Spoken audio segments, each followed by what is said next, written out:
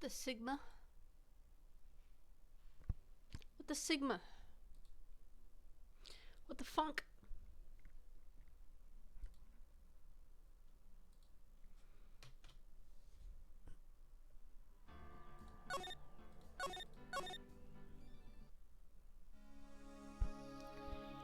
Anyway, what were we doing?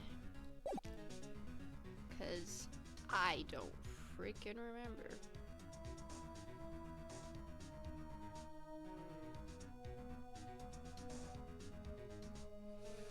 I guess we're gonna try to break this chick, yeah. Take that!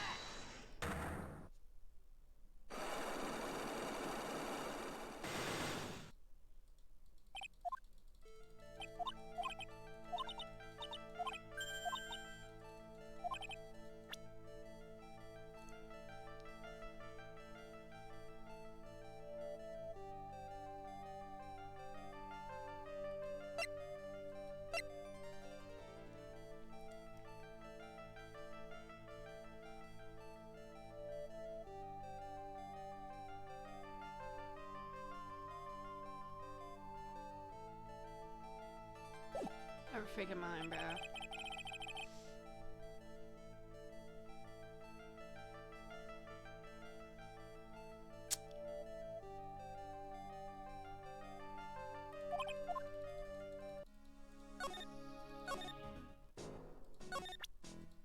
Do you know this girl? Of course not.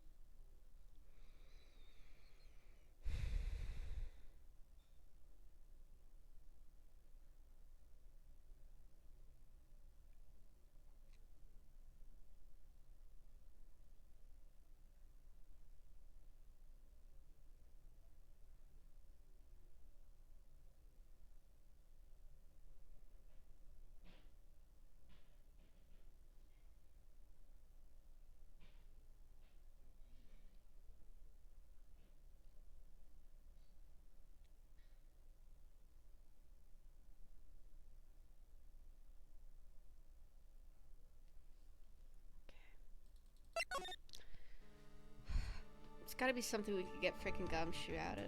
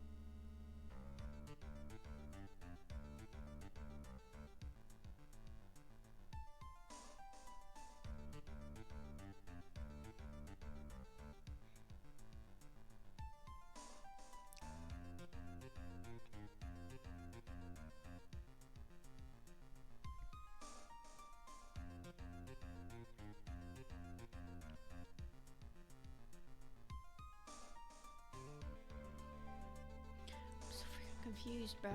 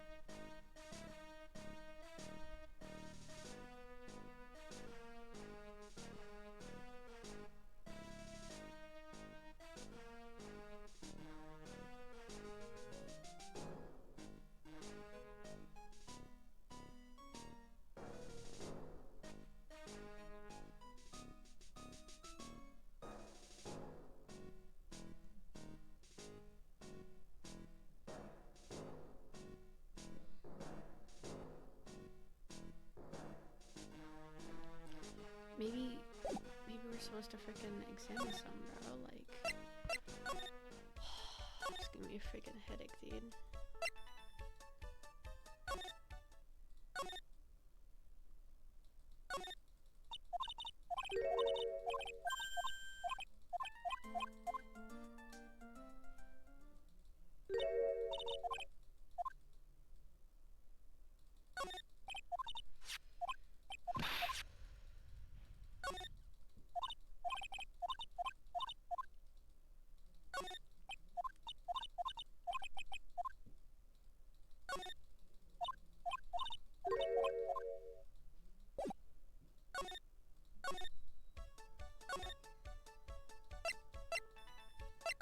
Where the frick is the priest thing? Give me this.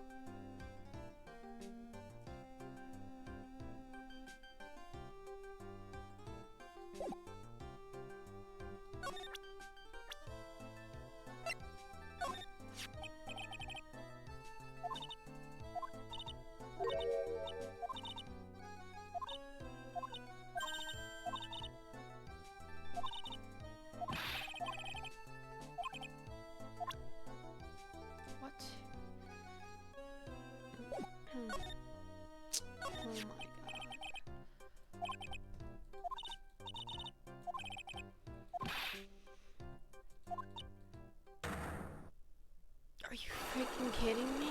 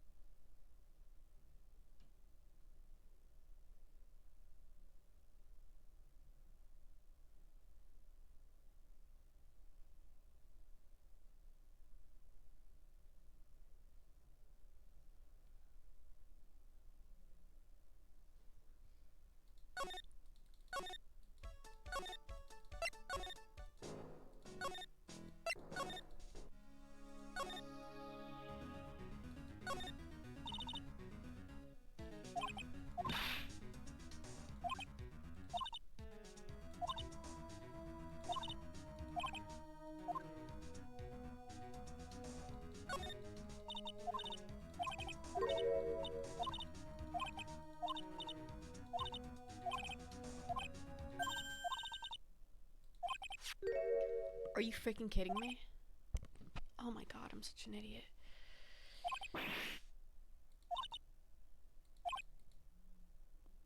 This has to do with this chick. This has to be it, bro. Car repair bill. Did she get hit by? Didn't she tell she got hit by a car? Or am I tweaking? Take that!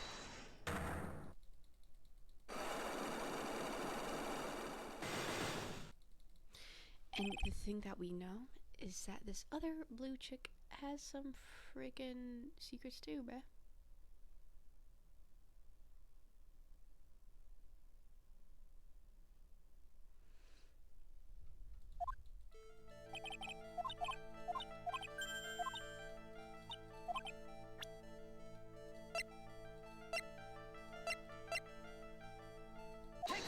Moron. Seems pretty obvious that this car was involved in an accident. Let me see that. Spill, yeah. Yes, it is. What does it have to do with me? Because that's your dad.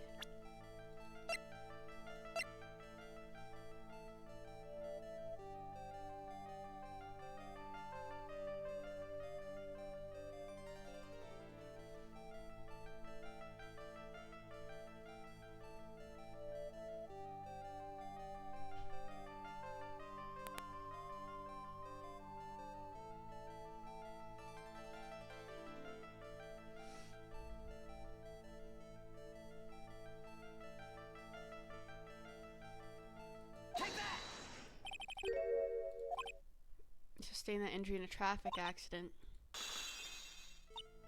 about 4 months ago. Someone pulled out in front of me. Motorbike. It was the guy. Anyway, I swear I tried to avoid it, but took a blow to the head.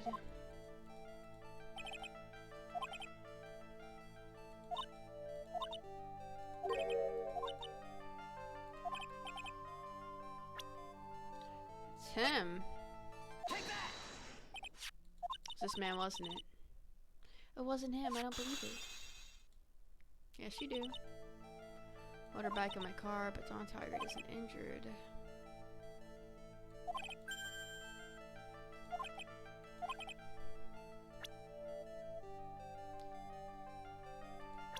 He has. Look at the scooter, bruh.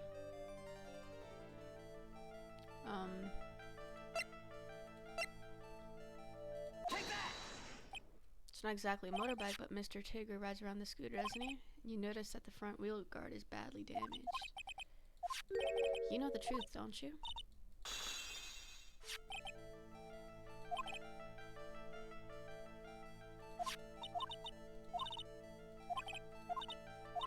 Don't try to still save my life. The operation was very complicated.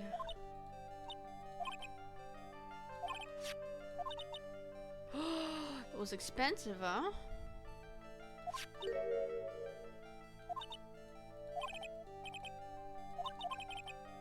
Do you want to know what I think? I think the reason he paid for the operation wasn't because of you, but someone else.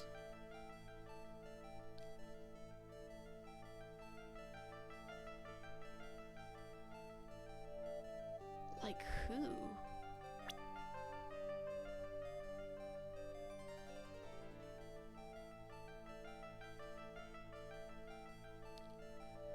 I think the reason he paid for the operation wasn't because of you. Bro, why is my... Gun XXF, the man, the myth, legend. Hello. He was scared of this guy, right? Because he's the head mafia? Let me, set up my, I'm about to cancel Steam, bro, because... Oh, never mind, it's fixed. Controls, yeah, he controls everything. We know. Ah, he did it because he was scared. $1 million? Jesus, for a head injury.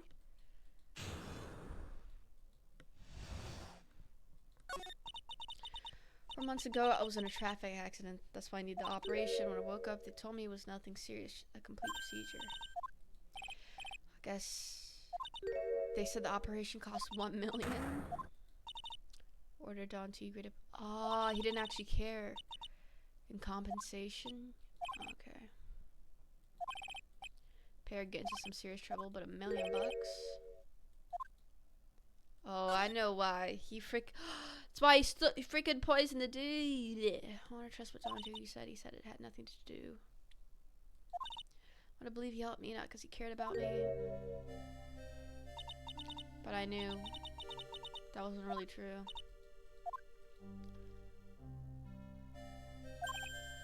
He said it was all for me, so I helped him. How'd you help him? Here, take these. Medical papers.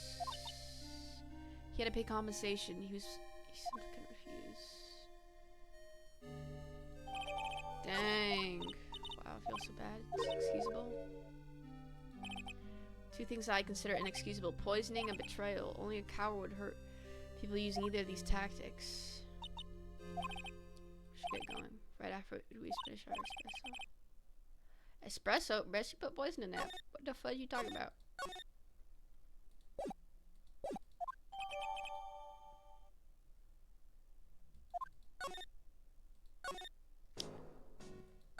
Now, you know what we need to do?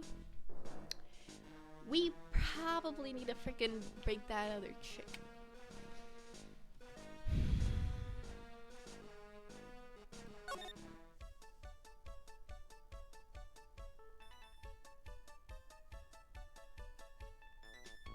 So let's go over to her.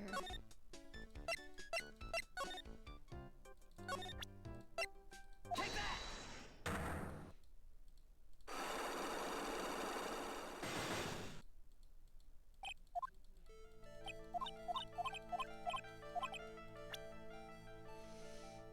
This medical bills? Did these medical bills? Wait, let's...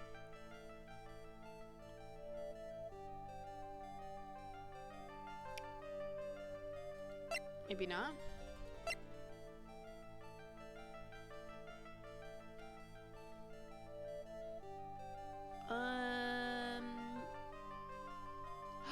You know what? He was probably in debt because of this.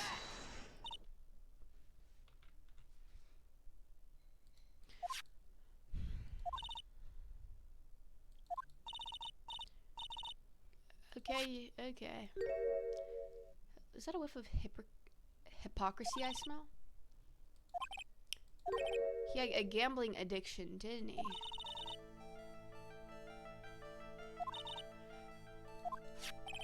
Yeah, but not everyone buys 500 tickets, lady. I'm not through yet. Mr. That gambling wasn't restricted to horse races, was it?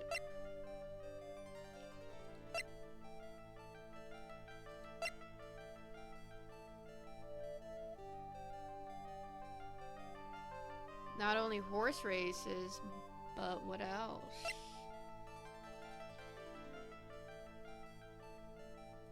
To normal money? Like lottery tickets? Take that!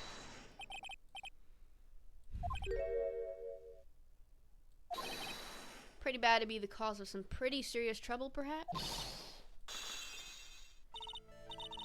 He did have a gambling habit.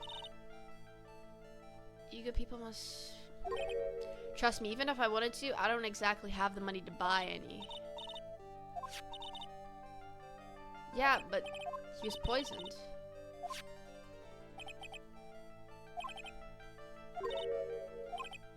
Mr. Elg's real problem was with someone or something more. It was a loan shark named Mr. Tiger, no?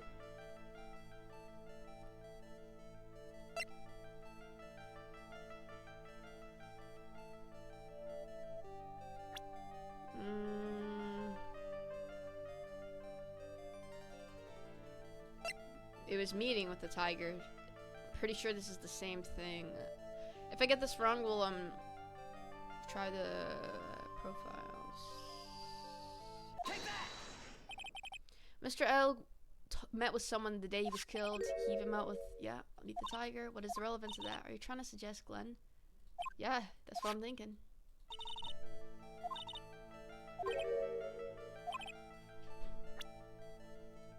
Tiger is this kid. Take that! Yeah, we know. About, dang! $100,000, but I heard.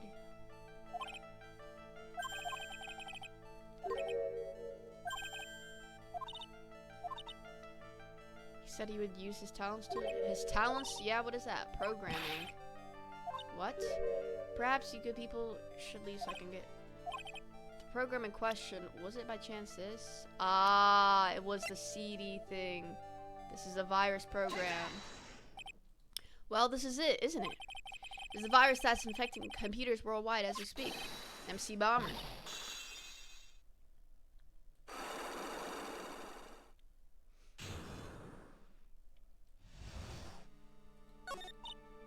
Glenn's had more processing power than any computer, but had been infected with a gambling virus. Glenn was in too deep. You mean he was in debt? $100,000 in debt. Not an easy amount to repay. He said he was taking on some extra work, something a bit risky. Risky? How?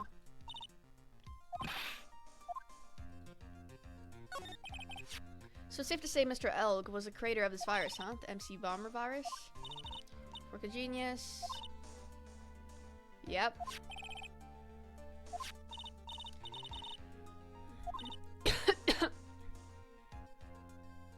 Okay. Why didn't you tell us?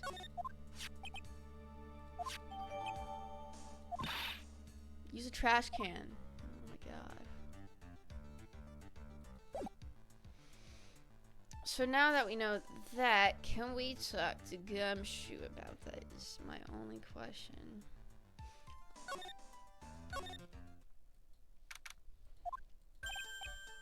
I have been waiting for your turn. The timing. I'd like to ask you a few questions. Oh my god, this guy. Zine Eoff. You call it Zine Eoff. Okay, hand it over. What? You just want to play games with me? I don't recommend that. The medical papers now. Oh, I think he wants. Oh, snap. You mean this? The $1 million medical papers? Miss Cadaverny trusted you. That's why she said that she helped you. Forget about it. That girl's dumber than an eggplant. You just want to know what's sad? I tell you what's sad. And it ain't only your face. She thinks she's got power because she's Bruto's little girl. Now that's sad. I can't let you have these papers. Tomorrow in court, I'm gonna expose what you did to get the $1 million you used to pay this off. Are you crazy or something? I don't care if you want to give it to me or not. There's 2 of us here. You got that? 2. Are you serious? Oui. Mr. Armstrong. Forgive me, désolé, I kinda argue with him. Wow, they really hit us? That really hurt? Is that all you's got? I'll be taking those papers now. Armstrong, get that lighter. Well, wait. Don't take it too hard, Phoenix, right? That was stupid. I shouldn't have let my guard down. Second fight back. What the freak just happened? Hold it, pal. Gumshoe. Detective Gumshoe. Detective? You think she's gonna stop me, copper? Beat it. Whoa. Come on, Gumshoe. Keep it together. You guys, get out of here. Leave this guy to me. But go, pal. Take this. If you get hurt, who's gonna look after Maggie? Wait, Nick, don't leave me behind. I'll get even with that guy tomorrow in court. Tender letter is going down. Finally.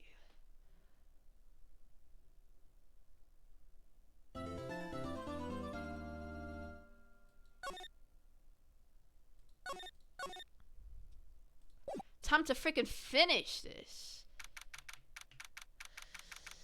Dawn Tiger is better than Phoenix. I don't even need to explain myself. I think you do. This guy's like a, he's not the smartest guy ever, you know what I mean? He's a bit, troubled, slow, perhaps. Good morning, Mr. Wright. Good morning, Maggie. So, what do you think is gonna happen today, sir? Yesterday's session didn't go so well and ended on a giant mystery. That's true. Still haven't solved a single part of it yet. Are you okay, Nick? Huh? Oh, yeah, of course. No, no, no.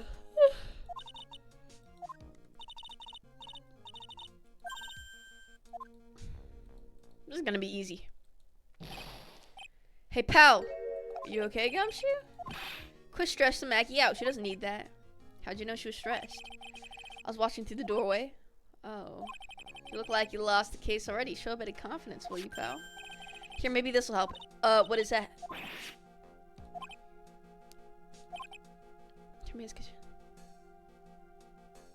Okay.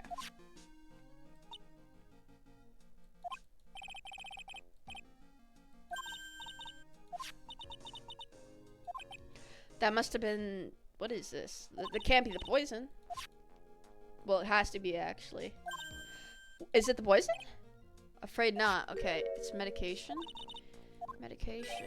Yeah, for... Oh, this is the thing that was stolen. Why was it in the kitchen? What about the unidentified figure? Okay. Bruh.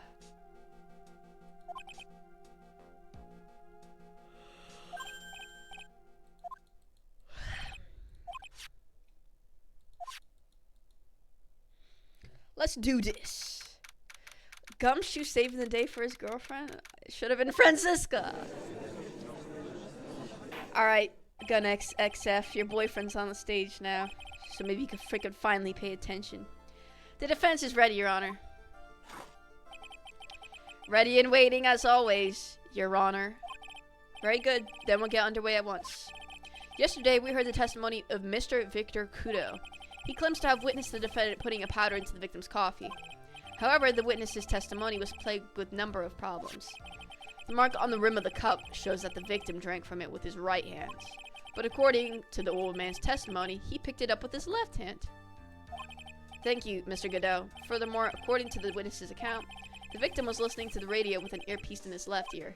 Yet the victim's left eardrum was ruptured, which made him effectively deaf in that ear. It's amazing how many of these contradictions a single case can have, huh, Nick? What? Ha! Allow me to enlighten you, Your Honor. The world, you see, keeps turning. We don't have time for this, bro. I don't freaking care about your lessons. You've lost me already, Mr. Godot. Don't let the mysteries of yesterday mystify you today. Only losers think like that. Only losers think how this guy's thinking, bro. You've got to change with the times. It's one of my rules. Are you implying that you've resolved these contradictions? You know the answer to these riddles? The old guy wasn't just throwing seed in here. He was throwing us off the scent. That's actually kind of true because those contradictions had nothing to do with it, considering the guy was told to leave by Mr. Armstrong. And today, I'll prove it. Very well, let the first witness take the stand. Oh my god, bruh. And you are? Oh, bonjour, everyone. I'm Jean Armstrong, the owner and chef of Trespian Restaurant Enchante. Forgive me for asking, witness, but are you a woman? Oh, la, monsieur. As you can see, I am la pert and perky gentleman, yon? On the day of the incident, you were in Trespian's kitchen. Isn't that right? Where's you, monsieur? Everything feels right?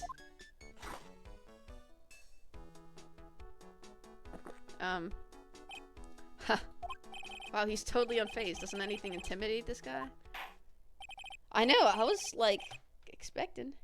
His theme song is sweet, smooth jazz. That's not jazz! That's not jazz! Shut up. Please tell the court what happened the day at Trespian. Oui, volontiers. I don't know how to pronounce any of these. When it all happened, there were two people in a restaurant. I was experimenting with some new art decoration. Okay.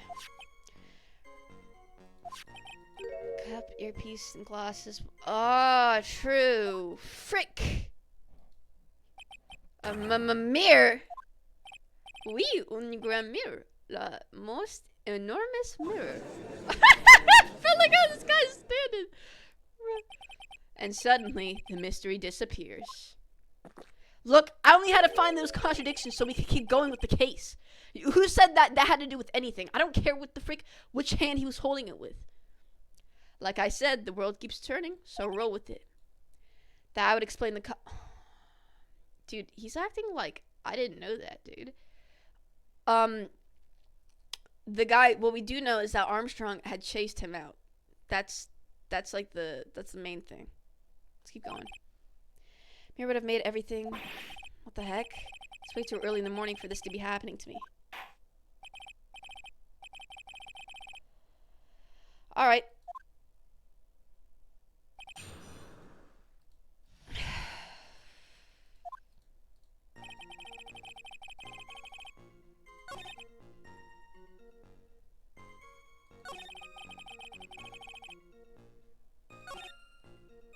See what you're saying. I didn't say anything.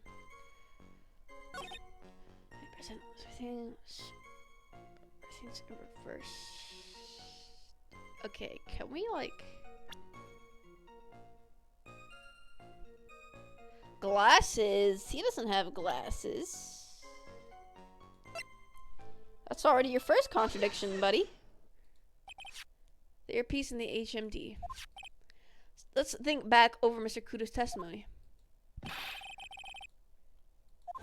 It would have been, yeah, you know what? As a matter of fact, it doesn't matter if it was in reverse. It would have been on the same side. It wouldn't have been different sides, actually. So to summarize, we were told the HMD and the earpiece were on the victim's left side. Now, if Mr. Kudo saw that as a reflection in a mirror, it means both the HMD and the earpiece were actually on the victim's right side. But no, they were in different sides, were they not? It's not so hard, Nyon. Unfortunately, that's where we run into a monumental contradiction of the facts. If Mr. Kudo really did see everything in a mirror, why is it that the HMD is now on the wrong side of his head? It would have been on the same side. I thought it was just the glasses. If the witness... Okay. Let's have it. Objection. Okay. How bitter. Try, you should have a taste of this bitterness. It'll calm you down in no time. Are we talking about your coffee or something completely different? Whoa! Pump the brakes. What do you want me to taste? You don't understand the way the witness thinks. How he thinks. You remember this, I presume? That I broke the vase. Sorry, apology. Yeah, Phoenix is cooked. Ask me to help us? Nah, I don't think so. This case isn't as hard as the other ones. The only cases that are hard is if there's, if we're still confused. I have the story in my mind, so that means it's gonna be easy. The more of an impression something makes, the more muddled his mind makes it. The hardest cases were not just because they were against Edgeworth, but the hardest cases were because the circumstances were hard. These circumstances are easy to figure out. And what's the most striking thing about Mr. Elga? Clearly, it's the victim's eyepiece. And that's my point. The old man strikes again. Mr. Elg's HMD made a big impression on the old man. So you're just saying, but he still got it wrong. I saw the earpiece and those newfangled spectacles she was wearing. Oh, yes. They were born on his left ear. Do you hear?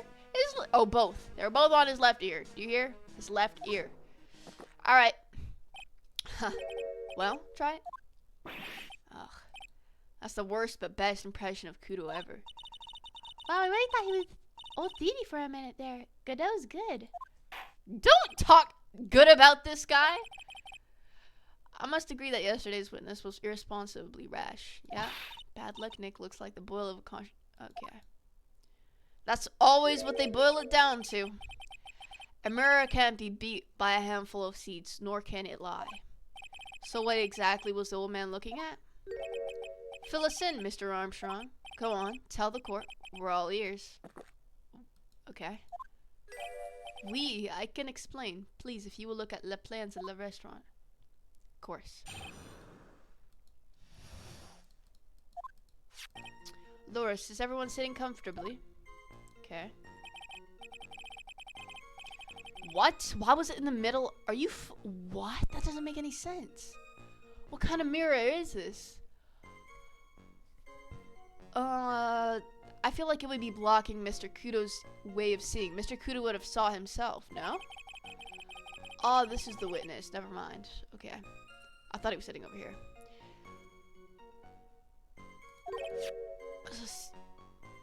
Okay.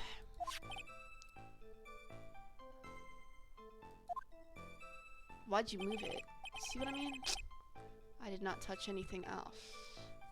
But you did. I'm telling you, that's a contradiction right there. I ship Godot and Phoenix. The sexual tension is strong. What are you talking about? There's no tension. Yo, I ship Mr. Armstrong and Mr. Godot. Does it not make sense? I mean, like, he wasn't intimidated by him, even with his clear flirting. Like, you want to freaking ship people? Ship them.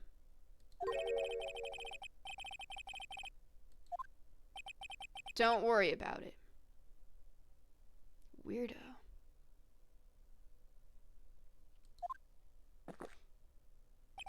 We can keep up, except for the guy breaking out in a cold sweat over there again. I hate that guy. Me too, Phoenix. No, go ahead. You said you didn't touch anything else apart from the mirror. Are you sure about that? I guess we're gonna find out.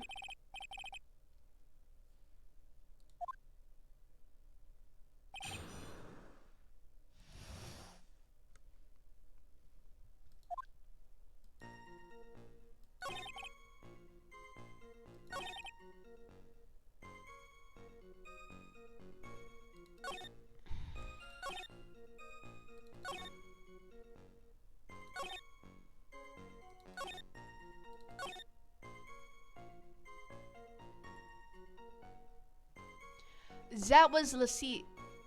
That was a seat next to the victims.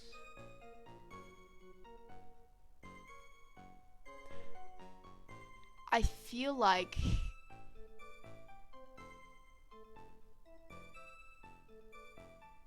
okay, you know what? I don't remember seeing a mirror in the photo taken before the murder, unless that was after, which I'm not sure. Blueprints. So if there's no mirror here, I mean, okay, so when was this taken? Was this taken after the murder or before?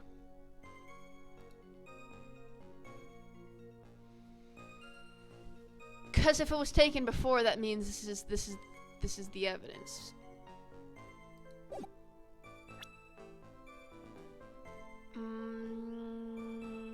It was the seat, but at the same time,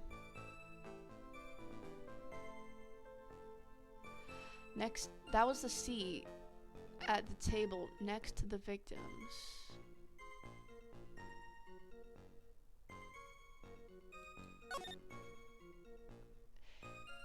This vase isn't even broken.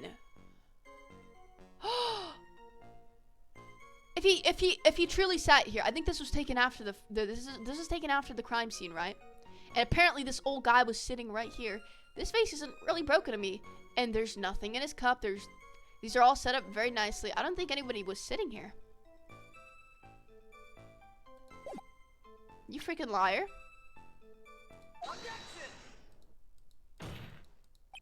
This piece of evidence contradicts with the testimony we have heard, Your Honor. Crime photo. Yes, the photo clearly shows something that theoretically should not exist. This freaking vase. What on earth do you mean by that? Should not exist? Sounds like you're describing yourself. Try it. Wow. Okay. No, it's fine. Now then, please careful that statement. This. Let me point it out. It's the freaking. It's this. Sue me if I'm wrong. I swear to God. I think it's pretty obvious that this is what should not be in the picture. The vase. Sucker, he said he broke the vase. I'm telling you that there should have been no vase on this table. Because it clearly contradicts. Okay. Right here, he broke the vase. It's not hard. Come on, guys. Get with the freaking program. Mr. Kudo broke the vase that was on the table where he was sitting. I might be getting a little too ambitious here, but I got this solved. As the court can see, there is an unbroken vase on the table next to the victim. Why? Because Mr. Kudo was not, in fact, sitting at the table next to the victim at all. Objection. Don't be an idiot, Trite. That's impossible. I would be happy to hear why it's not. That seat's the only one Kudo could have seen the victim's reflection from. So he clearly wasn't at there. What the frick? Exactly. There is only one conclusion we can draw from this contradiction. There was no mirror in Trespian that day. No, I actually don't think that. I think he wasn't sitting there because he broke that vase. Your testimony, Mr. Armstrong, is an elaborate lie. Objection. Don't try to confuse the court, Trite. Obviously, the witness cleaned up the vase. Yeah, what? Okay, there would have at least been water. Okay. No, there would have been water. While the police were taking their time getting to the crime scene, why would he do that? Unfortunately, Mr. Godot, that doesn't quite work for me. Mr. Armstrong already testified to the contrary in his own words. I did not touch anything else except the mirror. Moron, step back! Jesus Christ. Well, witness, what do you have to say for yourself? I was right. There was no mirror in the restaurant that day. In light of this revelation, we will return back to the original problem. Why did the victim have an earpiece in an ear in which he couldn't hear? Because he didn't. Ha. You only get one shot in life. There's no turning back. If you want to claim that the mirror wasn't there, right? What did you say? After? No way. Like after he was killed? No, he didn't sit there. This is what I'm trying to say. How do you explain? Dude, he didn't freaking see it, eh? If I can answer this, then my bad. I'm getting too excited.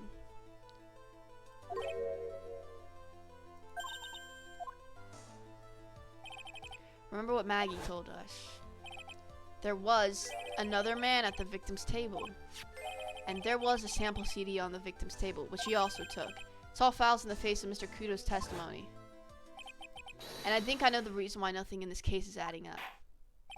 Because the testimony is wrong. Well, Mr. Wright, let's hear your answer. Yes, Your Honor. Okay, I'm gonna save just in case I get wrong. But I'm pretty ambitious, so... The reason behind all the contradiction in Mr. Kudo's testimony is simple.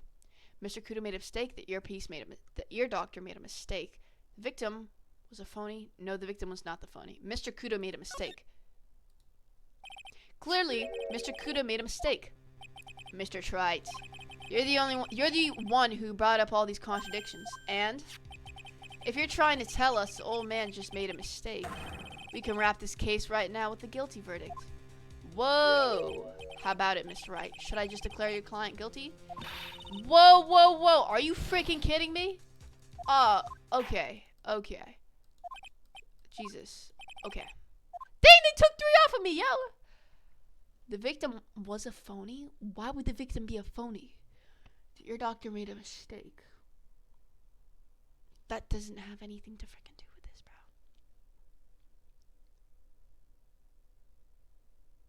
Hold on.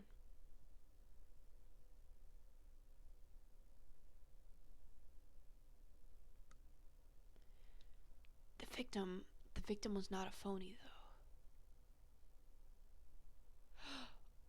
You know what? I have a question. I have a... What about Kudo? You know what? I think I figured this out. The reason? I think the victim is a phony. I don't think the old man Kudo's testimony was wrong. I think that that guy was actually wearing an earpiece in the wrong ear. But he was faking being somebody. Because somebody at his office must have known and either took his place for some reason. I don't know. But these cases always have this little small thing. So that's the small thing. The ear doctor didn't make a mistake. Because how would the ear doctor make a mistake? Giving him the wrong medicine? No, he gave him ear medicine. The victim was a phony because obviously he's freaking using the ear on his wrong ear. Only a phony would have done that. This case is riddled with contradictions, yet there is one very simple answer that clears them all. Why am I tongue-tied? What is that? The incident Mr. Kudo witnessed and the incident the victim experienced were two completely different events. What? Yes, the victim that Mr. Kudo saw wasn't Mr. Elg at all. It was an imposter, a phony pretending to be Mr. Elg. Obviously, unlike the victim, there was nothing wrong with the imposter's left eardrum, which is why he wore it on his wrong ear. That's why he ended up wearing the earpiece in his left ear by mistake.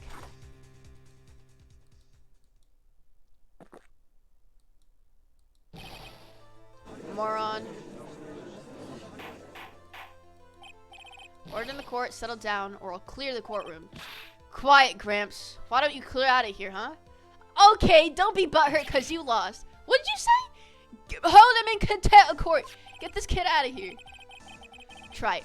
Are you saying that what Mr. Kudo saw was a setup? Yes. Someone pretended to be... Someone pretended to... Okay, I'm getting too excited. All for the express purpose of creating a witness out of one Mr. Victor Kudo. Jesus Christ. Get real, try. Why would anyone want to do that? Well, obviously someone who wanted to freaking get the freaking lottery ticket. The thing Mr. Kudo was most insistent about in his testimony was the servant girl brought him a Javasino, but she put something in it. Yep. So hard to believe, but there was one, and only one reason to show Mr. Kudo this fake poisoning. To make him a witness. To show Maggie Bird in the act of poisoning the coffee. Objection. Are you insinuating that the witness in the old man's story was a fake as well? It's true that there were no other customers in the restaurant at the time, but it's also true that the chef was there. Look at him picking these. He would have noticed what was happening. Well, he can't say anything because he's freaking, oh my god, he's in debt too, bruh. If your restaurant really was the scene of such theatrics, you would have known about it, correct? Oh la la, this is most difficult for me. Suck it, I just got hit in the back of the head because he's in debt too. No, it's quite simple. All you have to do is testify you were under oath after all. Was there, in fact, a phony at Trespian that day? The defense demand that Mr. Armstrong tell the whole truth about what happened. He's not gonna tell the truth if he's freaking, oh my god. Like oh my god. The defense request for this additional testimony is accepted. You will bro, my freaking leg fell asleep.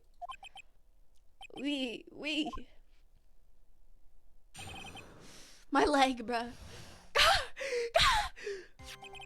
La victim, okay. Come on. Remember that, okay.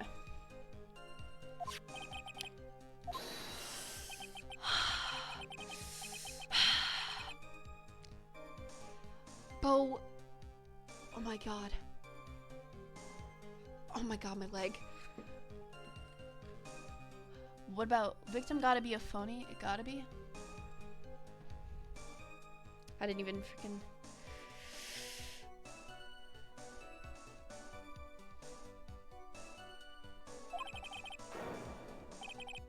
"5 minutes? You said it was..." Oh wait, okay. Never mind, I'm tweaking. No time for a phony to do the acting.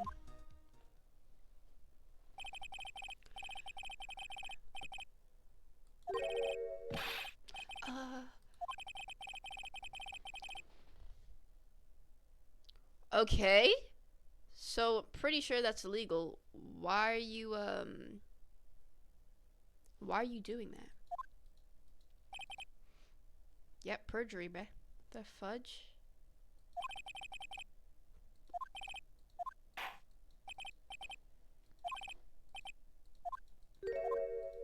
Doesn't matter. We're gonna press the frick out of this guy since we know he's not telling the truth now. Get my restaurant alone. What? Oh, you gotta be more specific, buddy. By old man, you mean Victor Kudo, correct? Oui, he comes often for my special coffee. I drink your coffee once, Mr. Armstrong. It's special, I'll give you that. It's worth a sip for just the experience. You make me so happy, monsieur. You are most welcome anytime. I said it was worth one sip, nothing more.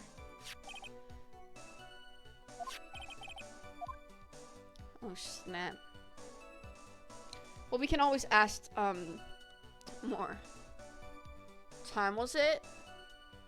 Huh. How many minutes after?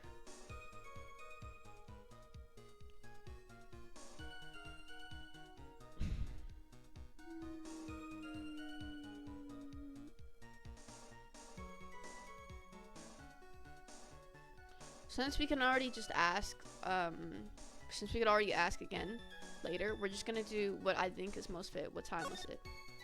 Out of curiosity, about what time was it when Mr. Kudo arrived? Cannot remember. Aw, man. I was reported at 2:25. Okay. So. Happened around 20 minutes. That seems correct. So victim must have arrived between... Yeah, okay. Just after 2, huh?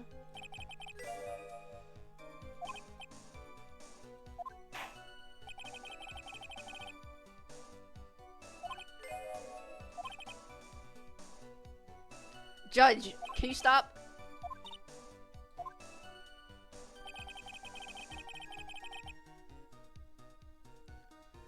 I remember. So let's also press him on this, actually. Oops.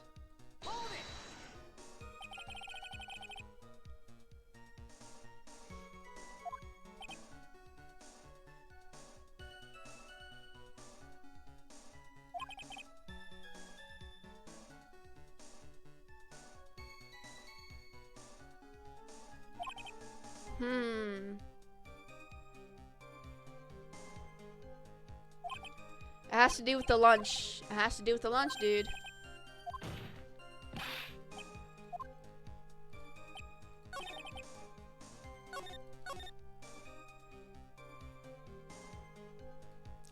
What did he say he had? Okay.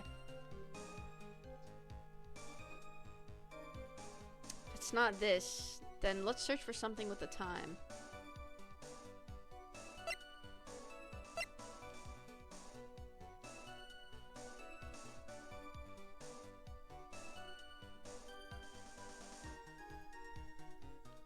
Am I tweaking? Victim gotta be. Why do they have these stupid options? Like, don't press? So, they can confuse you, of course.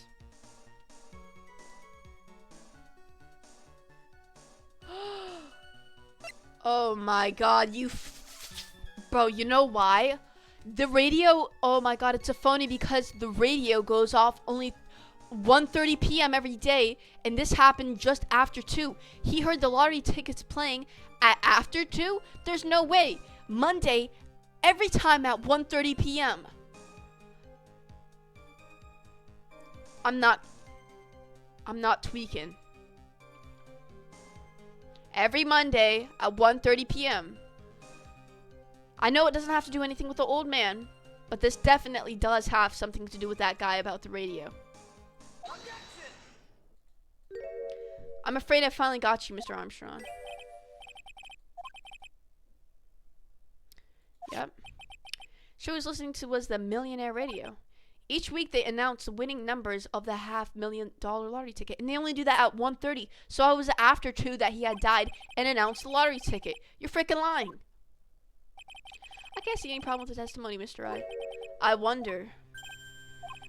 You say the victim arrived at your restaurant after 2 p.m., correct? Oui, oui.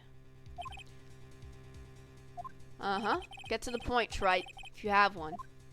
Oh, I do. Don't you freaking worry. That show is broadcast live at 1:30 p.m. and it claims to be the most thrilling 10 minutes of your life. It's on the air at 1:30. Now, supposedly, the victim made some noise when it was announced that he had won. And yet, I don't believe his cry of joy could have occurred after 2 p.m. because the show had already finished more than 30 minutes earlier by that point in time. Nyon. This victim we've been told about has done nothing but the impossible. Listening to the radio with a ruptured eardrum, catching a show that was already over.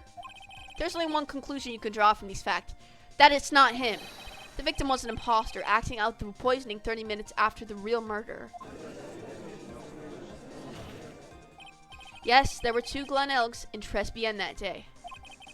The real Glen Elg, now dead, having been poisoned by the real killer to create a witness, which is why they wanted to get that Victor Kudo out the studio, which is why Mr. Armstrong went up to him, told him to leave, go call the police, and that was enough time for them to freaking actually, like, slip the real body in, dude. And the phony Glen Elg acting out the events for Mr. Kudo to witness. I mean, if that wasn't the case, how could you explain the time discrepancy? Quite a performance, right? You're almost on a roll. No, I am. Go ahead and bluff all you want. But sadly, you lack the rock-hard foundation of rhythm to build your song. What is this, Music Theory 101? Let's recap. According to your imaginative theory, it's now just after 2 p.m. The phony elk is performing a play for the benefit of Mr. Kudo. How do you explain, then, where the real Glen Elg is? The real Glen Elg is dead. They switched out his body. I don't believe I have to spell this out for the court. However, at the time, the real Glen Elg was already dead. It's only the obvious conclusion. Oh, wait, he's going to point out the autopsy report, isn't he? Thank you, Trite. That's exactly what I was hoping you would say. What? Now, I presume you can prove this theory of yours? Are you going to point out the autopsy report? The missing corpse. Homie, the missing corpse. There's no missing corpse. According to the old man's testimony, there was only one other customer there. That customer was a phony, Glen Elg. Then where did the killer hide the body of the real victim? He probably hid it in the frickin' back, the kitchen or something.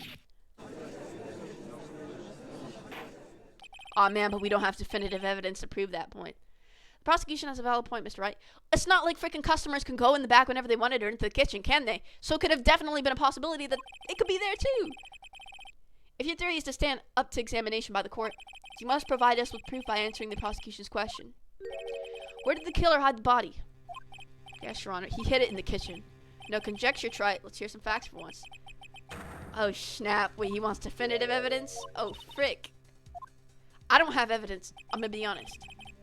I thought I had one with that contradiction. But he's turned it all off. Fudge.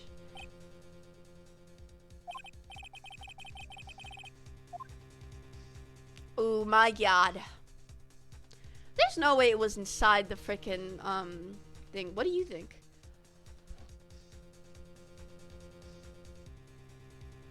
Bro, the stream's like laggy. I don't know if it's me or not. All I see is objection. Hold on.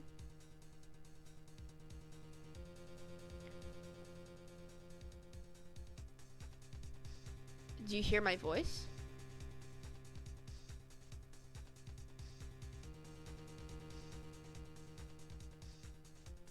Because I'm on Streamlabs right now and everything seems okay. Dude, he could have freaking killed him and put him in the freaking bag, bruh. That's how Mr. Armstrong would know because it was planned out. And there's no evidence to it being outside, so we're gonna say inside. We never even went outside the building. It would have been too dangerous to take the body outside. Obviously, the body must have been hidden somewhere inside Tresbienne. Could a body have been hidden inside a restaurant? Perhaps you would care to show the court these plans? Yes, Your Honor. Fudge. Fudge. Well, in the kitchen? Where freaking else? But let me think before I freaking point out anything. Well, it's in the kitchen, but there's no way it was hidden anywhere else. This is the entrance over here. Couldn't have been here. Couldn't have been here. Not under the freaking tables. There's no way. It's in the kitchen. I know that for sure. The body was in here. I see. Nice supposition. But the real question is, can you back it up? Okay.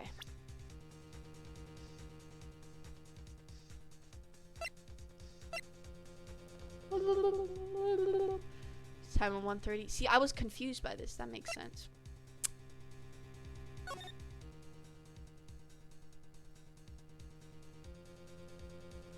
Now that I think about it, this guy doesn't even look dead at all to me. What the heck?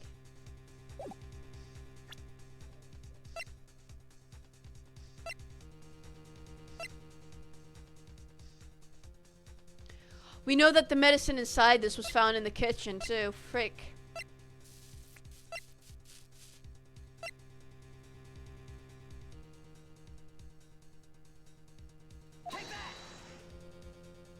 Please.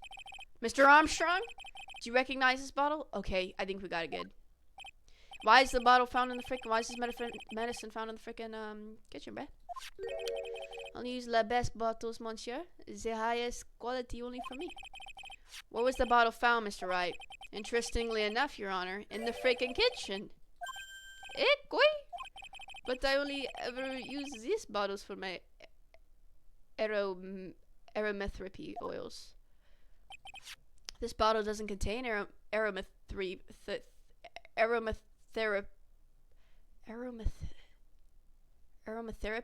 oil, Mr. Armstrong? No, it contains medication, ear medication. I'm sure everyone remembers, don't they? That Mr. Elg visited an Attourney gynecological, I don't know how to pronounce that, clinic, and was given medication that day. You can't be serious. The defense has the contents of the bottle analyzed and have the lab results here from Detective Gumshoe.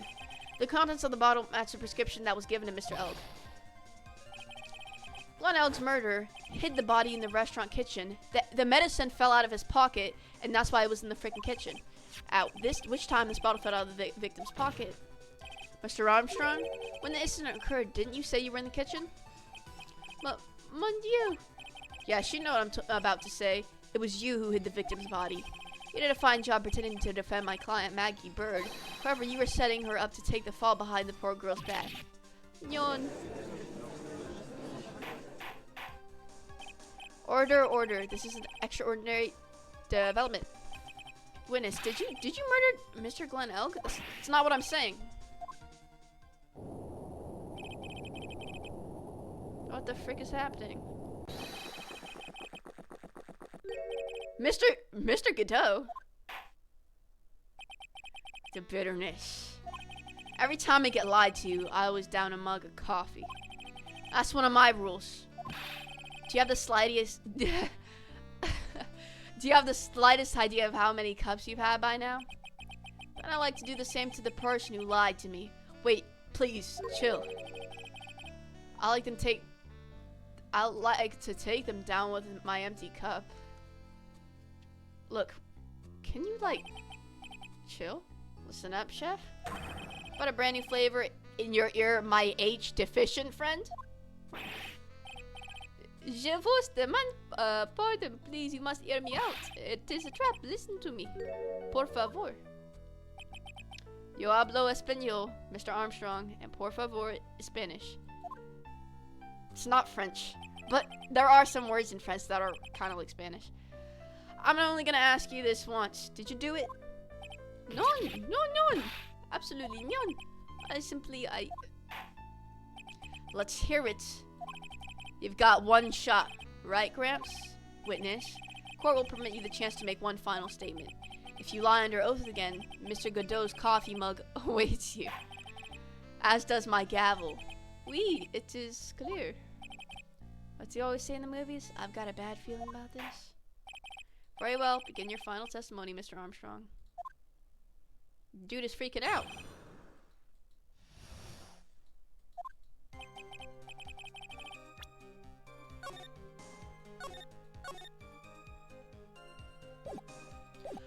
Does that say 1? Hold on. Did that just say 1 to me? Oh my god. It did just say 1 to me. That means we're gonna have a freaking recess. Are we not? A man forced me to do it. I had no choice. I had to go along with, because there was a reason why I could not refuse. But I did not kill him. I swear it. You must believe me. Okay, so testify to the court about why you couldn't. You were forced? By who? I cannot say, or I will be erased. Let's try a different question then. When Mr. Elg died, was he really the only person at his table? There was. Yeah, huh?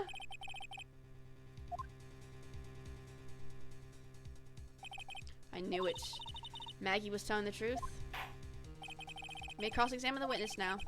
There's one more thing I need to do. I gotta break this guy. Alright, so we just gotta press him. No problem by me. Let's press the frick out of this kid on everything.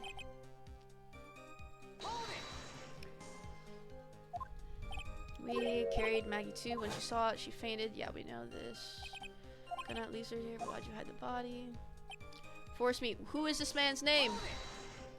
What's his name, buddy? Yon yon, I can't say I fear for my life. He's really scared. I have to put the words in his mouth.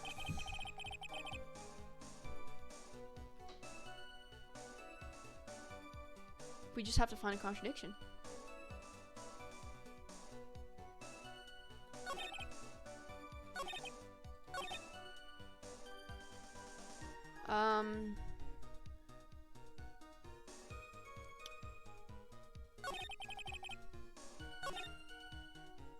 Like, I mean, we know what man did it.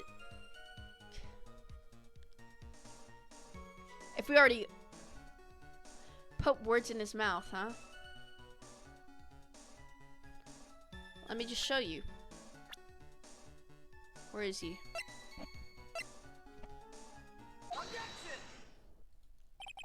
Let's send this dance of ring around the rosy, Mr. Armstrong. This is the man that you've been referring to. Ah!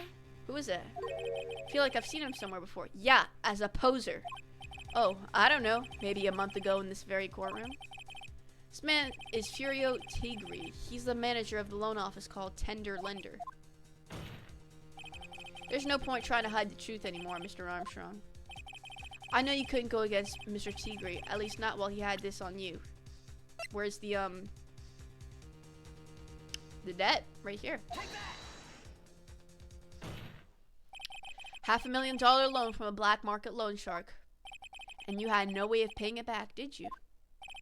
That's why you were forced to do anything this man told you. Oui, it is as you say. La Tiger, it told me it was going to use my restaurant for a business rendezvous. All the question was meeting the victim to demand that he repay his loan. I don't know why it depends like that. I just did what he told me to. I had no choice. I carried the body and the inconscient Maggie out to the dining area and into the kitchen. After that, I just tried to forget what I had seen. I think we can now safely say that the man who forced your hand was Mr. Furio Tiger. He also has my suit. Just go in his office. I do have one further question for you. Poison in the lottery ticket that were found in the defendant. Was that you're doing as well? No, I knew nothing about that. Making it look like it was Maggie who had done it. I was not. It is despicable. Mr. Godot? Yeah, what do you have to say now, scumbag? You will summon this Furio Tigre as a witness. I doubt that can be arranged today. Okay. Oh, do you have something to say? 30 minutes. What? Trial will go on. I'll see it to it myself. I need half an hour to get that guy on stand, not a minute more. How the? Don't sit back and relax yet. Try. Okay, now this guy's getting me suspicious. No one really knows if that chef is telling the truth or not. Trial could still go either way. Yeah. How the freak does he know him?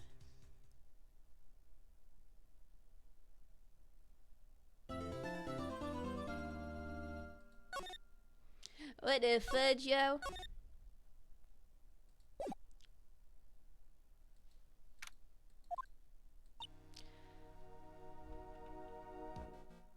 Did you get the issue fixed? Well, let's get this case now. Wish I could agree.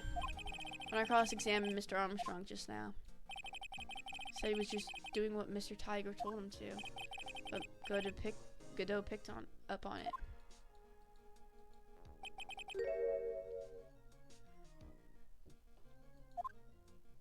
Yeah, and I doubt that Tiger guy's gonna tell the truth.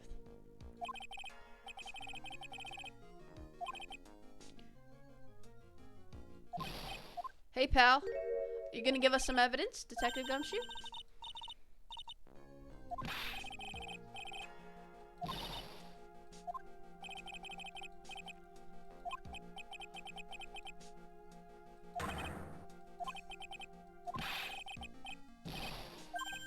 Well, I'm gonna take a jaw back down to the precinct.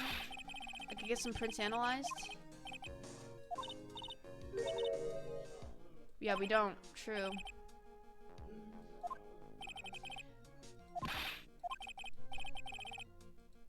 Oh! Freaking prints? Prints for freaking what? What did he say before that we needed printing on? Because I don't freaking remember.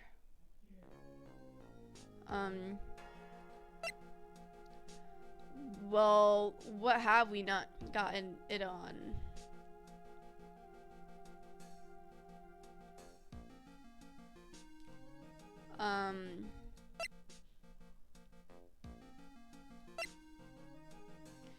The question is, what did we not get it on?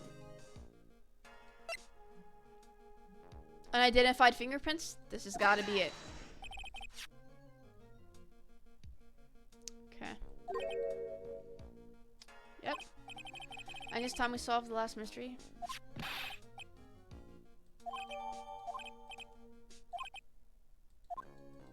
Yeah. It's pretty much the final showdown, I guess. It's time to separate the phonies from the real guys. Right. Let's do that.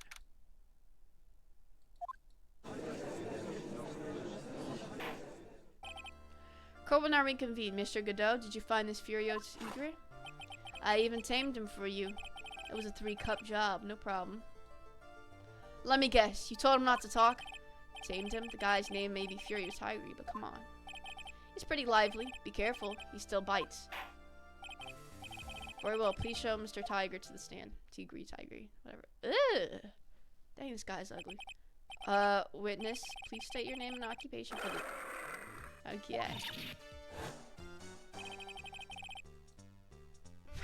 What the frick? Would you mind? What you say to me? No, nothing. I didn't say nothing. Honest. I got business to take care of. You hear me? Bro, oh my god. Was it you, Spiky? Ah, no, of course not. It was the judge. The judge freaking in. Your Honor? Oh dear, I seem to drop my pen. Where on earth is it? Don't mind me, just carry on the proceedings as normal. That's it, we're doomed. Maybe you didn't hear me. I said, who was it that called me in here? There's no need to shout. We can all hear you. What'd you say? There's no point struggling. You're caught in a snare. The relentless stare of the law. And I'm the one that hauled you in. Too cool. Let's start with the basics. You know about the incident in question, correct? Incident? I don't know nothing about no stinking incident, mask boy. You mean you didn't attend the previous trial of Maggie Bird? Maggie who? I got more important things to do than watch the courtroom dramas. Of course, well, perhaps you could give us your testimony then? Please tell us about what you did on the day of the murder. Huh. Phoenix Wright. You was the one who set this up, didn't you? You was gonna regret the day you ruffled the tiger's fur. You hear what I'm saying? Oh, maybe I should have brought it. Okay. Get a grip, Nick.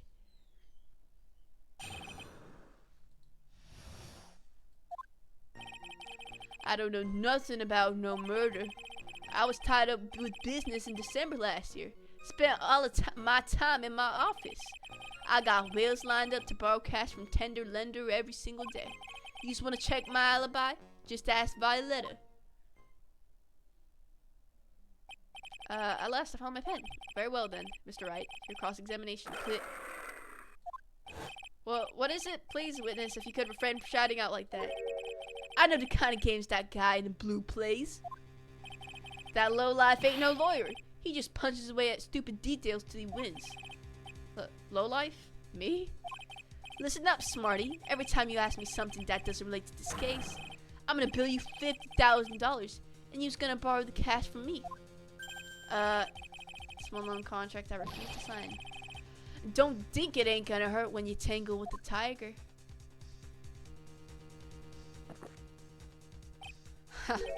I love a good spectator sport. Just a minute, that's really not. This witness is, how can I put it, a hungry tiger roaming the urban jungle. Get on his bad side and he'll bite everyone's heads off. Yours too. Very well. What? So we can't press this kid? And if I don't split now, I ain't gonna catch my bus.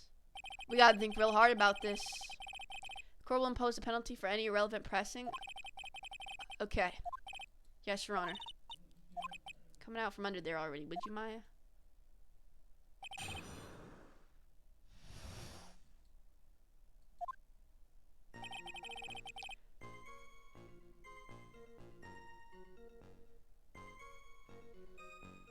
Yeah, so this has nothing to do with anything. It's tied up with business. Okay. Got...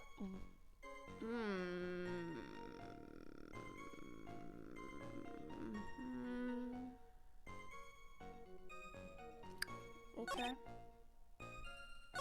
This is obviously the line. But... we gotta... either we could press this, which I'm kind of scared to do because we'll get freaking penalized, or we can just we can check the court data, and I'm kind of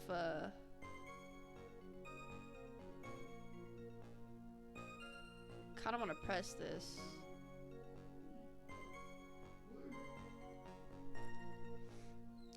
But I'm kind of scared, dude. Look at this guy. Bro.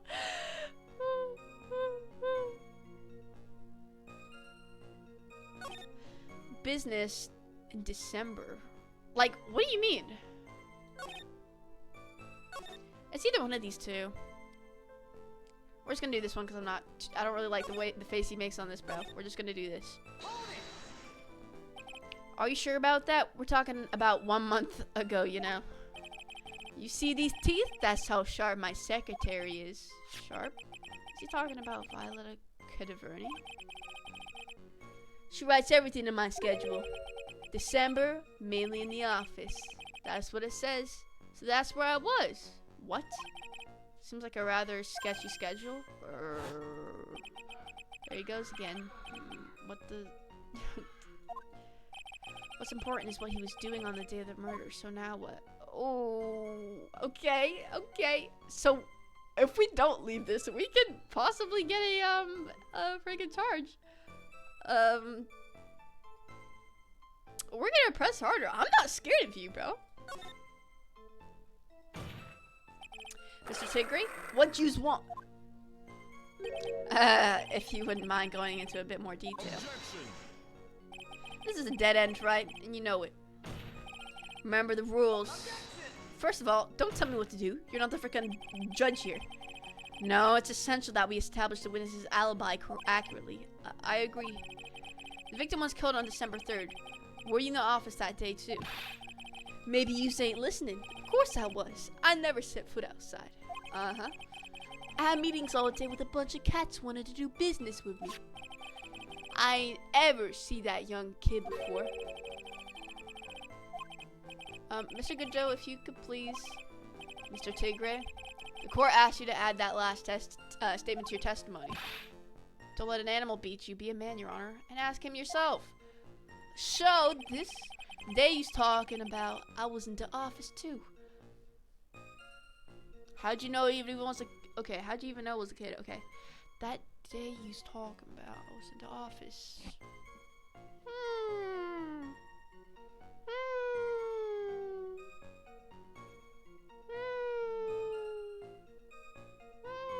We can either press on this, Or we could present some evidence to what? Let's find out.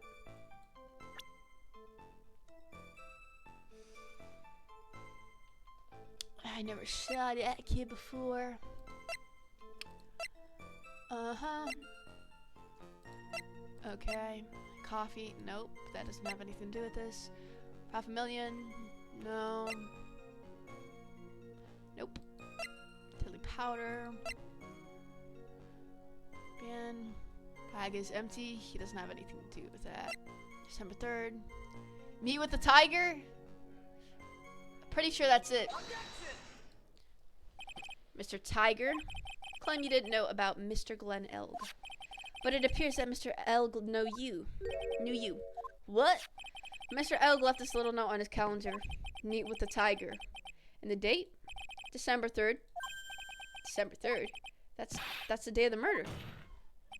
So, Mr. Tigre, I submit that you did indeed know one Mr. Glenn Elg. Because on the very day of the incident, you met with him. Dang, this guy is tall. Grah, ha, ha, ha, ha. Not bad. He was actually not bad. Sorry? I was just messing with you. See how good you were. Did you hear that, Nick? He said you're not bad. That's one compliment I could do without. Plus, he's lying through his teeth. Witness, please remember that you're under oath. Lies will not be tolerated. Who's calling me a liar? Is that what you're doing? Bro, what? So you're saying that your claim to have... So you're saying that your claim to have never seen that kid before is the truth? I said I'm dead serious. You've got to believe that's the truth. Huh. Then I'd say that gives me time to enjoy another cup of pure black magic. That is, while you testify for the court again, Mr. Tigre. Oh yes, would you mind indulging the court witness? He actually never met the victim? Yeah, there's gotta be a lie.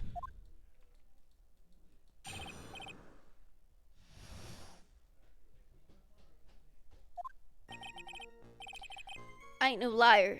I never met Glenn Elg. There was some lame guy with that name, though. That's definitely it. I set up a meeting with the guy at my office, Tenderlander. I would around for him, but he ain't never showed.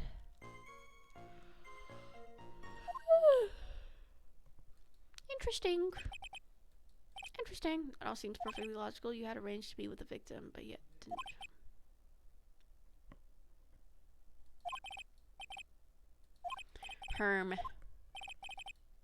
Didn't I tell you I got a big deal going down today? I ain't gonna make my bus now. I'm gonna have to take the express train. That bill's going straight to you, right?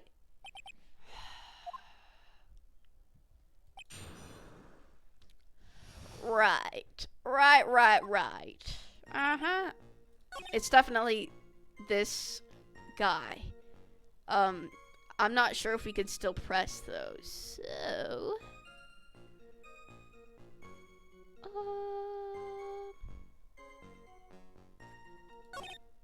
set up a meeting with the guy. Never been to this.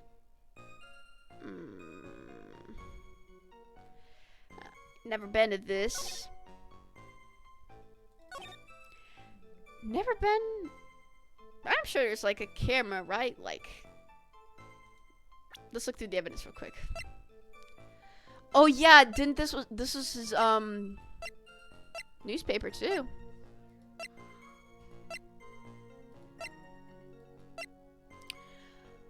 And we need definitive evidence. So we need hard proof evidence. So that means we can't reason throw away. This was found at their office, no? See, that could just be that girl though, but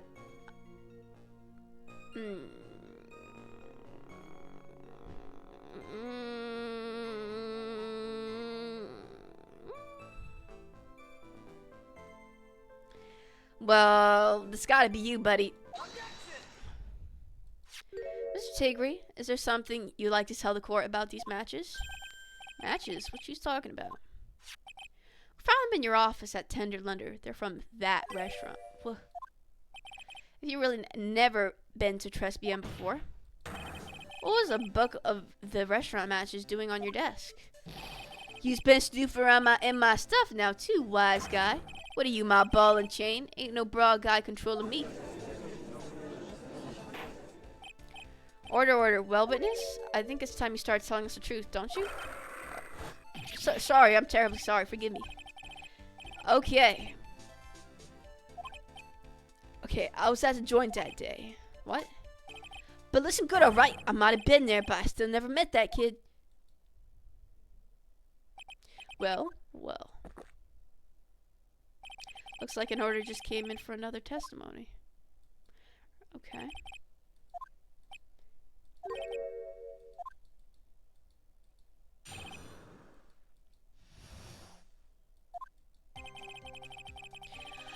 I was supposed to meet with the kid at the restaurant that afternoon. When I opened the door to the joint, I saw one ugly scene. Guy was laid out over the table, stiff as concrete. I figured the place wasn't hot already. It was gonna be, so I split. I heard the cop siren. Yep, there's probably like a million contradictions in here. She didn't actually meet with him in the end. Well, Mr. Wright, your cross-examination. Yes, Your Honor. Hold it! If I wait around here any longer, I ain't even gonna make the normal express. No more stupid questions. No problem. Anytime Trite presses you on something relevant, I'll see he pays a penalty. Mr. Godot, that's my job. Why is this guy talking? Your job is to slam that little hammer of yours and call a guilty verdict. Why are all these prosecutors the same? They say the same things, dude. Special express ain't cheap, right? Just so's you know, since you's paying. Oh man, doesn't the rule of law mean anything around here? You copied my hair too, bet.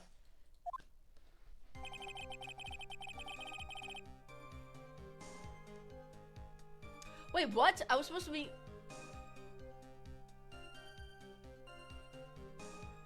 If you're supposed to meet him... And we can't press this kid at all, too.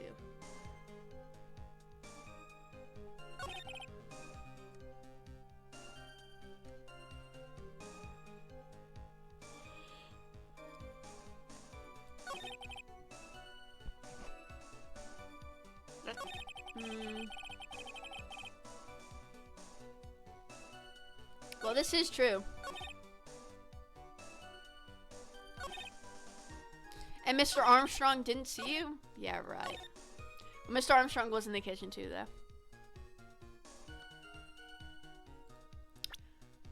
Let's see.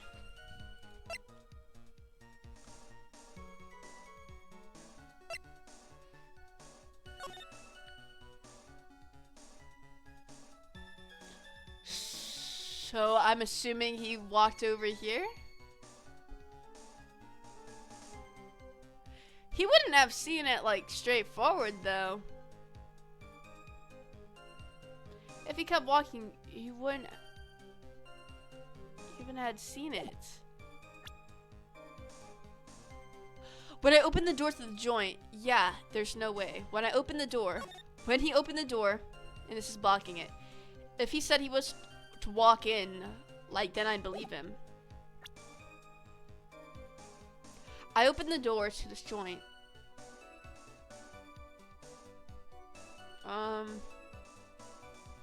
We're gonna save after this just in case. Okay, never mind. We're good.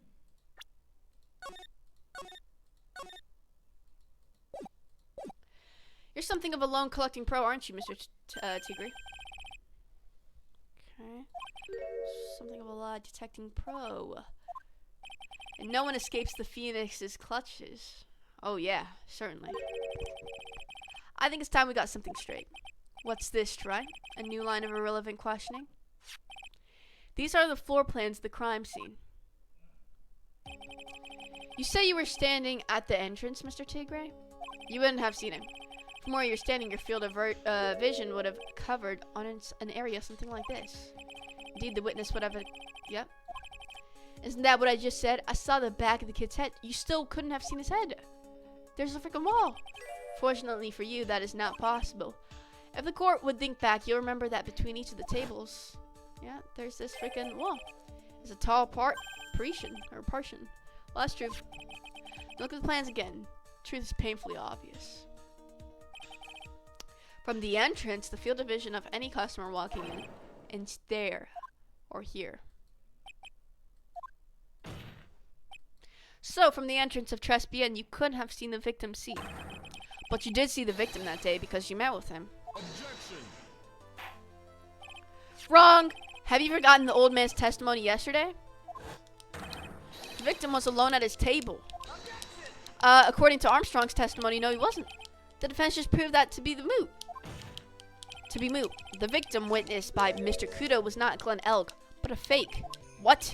In order to have Mr. Kudo falsely testify, the real killer posed as the victim he had just killed and acted out a charade. That's why the medicine was found. Like, this guy acts like none of the evidence before exists. Trial's gone on too long to continue without the obvious question being answered. Who exactly was this real killer who impersonated the victim? You said the killer murdered Glenn Elg and then impersonated his victim in a performance. The criminal, isn't it obvious? It's this freaking tiger. Obviously, the killer is Furio Tigri. No one else could have done it. What? Well, witness? Ah, ha, ha, ha. Now that's cute.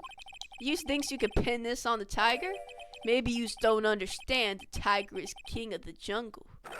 So I dares you to say it again. Come on, you got the guts? You can't threaten me, Mr. Tiger. It's the defense. Go ahead and tell the witness, Mr. Wright. Oh my god. Mr. Wright. Sounds to me like it must be you, old man. You's got guts, I'll give you that. Mr. Wright, please don't let me handle this alone. Ha. Perhaps I can end this embarrassment. Mr. Godot? Let's just go back over Mr. Kudo's testimony one more time. The old man didn't just see the victim. Oh, no, no, no. The servant girl brought him a Javasino, but she put something in it. There's no question about it. She very conspicuously put some white powder in there. Was the victim he saw the real victim or not? That doesn't matter. Yes, it does. The fact remains he saw the accused put the poison into the coffee. Oh, snap. Wait, he's kind of right. Okay. Very impressive, Mr. Godot. Waiting for my absence to launch your attack? Ha! Found your pen at last, right? It was in my pocket. But anyway. Mr. Kudo witnessed two people that day. He saw the victim, the supposed Mr. Glenn Elg, and the waitress from behind. Yes, your point, Mr. Wright? I think the conclusion is obvious. If this Glenn Elg was really the killer in disguise, then surely it's possible the waitress was also part of the show. What? You mean the waitress was an imposter as well? The defendant, Mr. Bird, fell unconscious immediately after the incident. And she was unconscious for a while, right? And someone used her fainting to hatch an elaborate plan to pin the murder on her. Who on earth was it? Who was this waitress that Mr. Kudo witnessed? Definitely you. Who is this woman? Her name is Viola Cadaverini. She's an employee of Tender Lender. You's making a big mistake. Do you know who Violeta's grandfather is? You better be going home in an armored truck tonight if you know what I mean. Stop shaking, Nick. Where was I? Yes, the defendant, Miss Bird, has stated the following. Well, when I took the coffee over to the victim's table, it's true that there was another customer in the restaurant. She was sort of creepy. She had a kind of cackling laugh. There are just too many contradictions in this case. The second man at the victim's table, who nobody but Miss Bird seems to have seen. The earpiece worn by the victim in his left ear was when that eardrum was ruptured. And the radio show he was supposedly listening to half an hour after it was over. There's only one logical explanation that clears up all of these contradictions. The whole incident took place twice, once for real and once for show. And Mr. Furio Tigri, the only person who could have committed the crime, is you. Witness? What have you got to say? That's cute. Sorry? You's alright. I could do with a guy like you around. What do you mean? Okay, I'm in on this game. I'm gonna have a charter, a jet, to go get me my meeting now, but I'm gonna give yous one more thing to think about before I go. Something to think about. You can't just leave. You's got it all wrapped up nice, huh? Right? But you's missed out one real important thing. But there can't be. I was in the joint that day, and I met that kid too. Okay, dude, judge, get this guy guilty. Look, bro, what? But I couldn't have poisoned him. You hear, dude? Perjury. He keeps lying. Do you really expect us to believe you now, Mr. Secret? Ha! What a troublemaker. Troublemaker. Looks like we're gonna need another one for the road.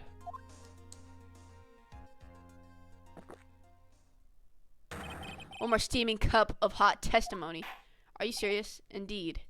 Witness, you will explain yourself to the court. I'll give you one more chance to testify. You already gave him one more chance. What happened that day at Trespian between yourself and the victim?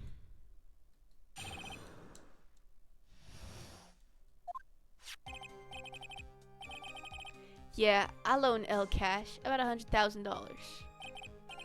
That day, we was due to have a little chat to get at his payback day, see? So anyway, he tells me he's got no way to pay up. I'm about to flatten the guy when he starts screaming.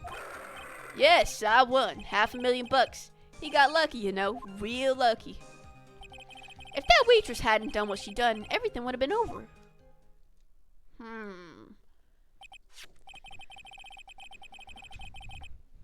Now I see the principal amount you loaned to Mr. Elg was $50,000.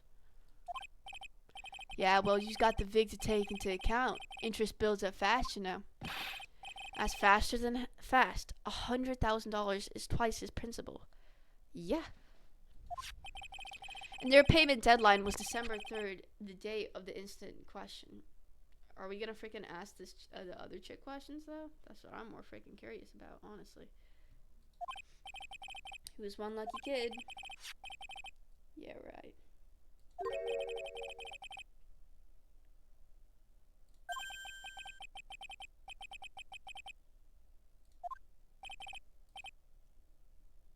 Yeah, what the frick is his motive? I'm a little confused here.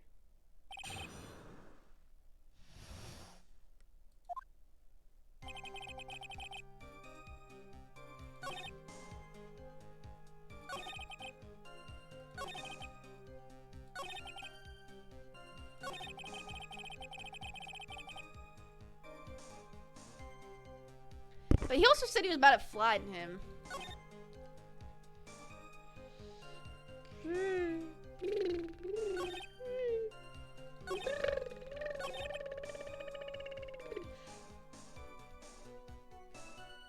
And he knows it was the waitress. There's no way. The waitress, you mean? The girl with the glasses in the defendant chair. If she hadn't gotten in the way, things would have been bading badoom over and done with. Ask about how things would have been. Ask about what Maggie did. Well, we know he's accusing Maggie of actually freaking putting the thing in, but we don't. Ask how things would have been.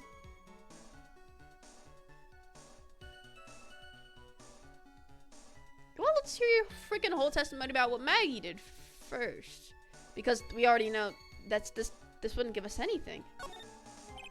What exactly are you implying the defendant did? About you go ask Four Eyes about that $500,000 ticket. Dang! She wanted it so bad, she poisoned Oak's coffee. A likely theory, your word hasn't held water lately, Mr. Tigre. Let's not forget this witness was actually at the scene, right? The law don't exactly agree with some of the deals I sent down. I couldn't be there when the cops showed up, so I split. Your Honor? Witness' last few statements are worth a good 2 cups of coffee. I concur, Mr. Godot. Okay. So that's what you's after, Phoenix, right? Excuse me? Thanks to my business with that kid was over, it has to be one of these. Thanks, that kid.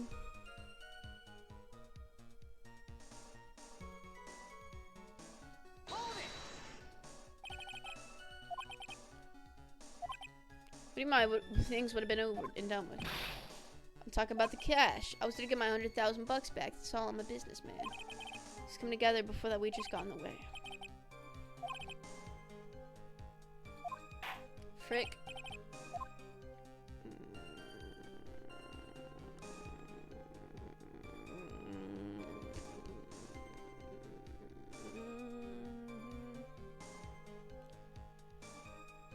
Let's amend it.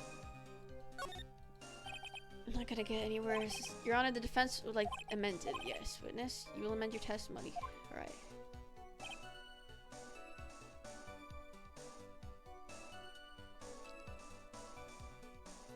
Well, maybe you got more money. He got more. He would have to have more money, dude. Freaking. Let me think back. Okay, besides the money. Besides the money.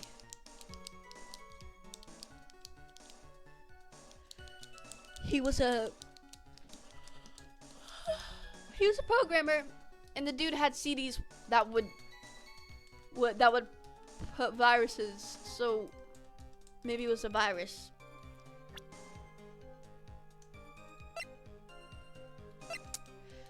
Virus made by worth millions? Yeah, why would you want 100,000 if you could get millions?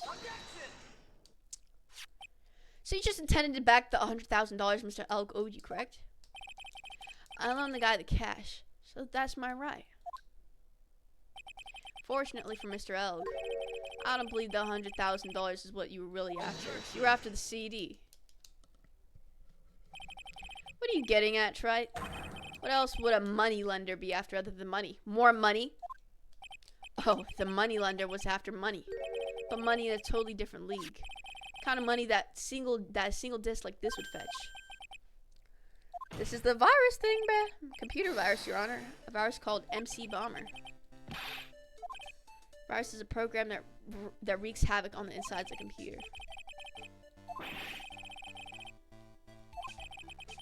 I'll explain it to you later, Your Honor. Right now, this is an important point.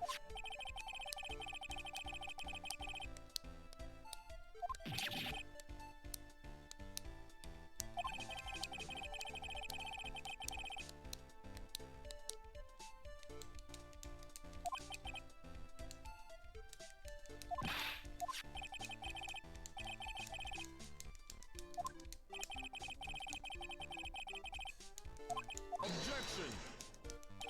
You're trying to suggest the witness's motive was to get a hold of that program? Yep. Exactly. The witness may have poor fashion sense, but he is by no means an idiot, right? A man like him could get his hands on $1 million without resorting to murder. Of course he could, provided that he had time. But what if he needed the money right then? When the pressure's on, the luxury of choice tends to disappear. Seems you have a logical conclusion for this theory. Would you care to share it with us? Why did Miss need money to the tune of $1 million? It's gotta be here.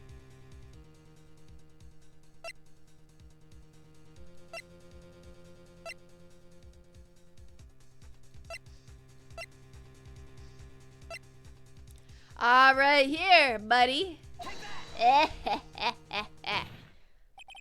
In December of last year, you found yourself in a huge amount of money. About 6 months ago, you were involved in a traffic accident, weren't you? An accident involving a car and a scooter in which a young woman was injured. She was taken to the hospital where she underwent surgery. But the bill was how much a disease know. These medical papers document the treatment of the young woman in question. According to these, her operation cost $1 million. And yet when the payment was due last month, you somehow managed to pay it in full. $1 million. No one pay a bill like that. If the medical association got rid of it, the hospital would end up as dead as a morgue. But Mr. Tigra had no choice but to pay. The frick? Because his very life depended on it.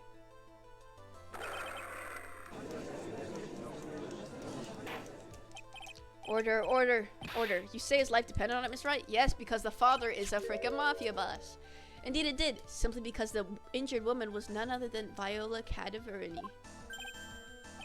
Did you say Cadaverini? Bruto Cadaverini, mob boss in charge of all underworld's activities in the city and doting grandfather to his precious Violetta, also known as Violetta Cadaverini. Your life was in danger unless you paid compensation to the boss, correct? It makes sense. You were desperate to acquire the $1 million Bruto Cadaverini demanded of you. So desperate, in fact, that you decided to sacrifice Glenn Elg's life to pay your debt.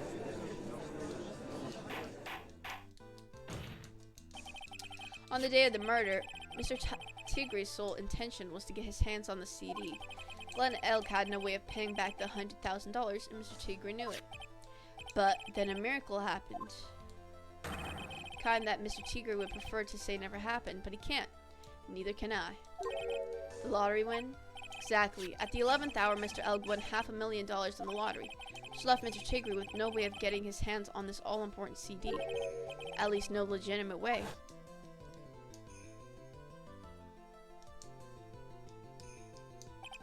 So he resorted to illegitimate means. That's crazy. He murdered Glenn Elg and then made his next move, to frame Maggie Bird for the crime. Mr. Tigre posed as Glenn Elg, while Viola Cadaverini played the role of Miss Bird. And then they reenacted the whole thing in order to establish a witness. The witness being the one we all heard testify yesterday, Mr. Victor Kudo. Excuse me, I was talking. Like I said, Trite, that's crazy. No one could pull off a stunt like that. For starters, there's no way the chef would have kept in the dark about it. He had debt too, did you forget, buddy? Mr. Armstrong was in on it from the very beginning. Have you forgotten already, Mr. Godot? Mr. Armstrong owed the witness money too. $500,000, in fact. He had no choice but to go along with Mr. Tigre's plan.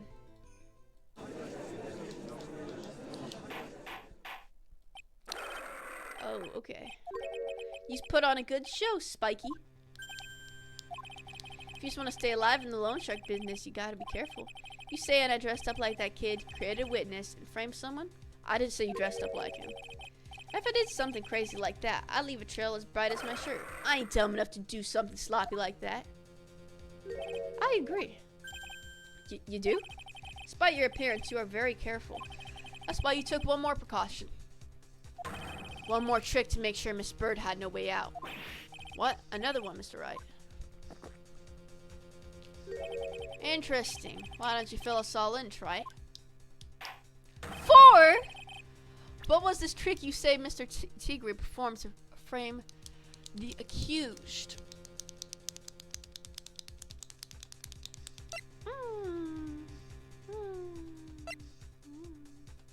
You put this in his freaking pocket?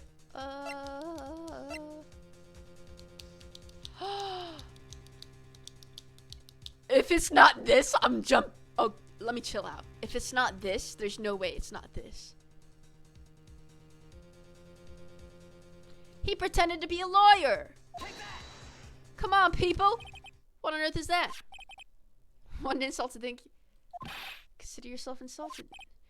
Mr. Tigre, you didn't just pose as the victim on the day in question. A month ago, in this very court, you posed as me. What? That's the truth. But the witness looks nothing like you, Mr. Wright. Although, now that I think about it, it was you, wasn't it? No doubt it was you, standing in here this court a mere month ago. The Phoenix Wright who put up the most disreputable, shabby defense I'd ever seen. Grrrr. Go ahead. Can you prove that, Gramps? Prove the attorney who represented the accused here a month ago was this man? Are you prepared to take the stand and testify that it was him? Huh. Hey, forget about it, yeah? I wouldn't do something like that, not me. You made a mistake, right? It was someone else, huh? You ain't getting away this time. Have you no pride, sir? This isn't a matter of pride. In case you didn't know, Trite, here in court, we deal with people's lives. Oh. Mr. Godot is right. Your Honor? It's Speaking for myself, I'm absolutely convinced. The attorney in question was a witness standing before me now. However, I preside over this court as a judge with the vested power to hand down a verdict. Someone in my position cannot be swayed by a memory without evidence to support it. No. Vic. If the defense has no further evidence, the court will now excuse the witness. The circumstances... Fudge.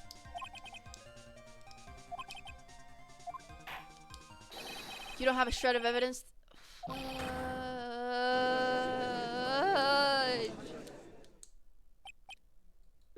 Ha. Sucks to be you, right? Don't mess with the tiger, or you're gonna get mauled. You got that? All we managed to do here was chase him around for a bit, but I was so close to getting him to admit his own guilt. Ha. Looks like I won't be needing a refill. I just had one more piece of evidence. One more piece of evidence. Gumshoe! Baby, come through. You deserve a round tonight. Come on. That's what I'm talking about. I already knew it. Your Honor, sir? Wait! Detective Gumshoe? Sorry it took so long, pal. I staked everything on this. My badge, the works. So here it is. My heart's counting on this too. What is it? The piece of evidence. It's the final decisive piece of evidence.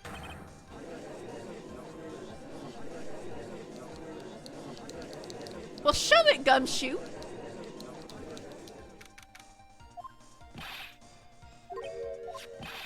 Got the prints from this medicine bottle. So...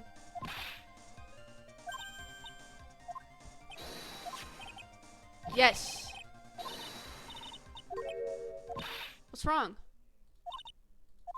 I know, I'm sorry, this is kind of hard to say, but it really doesn't make any difference whose prints are on the bottle now.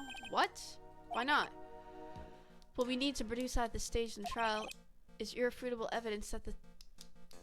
That is... Why would he touch his freaking... Why would he touch his medicine, though?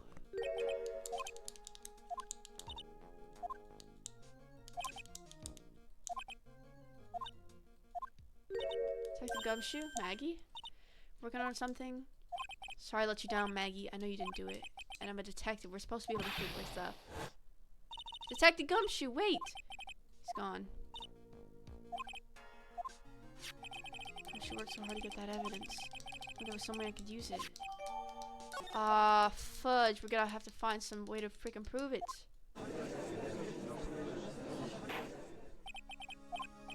Yes, Your Honor. Yes.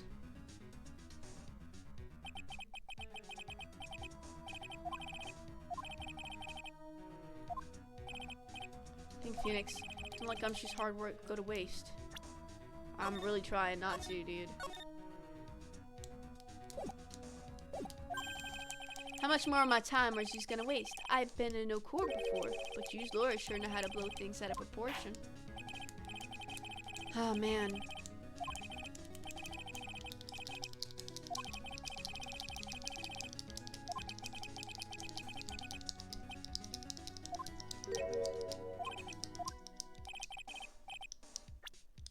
Well, here it is. This is the defense's final piece of evidence. Isn't that the victims? Your Honor, naturally the court is already aware of the contents of the bottle. However, interesting new information has come to light. We have clearly identified some fingerprints on it. Fingerprints belonging to you, Mr. Tigre. What? But Mr. Wright, what conclusion are you hoping to draw from this?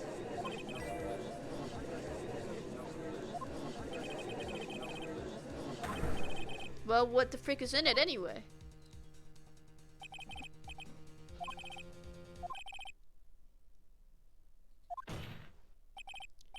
This is the decisive piece of evidence that will prove your guilt.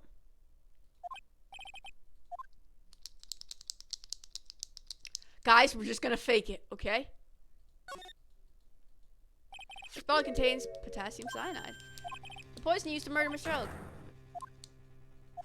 And we found this bottle, we found your fingerprints. Well, how do you explain that? Ha ha ha ha. You make a good clown. What? You say never gonna. Oh man. Oh man. Oh man. Oh man. Oh man. Wait, how do you know? How do you know that was? How do you know that was a bottle? How do you know, buddy?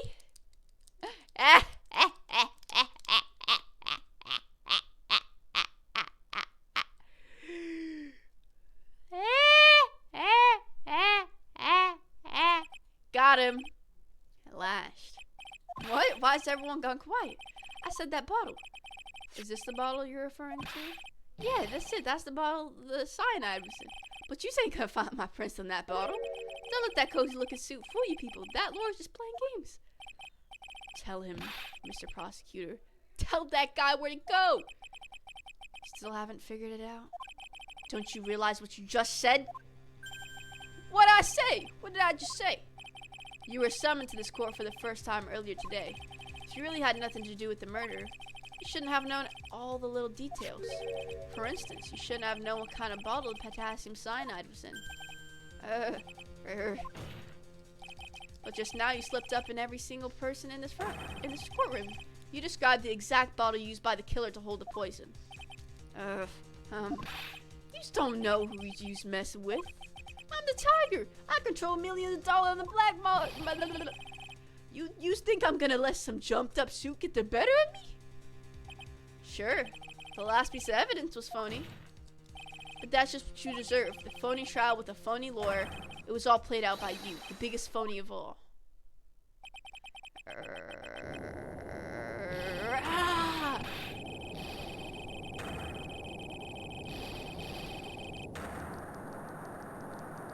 Uh-huh.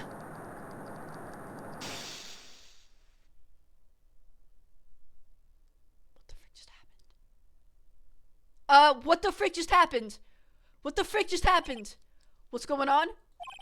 Looks like a blackout. Huh? Huh? Huh? Well done. Try. What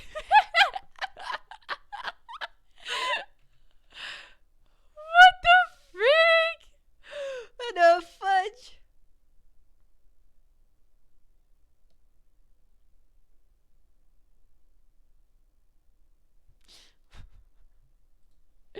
What the frick? Oh. I saved my 17th cup of coffee just for you. Savor it. Froze in the dark, his mask was freaking showing. What the heck? Oh my god. Bro, his freaking mask was showing in the dark, bro. What the frick? Yo. Oh my god, what do you want? Dreaming, yo. Yo, Mr. the Judge, he's in on it, bro. He's lying. Yeah, this guy looks like you, a freaking Mexican, bro. Get the frick out of here.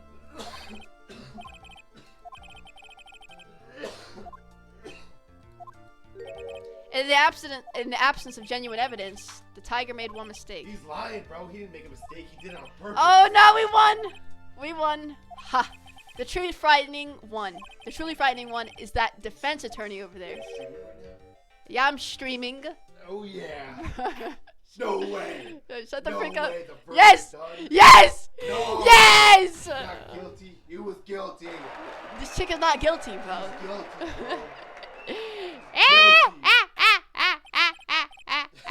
You're guilty, bro. There's no way. There's I'm no just way. like that. Watch. You're gonna see a twist. Shut the frick up. Congratulations, Maggie. I'm so mad. Now I feel like I can forgive him. That wasn't me, Maggie. That was the tiger. You ever seen Spider-Man's art? Yes, I've seen Spider-Man. You laugh like the Green Goblin. What the frick is wrong with you, man? Get him out. Wait.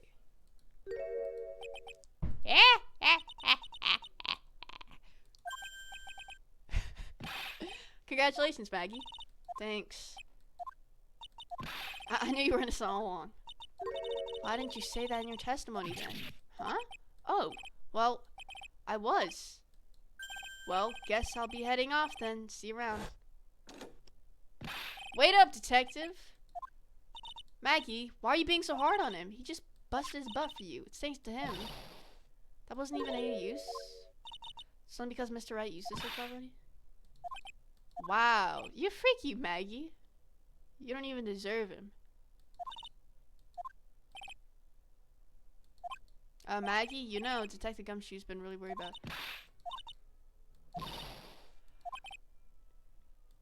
That was the facts. Oh my god, I hate this chick. Ah.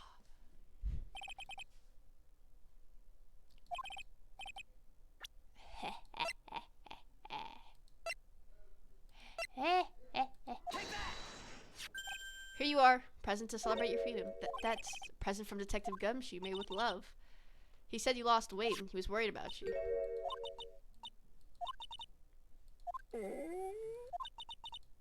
Bro, ew, what the heck is this noise, bro? Who the frick was on a mic? Was like, who had to make that noise? Ew.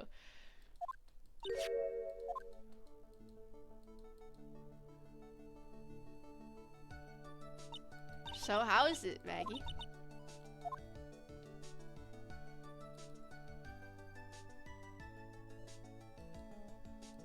So the case of finding the false allegations, and who knows, maybe a whole new chapter of her life is about to start. Okay, cool. You belong with Francisca anyway, Gumshoe. Finally! Time to get on with the, oh my god, is that Edgeworth? Holy moly, yo, he cut, yo,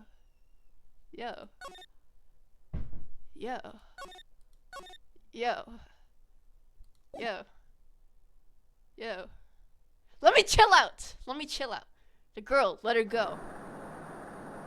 What the frick?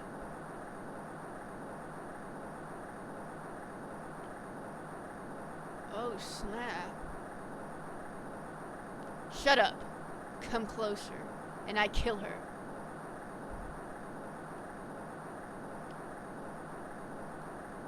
Sorry, but you're not gonna get the chance.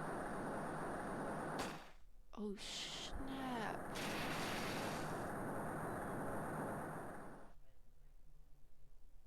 I'm joking about Edgeworth. He never looks good. He looks like a freaking weirdo. What the heck is happening? I'm reading through the file of an old court case. It was the first time of my longtime mentor, Mia Fey. Fugitive data. Terry Falls.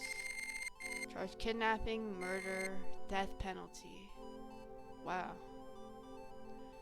Fugitive movements. After escaping, I then murdered Sergeant.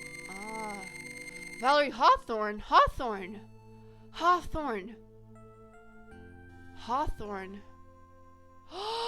She's related to his ex, dude. Dahlia Hawthorne. And that was a whole year before Mia and I met. Whoa, Phoenix. Let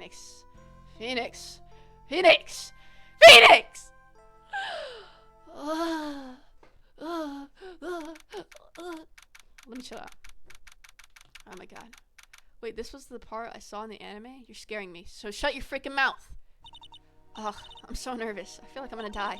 I never should have accepted this case. Eek. Good morning. I didn't do nothing. I swear I didn't kill nobody. My first client. Oh, so this is before Dahlia. Okay. This was the incident, by the way, that Mia was talking about when we handled Phoenix's case. She said she almost quit because of this case. So let's see how bad this case really is. So, why did you escape, anyway? Hold on, let me see. Let me actually set up my yeah. Eek. I'm sorry. I didn't do nothing. I didn't kill nobody. I never lied. I didn't escape from nowhere. But Mr. Falls, the police just recaptured you 2 days ago. Sorry, I told a little lie. Oh boy. But anyway, I didn't do it. I never killed nobody. Sorry for asking, but you're on death row, right? No. Oh my god, I'm trying to take a case. Bro, he's not innocent. He probably isn't, but we're still gonna Look defend at it. him. He's crazy, bro. He's not innocent. They sent me to die 5 years Crazy, ago. bro. What the fuck? That woman, she lied in her testimony? Dahlia Hawthorne, probably. Swear I didn't do it. I didn't. Dahlia, 2 days ago, he escaped from the police wagon when it crashed. Then, about 8 years later, police. This is Dahlia's sister. I'm not trusting this case already. After you escaped, did you meet a policewoman? Yeah, I did. She's the reason he did meet with the victim, but I didn't kill her. She was alive when I left. I can trust him, right? I mean, I should. Ha! Oh my god! Hello, Mr. Who are you again? You're... Why are you here? I came to see how our little kitten was doing all alone in the big, scary lion's den. Pause. I thought maybe you'd like someone to play with. Pause. Where's Mr. Grossberg? That old man is probably still in bed. I bet he's clutching an empty bottle, mumbling in his sleep. Aren't I good enough? Armando. Diego Armando. Who the frick is Godot? This guy's Godot, right? Hot? He's hot? No, he's not! So, Diego Armando, the finest... Whoa! Is here for me. No. You've got it all wrong. Today, you're the finest. Pause! Pause! After all, it took an amazing amount of guts to take this case. Imagine an escaped death row convict for a first client. Yeah, thanks. Ha, relax. I just heard some good news. The prosecutor for today is fresh out of his diapers as well. Really? However, unlike a certain somebody who I won't mention, he's earned the reputation. Oh, it's freaking Edgeworth. Genius? Well, it's about time to head in, kitten. Why is he calling us that? What the heck? What is happening? Sharpen those claws of yours. It's go time. Is he like the chief? Is he the chief prosecutor? Oh my god. Jesus. He doesn't look like he's telling the truth. He's very emotional. Oh my god, I'm scared. I'm actually scared. I'm scared!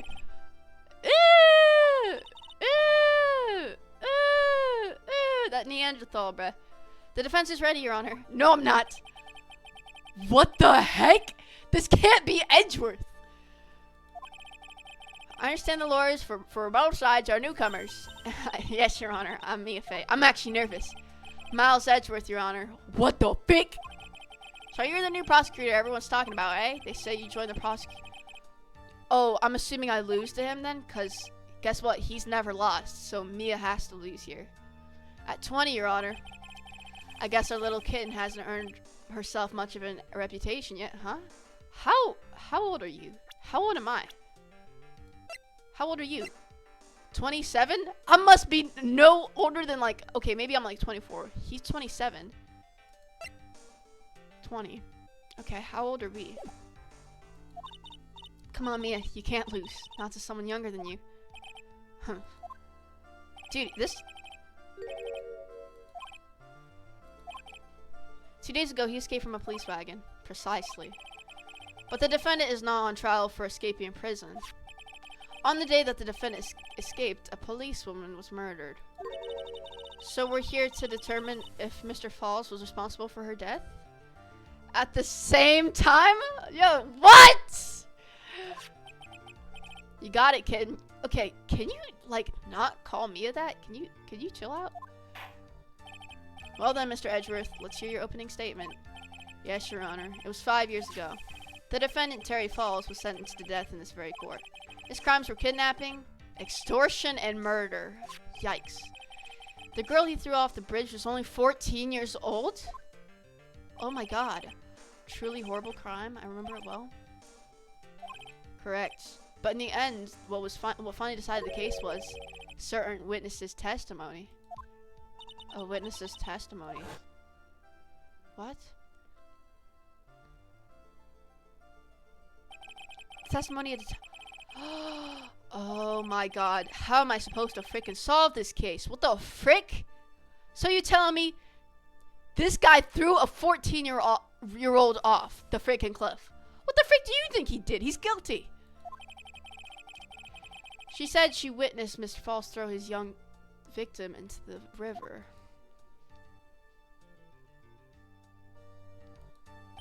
For those who are not aware, Eagle River is well known for its powerful current. Most bodies that fall in are never recovered. So Miss Hawthorne's testimony was the one that put him away. Yeah, it's the victim. Yikes. Police Sergeant Valerie Hawthorne. Okay, ew. Why does he look like that? Aha, I see. The man who was sentenced to death. Okay. This guy's a Neanderthal. What the heck? Truth has become clear to me. Huh? Yes, yes. Oh, this judge is worse than the last one. Whoa! Chill! What the heck? Wait a minute, that's not right. At least hear the case before you decide on the outcome, Your Honor. Watch yourself, Miss Faye. I'm not sure I care for your word choice or your tone of voice. Look at you! You don't even look like you're from the same time period as us. Young people these days simply don't know how to respect their elders. You're younger than me! What are you talking about? You're even younger than me, you hypocrite! Now then, Mr. Edgeworth, please call your first witness. I call the detective who was in charge of the initial investigation of this case. Oh my god, Gumshoe. Witness states your name and occupation. Gumshoe, Gumshoe, I'm the homicide detective in charge. How old is he here? Let's see. They're not showing it, never mind. Okay. I don't believe anyone asked you about that. Wow! Edgeworth winking at us? Yeah, why the fudge is he winking?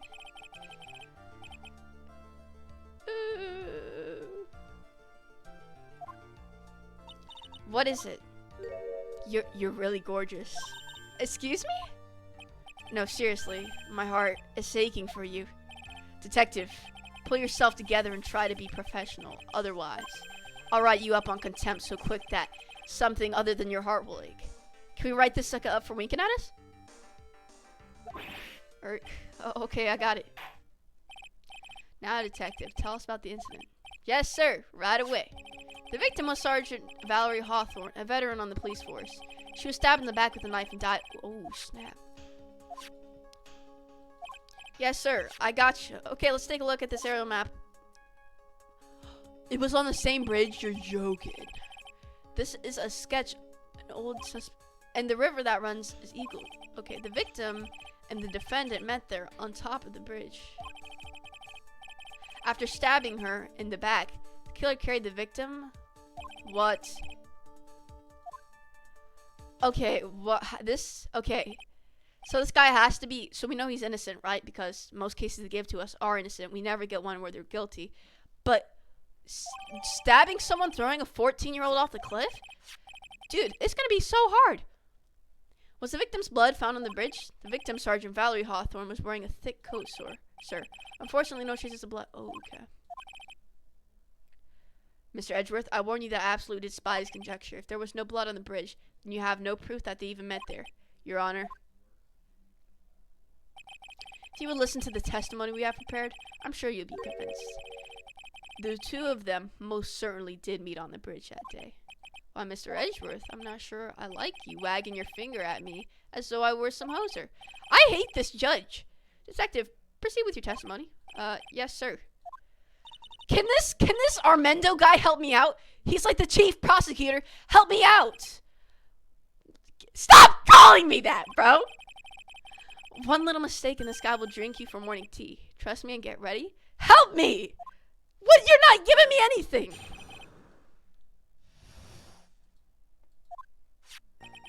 Oh my god. On the day of the incident, an unknown person phoned the sergeant and asked me. Sergeant Hawthorne went to Dusky Bridge at the designated time and met with Miss Falls. Mr. Falls, I meant. And that's where she was murdered.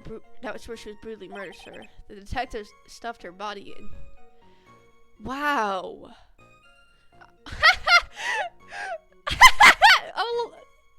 I want to bang him. Oh my god. Stuffed her body into his car trunk and tried to make a getaway. Mr. Falls was arrested. So the body was found in the trunk. Well, you certainly have established the importance of the bridge. Naturally. Now, would the defense please hurry up and proceed with cross-examination?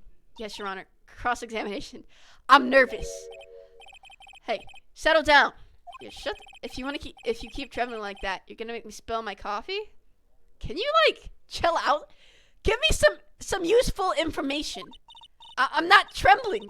It's just cold in here, and I have a freaking case that I'm about to lose. The courtroom can be a cold battlefield, all right, especially for a beginner. I don't need you to worry about me. I mean, the defendant, the witness, everyone's a beginner here. Huh, you got me there. But maybe you should keep your claws out and show them what you got, kitten. Can you just tell me what can I do? I've never freaking had a case like this. It's okay, Mia. Stay calm. Remember those court procedure videos? Oh, fudge.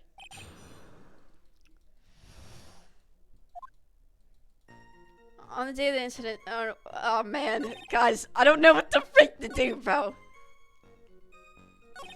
Okay. Went to Dusky Bridge. How do you know he went there? Like, but why meet there? Because it's a very important place to the defendant, that's why. If you remember, 5 years ago, the defendant kidnapped a young girl. He was chased onto a bridge, and it was there that he killed his hostage. And the place where all this occurred is, of course, Dusky Bridge. Bro, you're acting so cocky, and this is like the easiest case you could get for a prosecutor. If the prosecutor had to defend a case, or had to prove a case was bad once the freaking defendant already killed someone beforehand, is a kidnapper, and is put on the freaking death penalty already, then you have an easy case on you, Edgeworth. Don't act cocky. It's me who's freaking nervous here. It's gonna be very hard because of the freaking circumstances, dude. Huh. Returning to the scene of the crime. How nostalgic. Can you be of more help, dude? And that's where okay. Oh man, what freaking, look at the evidence we have. We have an autopsy report and we have this. Okay. This looks to be broken. 40 feet above Eagle River. 4 p.m. 4 to 5 p.m.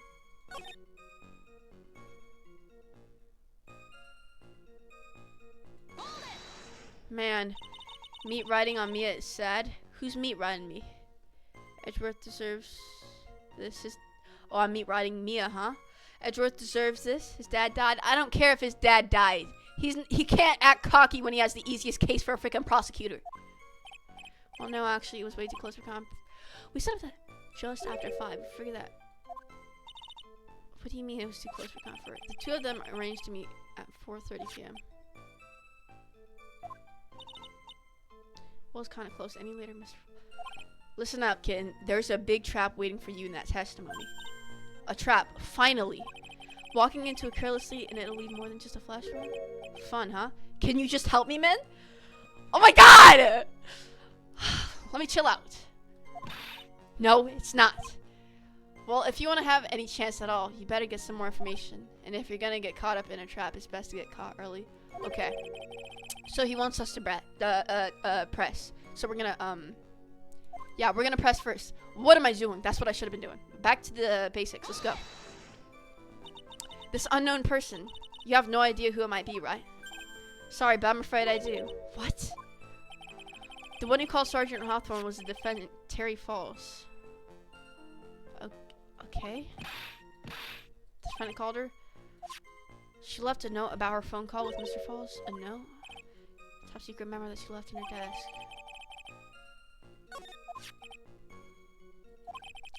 Which this note, it seems the one who called her to the bridge was indeed. Aw, man. Frick. Whose bright idea was it to keep that note from me? Huh, looks like the judge is even more sure. Can you, like, give me some... Can you, like, stop being so pessimistic? Never ask a question if you don't already know the answer. Okay. It's that detective's fault. He's the one that said the unknown person. Don't make that face at me. I just said it that way. See, look at this moron. Terry Falls. Ew, ew. He freaking killed a freaking kid. With that cute face, I didn't expect. Okay, Mia. Mia freaking. Huh. Okay, Mia, I see you. So, this guy obviously learned that from freaking Von Karma. Bridge up in the mountains, so I meet there. Yeah. Wait. Okay, we did that. We're gonna press everything, just like he told me to. That was where she was brutally murdered. Press on it. What was the victim? Was the body of the victim discovered right away? From the criminal within 1 hour murder, it was great. Wait, what? We didn't even... Wait a second. Isn't there something weird about that? Location was a suspension bridge up in the mountains. So how did they find out about the crime so quickly? Sergeant Hawthorne must have mentioned the phone call to someone else, right? Huh. If that's what had happened, then she wouldn't have been killed. But she never mentioned the phone call.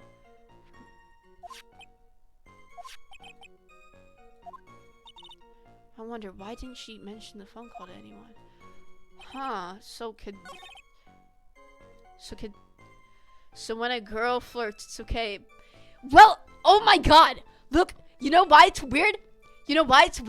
Because Mia didn't outwardly flirt with the freaking prosecutor. She said it in her thoughts. The frick? She's not being like, Edward, you wanna like meet after this? Like, no, bro. This guy is being weird to me. Okay. Press on everything, but we know it's the middle one because Armando's also confused about that.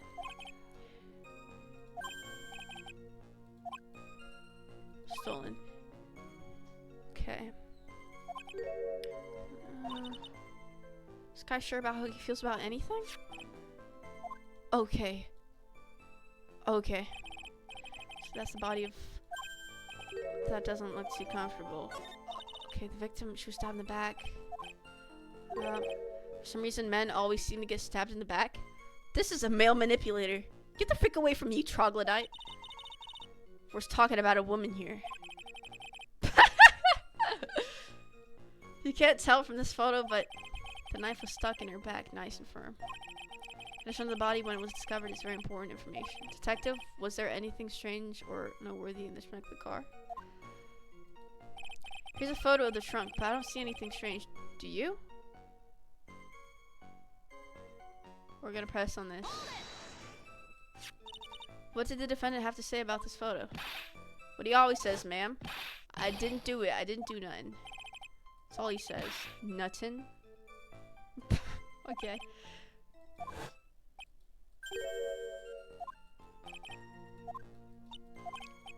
Seems he was caught and arrested. Precisely. Dude, Edward looks so freaking ugly smiling. I'm not gonna lie. Okay. And we already did this.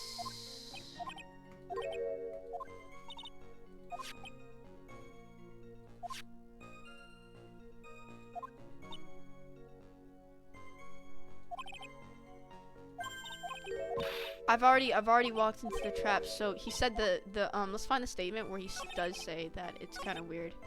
This one, right? What does he say again?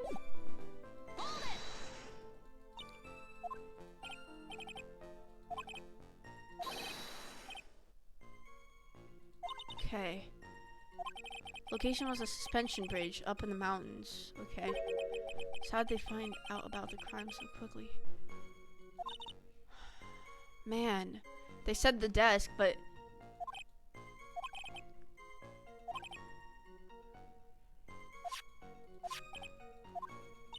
Man, I'm gonna be stuck, yo. Man. Yo, this has gotta be the hardest freaking case, bro.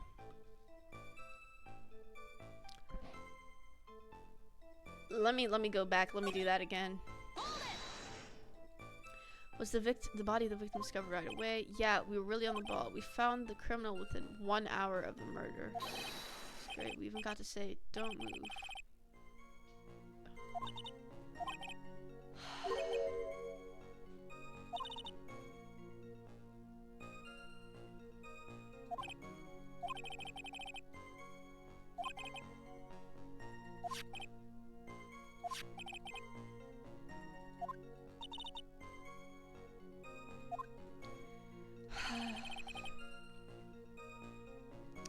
Criminal stuffed her body in... Man, let's look into all the evidence. Photo of the trunk, but I don't see anything strange.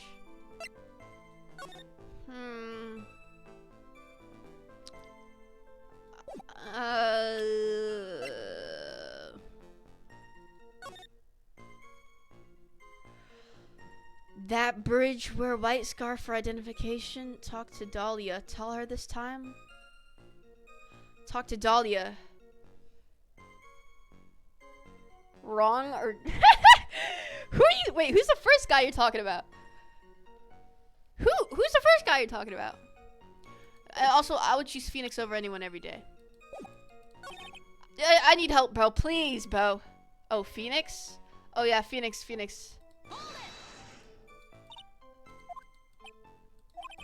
Man, I need freaking help, and this guy Armando's not helping me.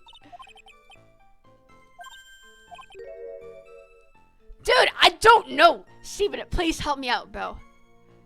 I've already walked into everything that I thought would have been a trap. Now, I don't even know the freaking... Like, dude, how can anyone solve this freaking case? This case is probably the freaking weirdest case in the freaking... So, okay. This guy is the freaking victim... Not the victim. This guy's the defendant. We know he's a killer. He kidnapped. He kills little girls. And somehow we're supposed to defend this guy? I don't really know, bro. I can't find any. And freaking Miles is 20 in here. And then we got Godot. Freaking actually not looking too bad for once.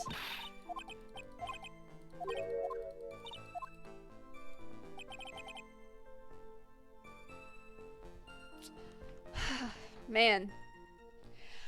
He said something was... Well, Mia also said there's something strange here, but I don't think so, bro. Is this 1, 2... Which case is this? How do I know what case it is? What do you mean 1, 2, 1? I'm on episode 4.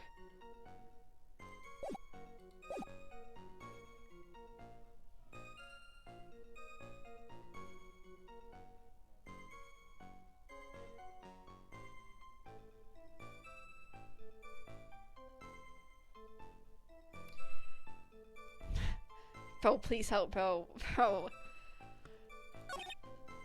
Okay, let me chill out. I don't need help. What are you talking about? You know what? I think I got it, actually. You know what? It's obviously this. How far are you? I just started this court case, and nobody told me freaking Godot and freaking Mia freaking had it in for each other. Talk to Dahlia, tell her this time. That doesn't make sense. So she would have visited Dahlia, no? Like, I don't know. No, you don't got this. Present the victim's note. Here's a photo of the trunk. I was gonna, you know what? Give me a hit next time, so I can feel like I'm accomplishing something with this very confusing freaking case.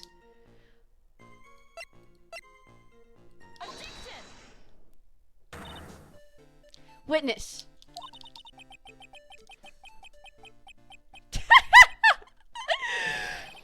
I hate this guy. I hate him.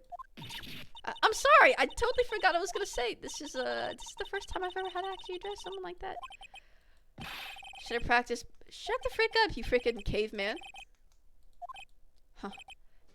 Why is it? What? Yo, this is so cringe. Where's Phoenix? I don't know. Okay, we're in the past. I need Phoenix. I don't like this guy. Want a piece of my coffee candy? No. Wait. Well, you're still too young to be drinking real coffee. What? Come on, Mia. Shake it off. You're a lawyer. Detective! We're in the past right now, bruh. We're in the freaking past. Like years ago before, you know the case with Feeney and whatnot? Oh, and I got a question. Is, this Diego Armando, is he the chief prosecutor? Lawyer? Oh, my senior and rival at the office. What? Thank God this case has no investigations. Just 2 trials and it's done. Well, you know, you mind saving the surprise trials for me to figure out? Shortest case in the game. Stop reassuring me. I want to be able to freak out because I don't know what I'm doing. All right, I like to be freaked out. I'm just kidding. I don't, but I like to have new cases. You know, where we're just gonna continue. Fairly clearly says wear white scarf for identification. She's not wearing a white scarf in there. I don't know how I didn't catch that. I really don't know. Watching you suffer is funny every once in a while, but this case sucks. No, bro, are you freaking kidding me? Oh my god. Dang, here I am thinking when you said the shortest case, it was gonna be fun. I have one very simple question for you, detective. Where's the white scarf? I can't seem to find it in this photo. Well, to be honest, we didn't find it in the trunk, ma'am. And you stopped there? You should have looked for it. Ah. Caller told herself to wear it to identify herself, so I'd expect she did just that. Well, Mr. Edgeworth, yo, I don't like how Edgeworth is in this one. Like, he has no right to be cocky. I see the defense is a little lacking. Look at you! Oh my god, this guy looks gay in here. What the heck are you talking about? Scarf you are searching so desperately for. Is it this one, perchance? Oh, ah!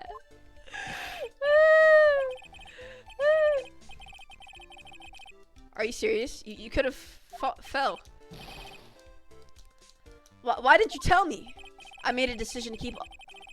Excuse me? What did we learn from Gant's case? If it's not submitted to the frickin' police station, the court can't accept it into the evidence. It's the safest place I know. Huh. The hot shot sure has a flair for the dramatic.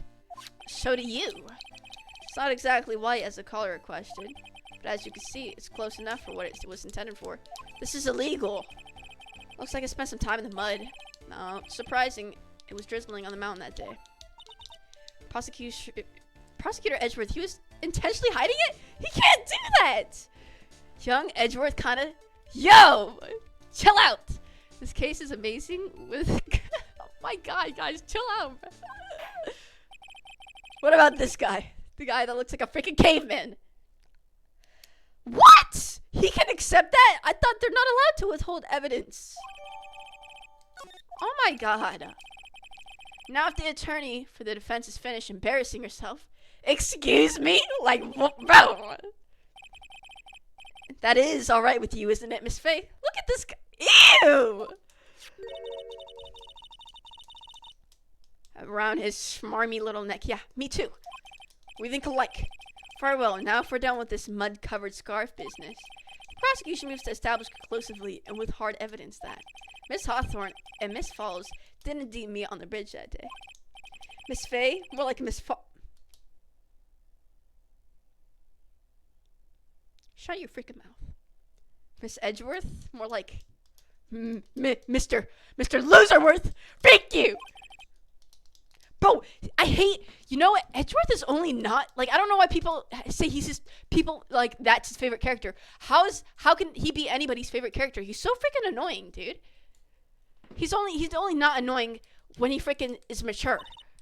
And he's freaking realizing, like, why? Yeah, a genius, huh? Yeah, because he hides evidence. Is that what makes him a genius? And now he talked to Detective Gumshoe to tell him not to say more information? That's not fair. Harry Butts is better than Edgeworth. Yeah, Larry is. Everybody is better than Edgeworth. Actually, there's an eyewitness who was there when the incident took place. This photo was accidentally taken by the witness. It shows the Vic wearing the scarf, sir. Okay. During that day, unfortunately, it's a little hard to see what's going on. Anyway, the criminal shoved the victim down from behind and stabbed her in the back. That must have been when the scarf fell off. I feel like it would have fallen off the bridge, no? Looking at this photo. This is not safe, but you really get the sense that this... Yeah. It's about a 40-foot drop from the bridge to the Eagle River down below. Even the people from your favorite case from the first game? Yes! Yes! I hate Edgeworth. And I hate this, Diego guy. What the frick? This is obviously Godot. What the heck had happened? And why is he like, Ken is so cringe, bro. Shut your freaking mouth. Let's say it was a well-intentioned third party. A potential witness. Huh, so why isn't this witness in the courtroom? Well, they said they absolutely... Let me guess. That was Dahlia. The person in question is very delicate. Not you too, Edgeworth. I'm pretty sure Edgeworth would be able to see through her act. Stop playing stupid. Besides, as well... I'm not sure how I feel about that. So as you can see, Terry Falls had both the motive and the opportunity. I think it's quite clear at this point what happened on that bridge. Don't point that finger at me. Oh my god. Huh? And why isn't my, like, senior dude helping me, dude? Not again. That's not fair. I haven't even done my cross-examination yet. Ew! What do you mean,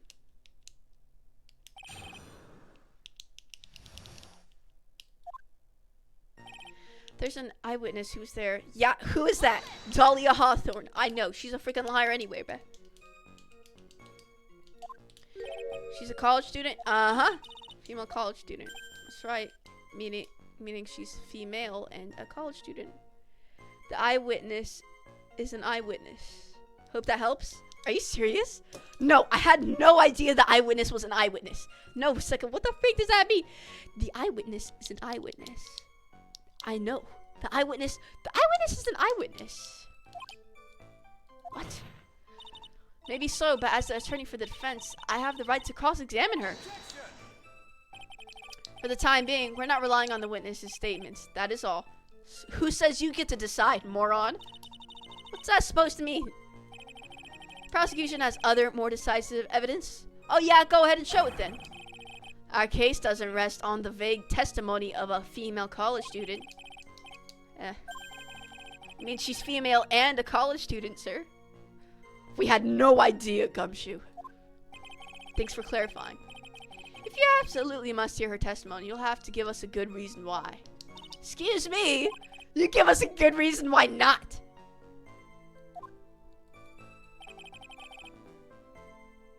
Accidentally? Shut the frick up. Who accidentally takes this?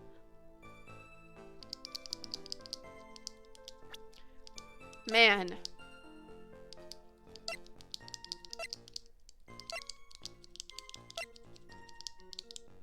Bro, you gotta give me a freaking... Bro.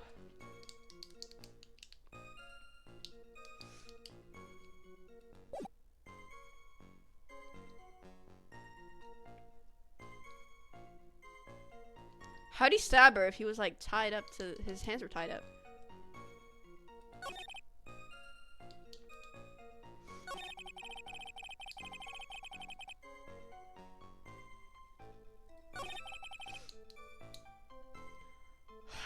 The eyewitness is an eyewitness. Bro, you gotta give me... Yeah, give me a better hint, bro.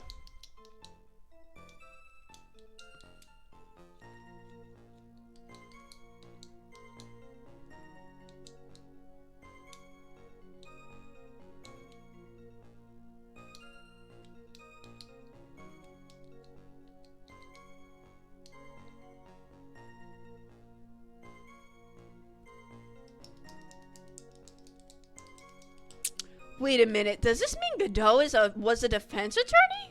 What the heck? I just realized.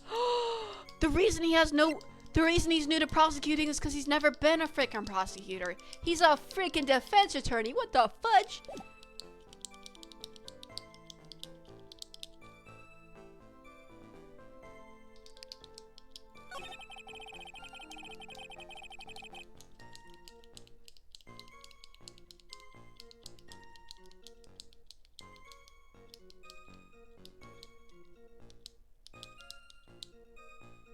Show me all the options. Okay, let's start from here, right? Actually, there was an eyewitness. Oh, fudge my foot. Okay. Photo was accidentally taken by the witness. Shows the victim wearing the scarf, sir. It's drizzling that day. Fortunately, it's a little hard to see what's going on. Anyway, the criminal shoved the victim down from behind and stabbed her in the back. That must have been when the scarf fell off. Then you'll get your hint.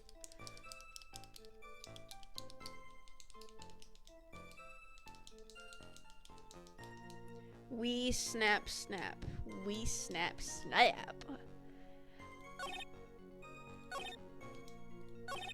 Well, I know that this thing is not like extremely freaking good. Like this thing is like falling off. Like, okay, we know that, but what the frick do you mean snap snap? How about you snap snap on these nuts?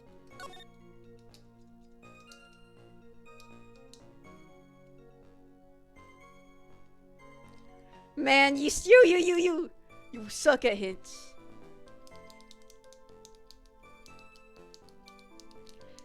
What sound does a camera make?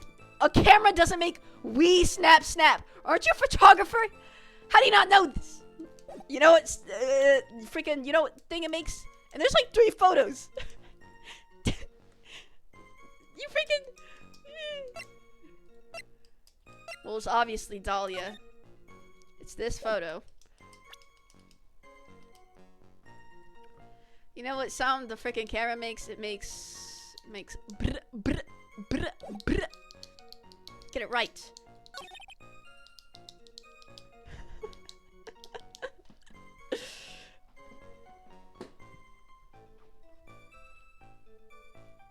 He says it's a little hard to see what's going on. Man, it looks clear as day to me, bruh. And how'd she take this photo? Like, where the frick is this photo taken? How is this accidentally taken? Like, where is she at? Hold on. You said my hints suck, yet never mind. No, no, no. Go ahead, say it. Say it. Go ahead. Go freaking ahead. How'd she take this photo? What the frick? She was like over here. It looks like a lower angle. What the heck? So it's obviously this. Like, we can clearly see, clear as day, that freaking this is the victim. But you were on the right track. That's all I'll say. Oh, then I know it's this. I'm a mama. Never mind. I'm gonna shut my freaking mouth.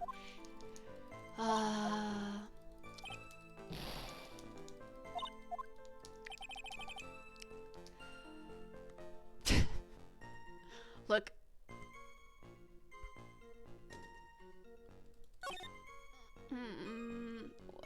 We is the sound you make when you go flying, as in falling, as in being shoved. Yes. Witness was. Okay, she was shoved, and with the criminal shove. So? Nobody, and that's so like, oh my god, that's so vague. We? How was I supposed to know that? It would have been like ah or something. Anyway, the criminal shoved the victim down from behind and stabbed her in the back. Like, how could he do that? Look, his hands are literally like, look at this. It has to be this.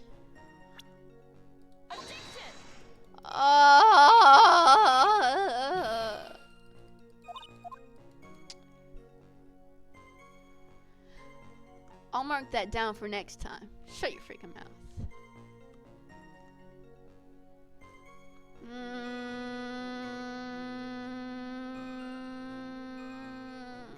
Let's press. Why am I not pressing?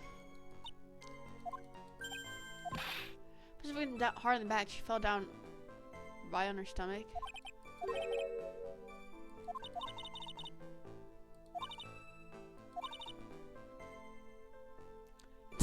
This guy's definitely Canadian.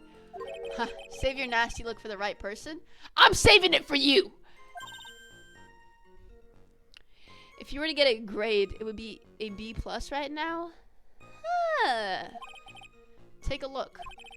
Poor baby. The court record seems to have wet itself.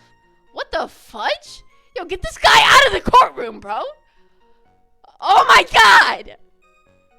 Are you saying that because my, I was gonna say, at least he's helping me. Unlike somebody. Watch where you spill your coffee. The court record. Wait, it has to be here. Wait, which one did I just press? I pressed this, so it has to be in the court record. According to Armando.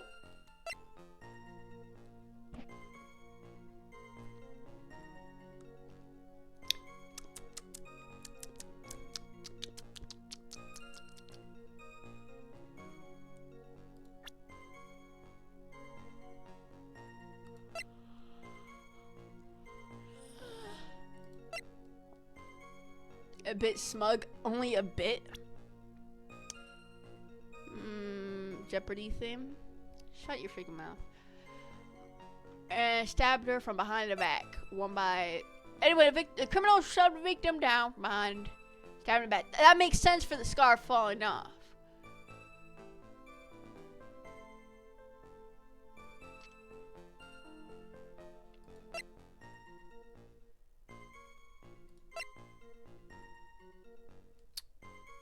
Snap, snap, click, click. Yo, you're not... See, this is why Armando is helping me. At least a little bit more than you are. He's still useless, though.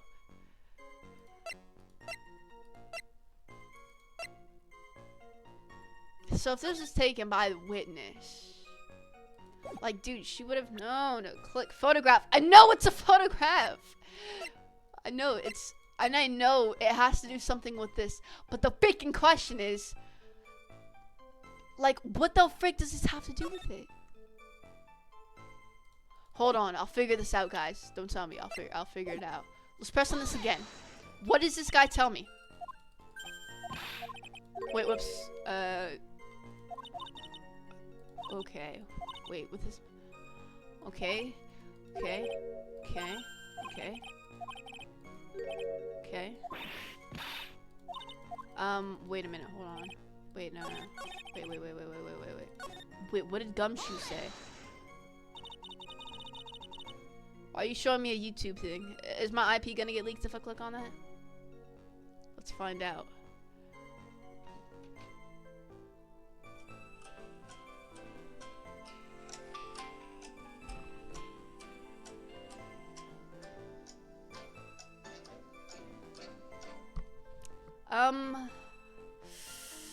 Don't be surprised if, you know, someone breaks into your house one night and your Nintendo Switch is stolen. That's all I'm gonna say. Is that part of the witness? Of course it is. He pushed the victim hard into the back. What?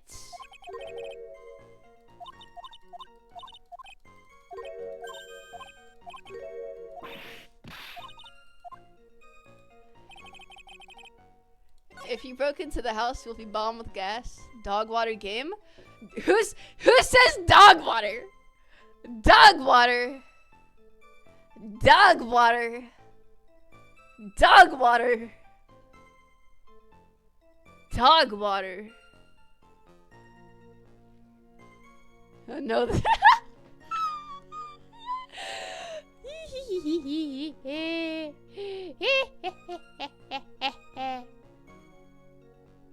Never heard of dog water the game. This game worse than Dead by Daylight? Dead by Daylight is worse on its own terms. This game is not bad. This game's a masterpiece. But I wouldn't expect somebody like you to understand, Ozzy. You play Marvel Rivals. Marvel Rivals. Dave's Big Double. Didn't know you ate Wendy's. Dave's Big Double. What are you talking about? Dave's Big Double. Why don't you double on these nuts? Yo, if this is wrong, Steven, I'm gonna find you. You are no help, bro. You're no freaking help. Oh, Ah! Ah!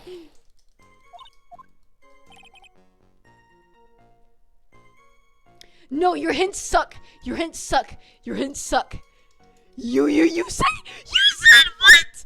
Dude, what other person with a camera? You keep saying click, click, click, click, click, click. Who had the camera? Dahlia. Dahlia had a camera. These were photos, but they're not freaking, like, they weren't, oh my god, dude. Yeah. There's gotta be something I'm missing, and I'm sure it's here, bruh.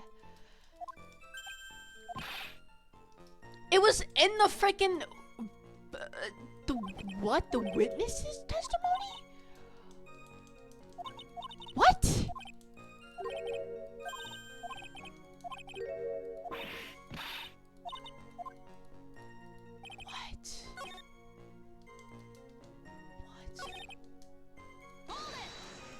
It's not the wind test photo, yo. Looks like she didn't remember about the scarf, but it says pretty violent fight. The area was wet from rain. The bridge is probably wet too, which would explain why the scarf was all covered in mud, but something about this testimony that's bothering me. Talk about a surprise. I had no idea there was a photo. So what do I do? Do you really still believe him? Mr. Crybaby, I mean? Of course I do. I swear to listen, when I'm on a pro team in Marvel, you wish you played it? Homeboy, if I wanted to be a pro in anything, it certainly would not be Marvel Rivals. Like, I understand people being pros in it and whatnot, but it's just not, like, it just seems like such a garbage game. Like, if there was a game I'd want to be pro in, that's the last game I would think about, bruh. Huh. So the little kitten believes in fairy tales, huh? This guy is so weird. In that case, the answer is obvious. If what you believe is the truth, then that means that somewhere hidden in that testimony is a contradiction. One huge contradiction, waiting to be discovered. That's your chance. I'll give you one last amazing hint. Nobody is freaking helping me! Beep, beep, honk, honk. Car, so it's the freaking... That's still... Okay, so if I'm freaking right, it's that last thing. Edward, shut the freak up, man. Yeah, we already freaking pressed on this.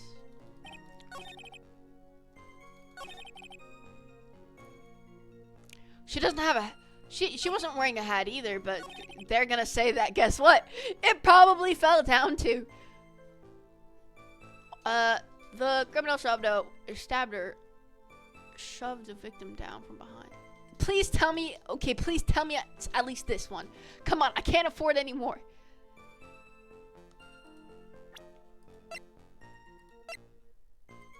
Ashley has no hat, but so what? It could have fell off. And this doesn't seem very wet to me. You think?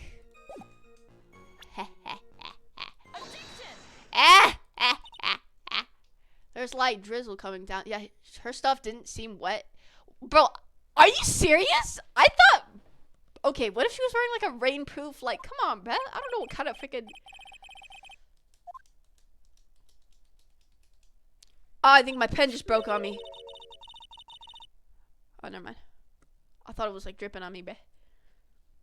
Well, I have evidence that doesn't go with the soggy atmosphere. Maybe she dried off. Considering the conditions at the scene of the crime, something isn't right. By all means, enlighten us. What is it about this photo that isn't right? Her not being... Whoa, what is that? What the heck is that? Is that a bullet hole? Is that a bullet hole or am I tweaking? That's a bullet hole. Okay. Naturally, the answer is right around here, I think. Oh, Mr. Edgeworth? Why does he have eyelashes like this? Are you kidding me? I'm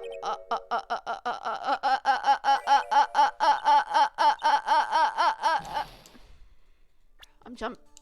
Oh, let me shut my mouth. So we're gonna have to play the whole time while having one life because I'm an actual. Just relax, lick your wounds, clean, and stop. Yo. Can never be as bitter as dark black coffee. Actually, as a dark black coffee avid drinker myself, I think there's more bitter things than that. Like These piercings, they don't match you. Get rid of them.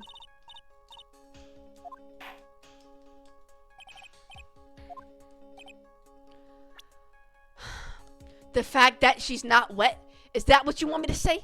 She could be wearing a freaking...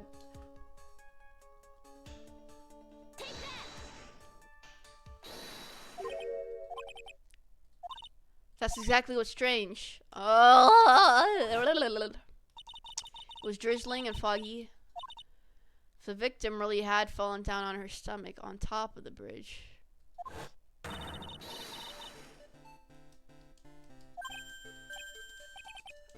Okay, buddy. Okay. I do admit that the crime scene was quite wet that day. However, that doesn't mean that the top of the bridge itself was muddy. That's what I'm saying. What? If Your Honor had fallen in the shower instead of on a muddy street, Gloria's hockey beard, pride of the legal league, would be wet, but not muddy. Fortunately, I've yet to test that. Still, your point is well taken. Can you prove that the surface of the bridge was muddy that day? Surface of the bridge, huh? Ha! Real man wouldn't stand for a taunt like this. Neither would a real woman! This guy's sexist as frick. Of course I can. I really can't. Here's evidence that... Oh, this is because this is muddy. This is this.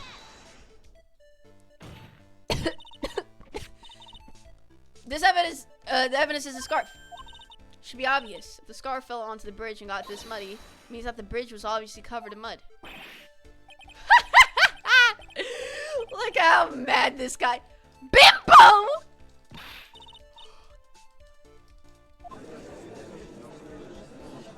This guy called me a bimbo? Oh, frig no. Oh, frig no. The condition of the victim's coat and her scarf. However, the real question is, why is there a contradiction? For every contradiction, there exists an explanation. Really? Let's look at what the explanation in this case may be, shall we? Alright. Huh. You're doing pretty well for a little kitten. Can you shut your freaking mouth? Oh my god! Mr. Armando. No matter what he says, a contradiction always comes down to a lie. It's either the victim discovered in the trunk, the witness's photo showing the defendant and the victim,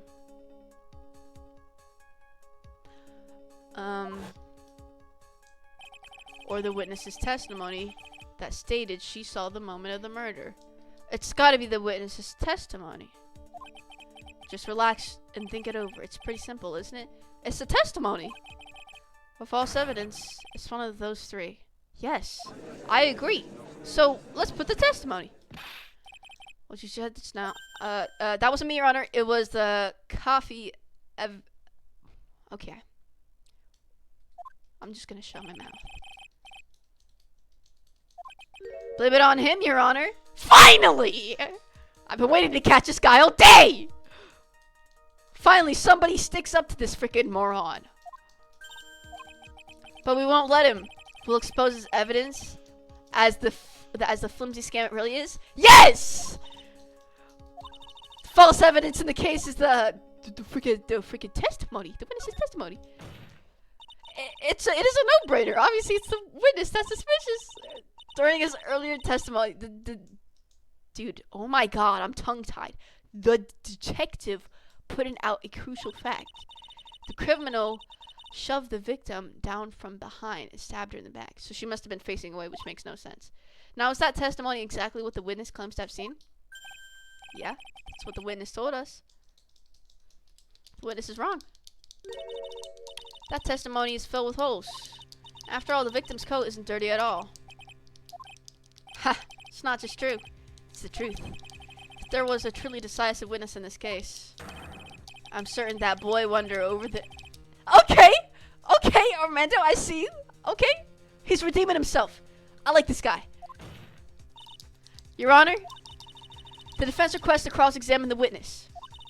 Testimony presented so far is not only vague but contradictory as well. Well, Mr. Edgeworth, it appears that we'll need to hear from your mystery witness after all. You should brace yourself. Shut the frick up! For the brutal truth. You look gay. Stop talking to me. Just shut your frickin' mouth. Your Honor, the prosecution has no intentions of hiding the witness from the court. Then, if you didn't, then you frickin' would have let me the first time. We are prepared to present our witness at any time. Very well. Please bring forth your witness at this time. What Mr. Edgeworth said kind of worries me. Yeah, calling me a bimbo? Frick this guy. What does he mean by the brutal truth? Nah. Now let's proceed with the testimony. Mr. Edgeworth, please go right ahead. Thank you, Your Honor. The prosecution summons the woman who saw the events that day with her very own eyes. This is it, Mia. The battle begins here.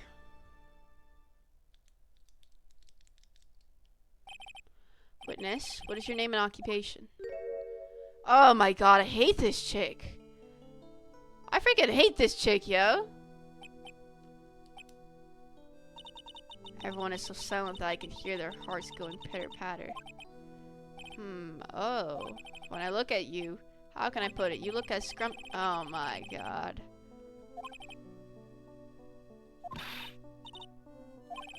Sigh. As I said before, this witness is very sensitive and delicate. What happened to Edgeworth? What? Yo. Okay. So this guy can like tell a girl to kill herself and he won't care just to get the freaking thing. And now he's caring about this freaking sensitive chick. Are you serious? Thank you, Mr. Edgeworth. You are a true gentleman. Right. But he calls me a bimbo?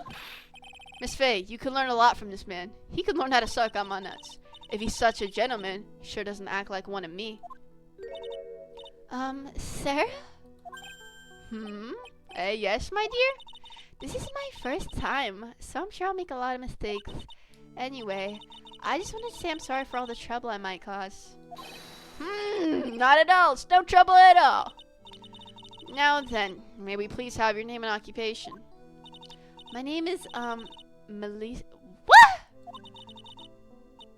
Why is she lying? You were on the what? Why is she lying? Melissa Foster. You were on the scene when the unfortunate event occurred, right? Correct? You were the one who took this photo. Is that accurate? What? How can you be so mean? Now see? What are you doing shoving that in her face like that? Huh? But it's just a photograph. It's not like it's something dangerous. Next time. What? Oh my god, I hate this chick. She's staring at me. And you would be? Huh? I'm the defense attorney. My name is Mia Fey. I see. So you are... Now then, young lady, could you please give us your testimony? Yes, Your Honor. I'll do my best.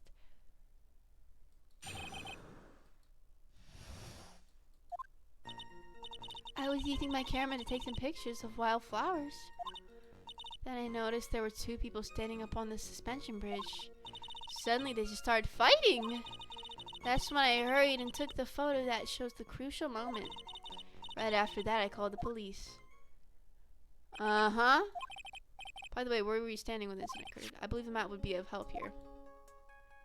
Yeah, where was she? It seems like she was right here. Oh, okay. I was standing in a beautiful field surrounded by tall cliffs. So you took the photo from that location. Brought the camera I was using at the time, just like Mr. Edgeworth asked me to. Okay. What a cute camera, just like its owner. Right. Alright then, Miss Faye, time for your cross-examination. But I warn you, you make the witness... I freaking hate this chick.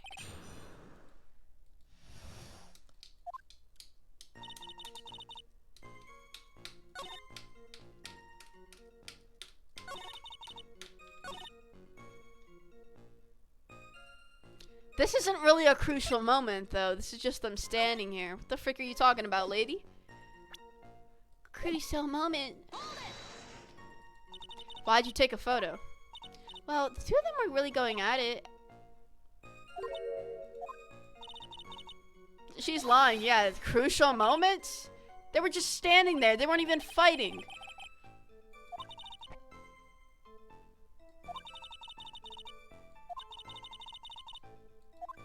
Crucial moments. Crucial moments, you say? It doesn't seem like a very, crucial moment to me. I might be tweaking, but, I'm kind of starting to think it's that. Because we can't really press her too much.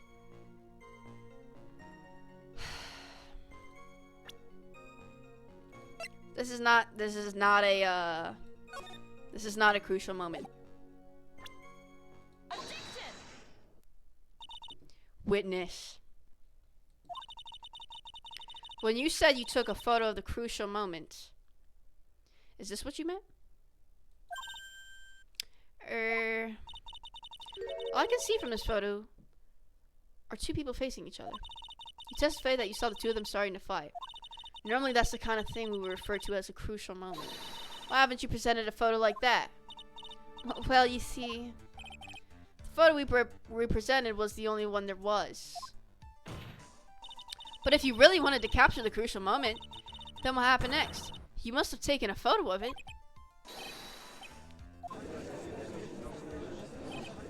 My apologies, young lady, but Miss Faye's assertion is not without a certain amount of merit. Certainly downplay a freaking situation, can he? I'm sorry, I'm a very bad girl. I used to all up the film, I mean. This photo was the last one. What? Fortunately, that is the truth. I personally examined all the photographs she took that day. All the other ones are of the witness herself playing among the wildflowers. The witness herself. Then he took the photos. Well, you see, my camera had the timer feature built into it. So you took photos of yourself?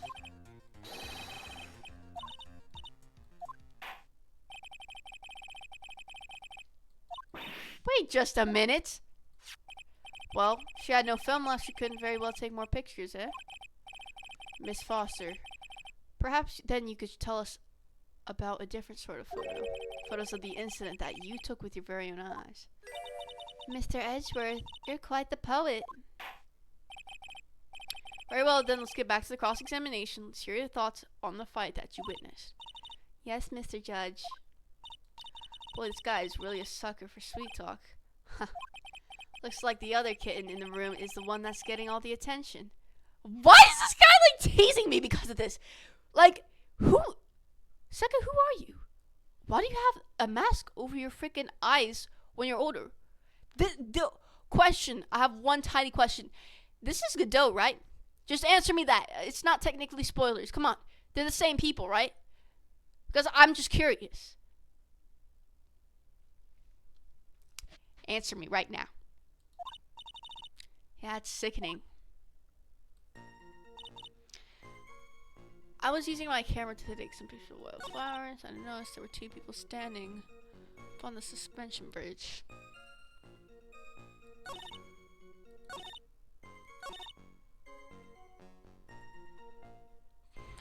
That's kind of weird. 10 yards, you say? Ah! 10 yards, you say? Were they standing, like, right here? She can't run that far, bro. What the heck are you talking about? It's a dead end. Look at this.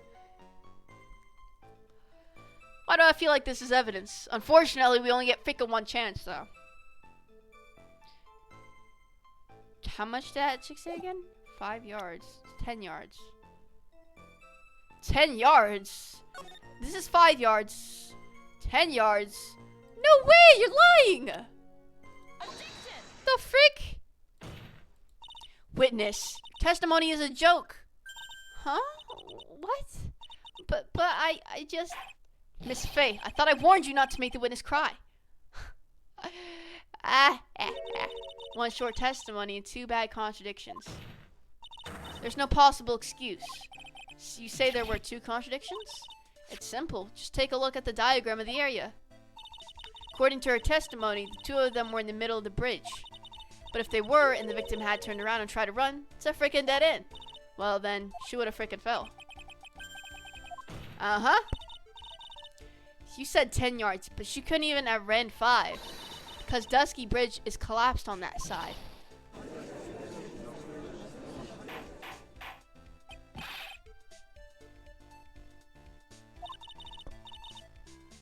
It's very simple, Your Honor. This charming little witness told a charming little lie.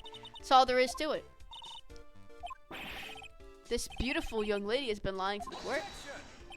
Just a moment, Your Honor. Mr. Edgeworth. Your Honor, allow me to personally apologize for the confusion. Right. There's one major mistake in this diagram. What'd you say? What are you referring to? It's all because this diagram was made after the incident occurred. Is that so? It's a very old bridge. We couldn't find any official blueprints of it.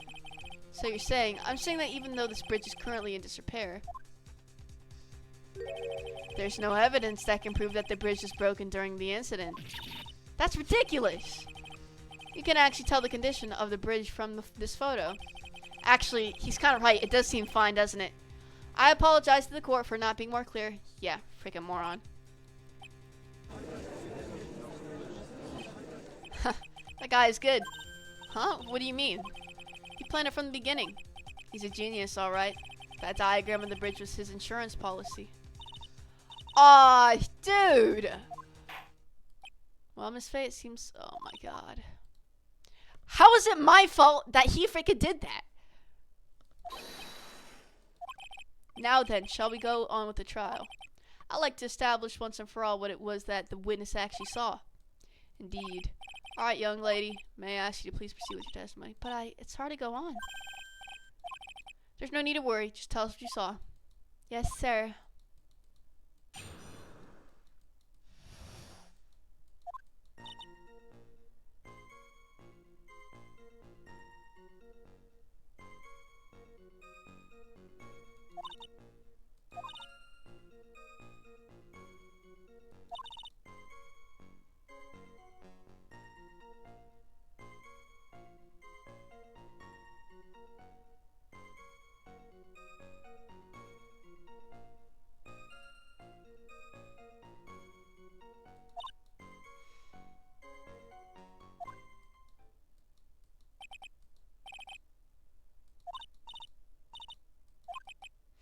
If he accepts this testimony as it is, we're finished.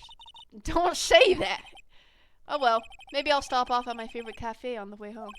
They make a really great mocha latte. Dude. What game am I playing? Get the frick away from me, man! This trial isn't over yet. Huh, that's what I like to hear. Alright, Miss Faye. Your cross-examination, if you please. Contradiction is staring you right in the face, Mia. Go on the attack.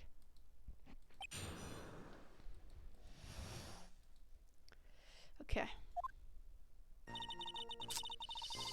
I wasted all my stuff on the first thing of this trial, bro. I'm such a freaking moron. Stabbed her in the back, he quickly picked her up in his arms. Then he carried her over to the car. I suppose that was the only way.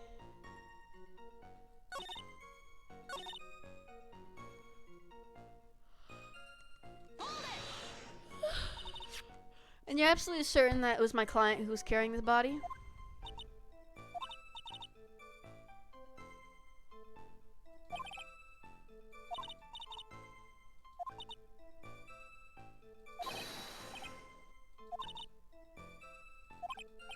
Hey kid, have you ever put salt in your coffee? What the frick? No! Why would I? Why not? Huh? It may actually go better with coffee than sugar, right? Okay, so okay. This is his way of telling me to think outside the box. I'm trying to think.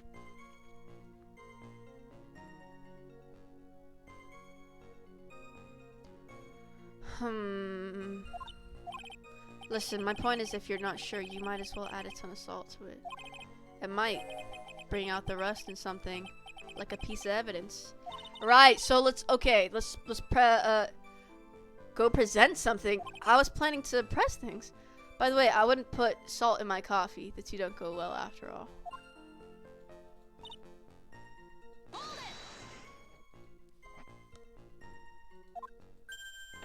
Huh? Of course you didn't fall down on the bridge. Yeah, yada yada. If you don't mind, I was asking the witness, not you. No need to be so rude. You called me a freaking what? You called me a bimbo! Well, young lady, of course she didn't fall down. Man in the prison uniform grabbed her before she could. Right. We're one step too slow. What did the defendant do after that?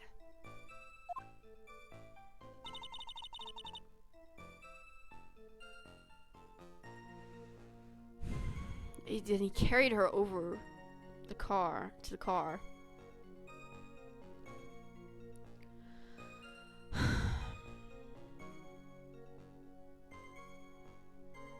So when Armando said that,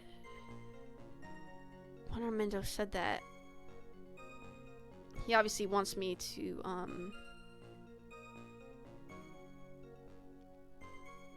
don't understand, dude.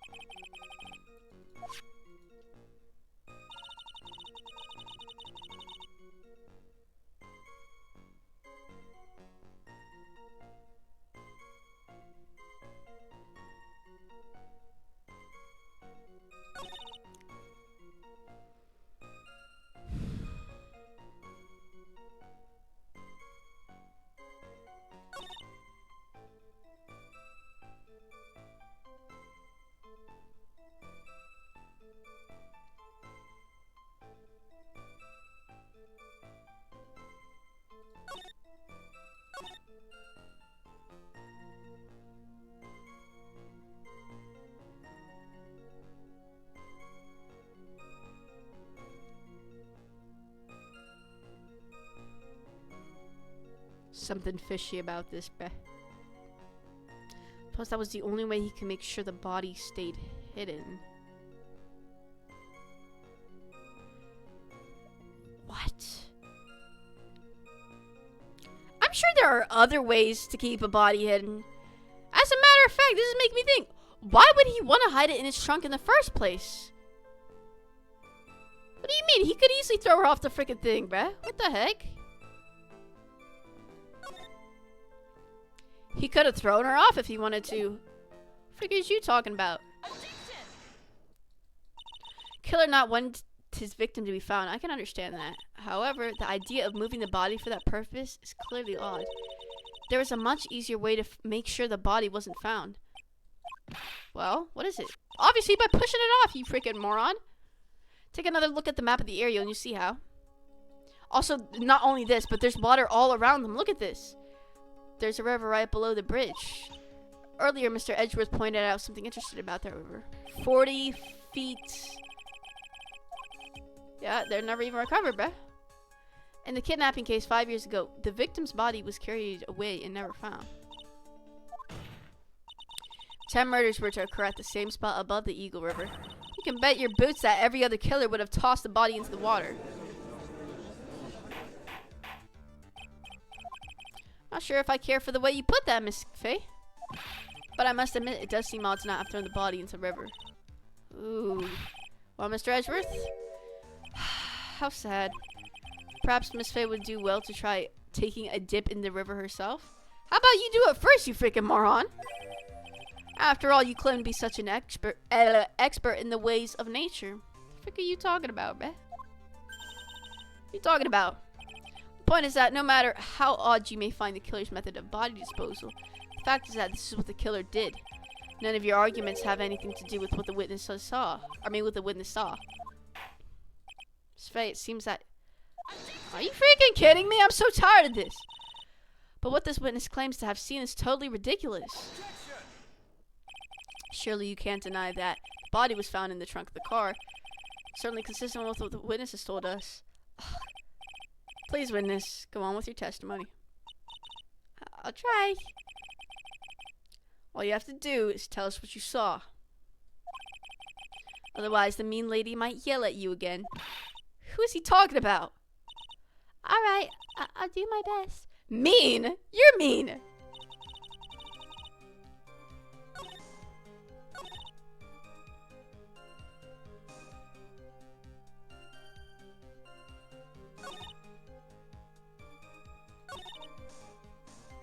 Wait, it's this right here. Wait, the killer broke into the trunk of the stolen car and hid the body. Stolen car?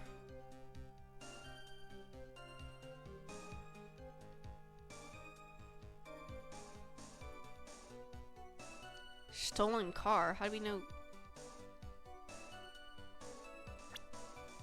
Stolen car? Says who? Can we look at this one more time?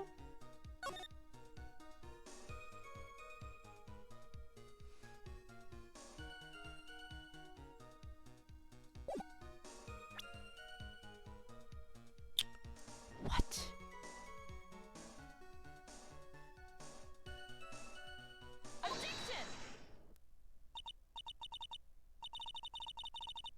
Well, Miss Foster, looks like you've done it this time. Did done what? Made a crucial mistake? Crucial mistake like what, Miss Faye? The killer broke into the trunk of the stolen car and hid the body in there. You're saying you saw that, right? With your very own eyes? Yes, and? Simple, Miss Foster. Take a look at the diagram. The place you claim to have taken the photo from that day is here. Yeah, there's no way she could have seen that either. You see what I mean? Even if you try to see the car, this outcropping of that's right, Mr. Foster. From where you were standing, you could have not possibly seen the killer's car. I admit that the diagram shows a large outcropping of rock. However, it isn't so tall that it would stop her from seeing the car. Yes, it is! That's right. It's not high at all. I was able to see his car just fine. I'm so sorry. That just doesn't wash. I believe it was the witness who presented this as evidence to the court, yes? This location that the photo was taken from.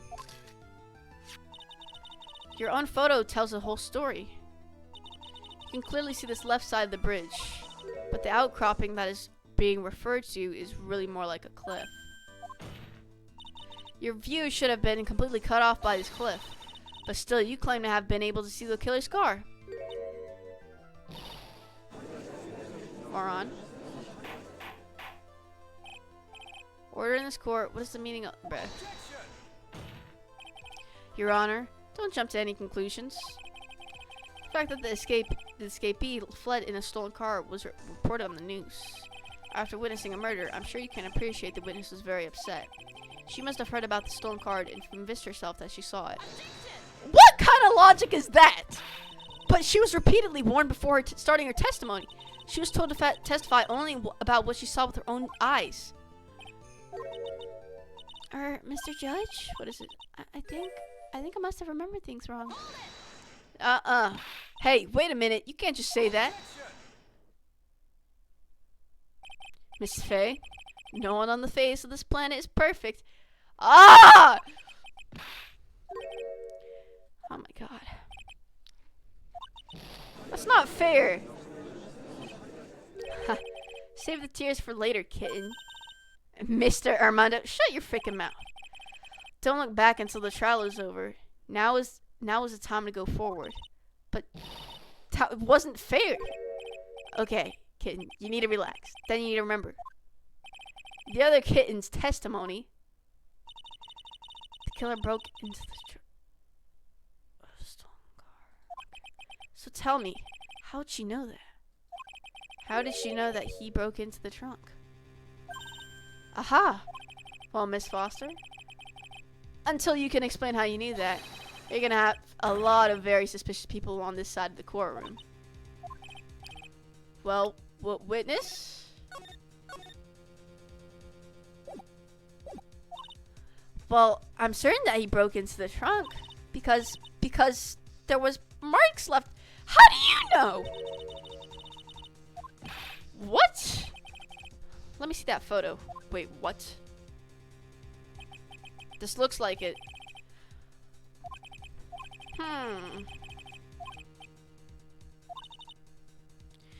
Judge is on her side. I can't make any mistakes here. She just said, is there a contradiction in there somewhere?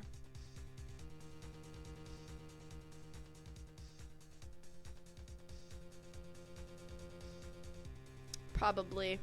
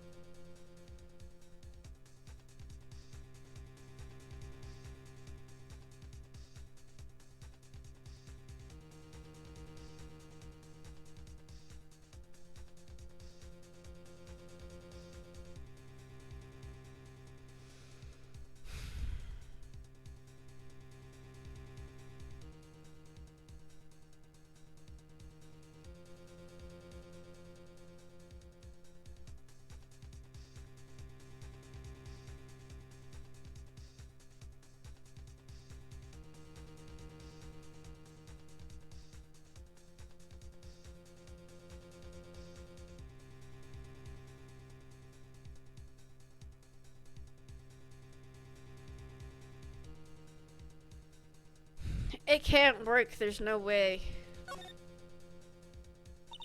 Melissa Foster, it looks like you finally betrayed yourself.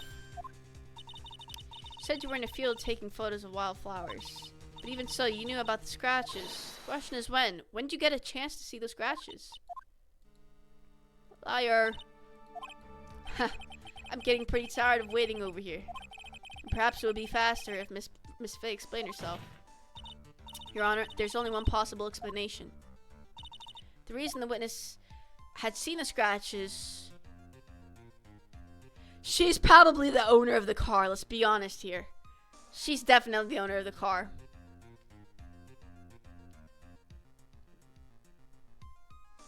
Wait, there's no way though. Wait, no, but then she still wouldn't have seen it, no matter what, even if it was her car. There's no way she happened to be passing by. She put the corpse in there herself? That's what I'm thinking. I don't really know, though. So the only way that the witness had the chance to see the scratches. What is it? Naturally, when she opened the trunk, stuffed the corpse in herself. The person who really hid the body in the trunk of that car was Melissa Foster. It was you that did it, wasn't it? That's ridiculous. I can never. It was the man in the prison car. He's the one that... I don't think so, Miss Foster.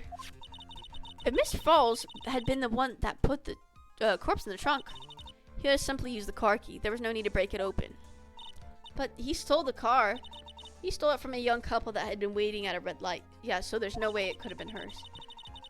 Which means that the key would have still been in the ignition. Oh, I see. Thank you for telling us about the scratches, Miss Foster. Without that, we would have never been able to uncover the truth. Moron. Freak you.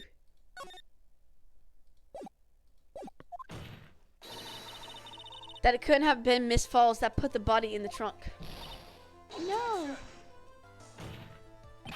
Preposterous to even suggest that the witness put the body in there. If that were true, then how to explain the photo that she took? The corpse could know how to... Oh my god, could only have been put in the trunk when the incident occurred. And we already know that at the time, she was taking photographs. Frick.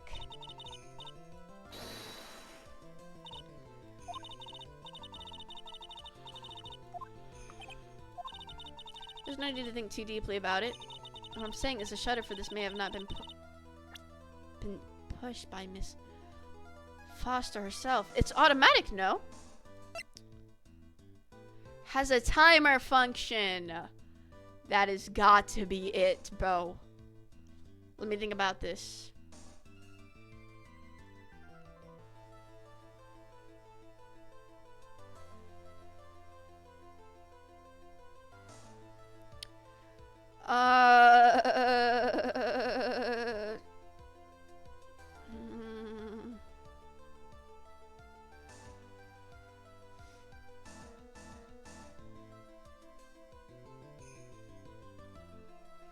has a timer, dude.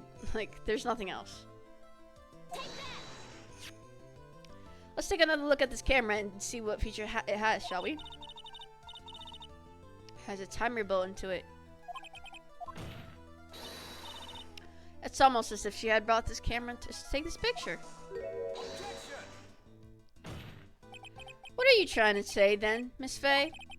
That when the crime occurred, Miss Foster was in the field as she claimed? Well, if she really did use the cameras, then the answer is yes, she was somewhere else. Exactly. She was not in the field. Listen, this is a crucial point. Where was Miss Foster when the incident occurred? Answering that question.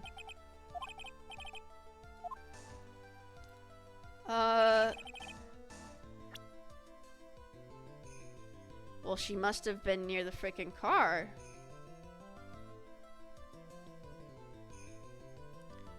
I would choose near the car, but wouldn't the guy have seen?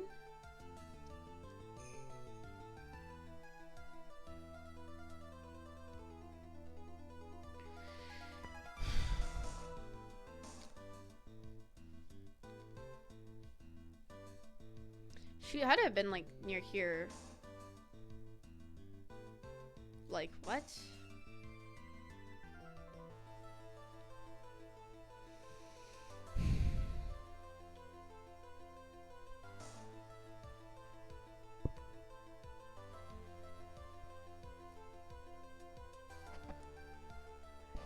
How?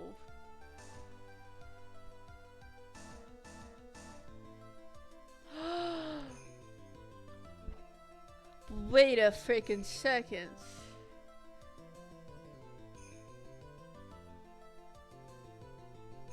If the guy killed her, there's no way the guy killed her. Maybe he was confessing something and she was on the bridge with them and she killed her freaking sister. Because that makes sense. You know why? Oh my god, you know freaking why?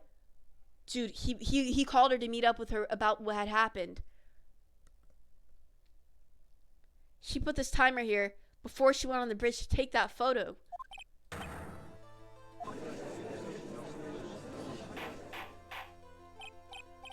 Order, order. Miss Faye, what on earth? Your Honor, if I may. After parting with the victim on the bridge, the defendant fled by car.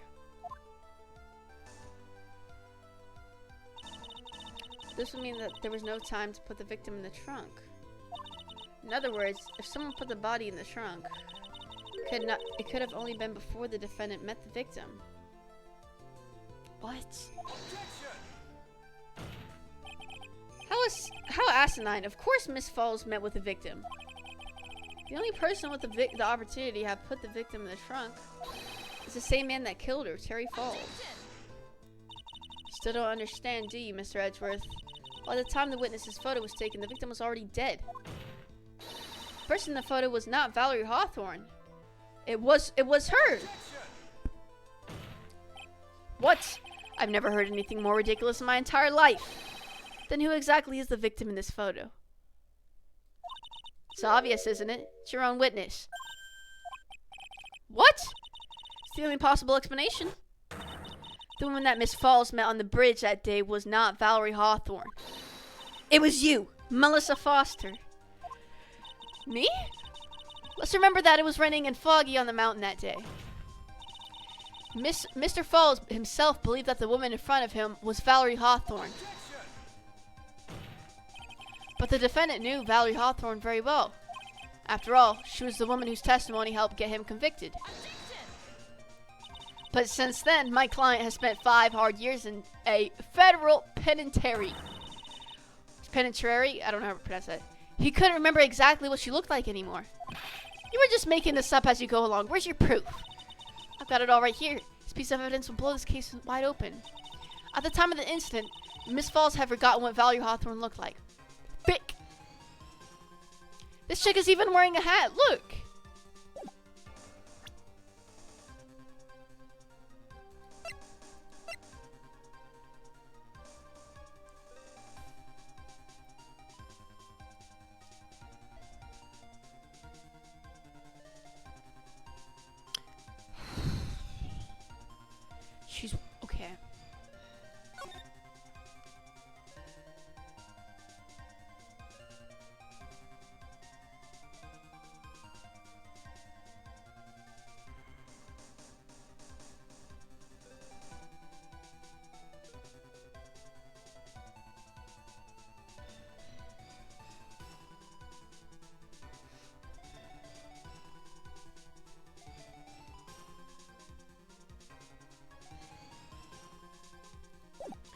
She's not even like, and you know how this got muddy?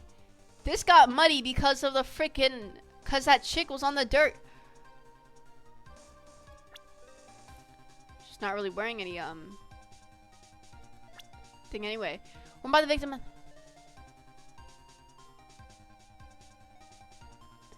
Yeah, she was wearing a hat and a freaking scarf. That's why it was muddy. Mr. Falls had forgotten the victim's face. That's why he needed some piece of identification, namely this muddy scarf. It was Mr. Falls who requested truth. And that was gone, and it was freaking muddy, dude. So this chick must have known somehow.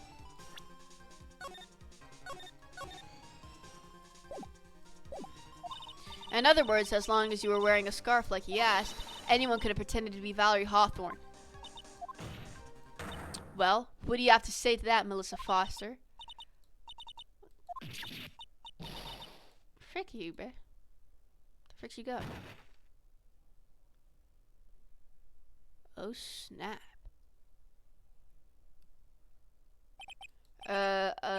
Where's Miss Foster? She's collecting herself in the lobby.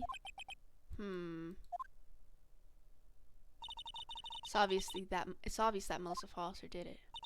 She had the body in the trunk and disguised herself as the victim.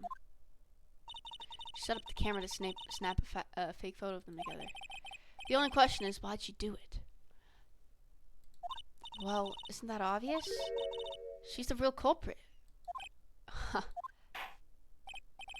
Well, we'll have to wait for Miss Foster to compose herself before we start again. Until then, this court is in recess.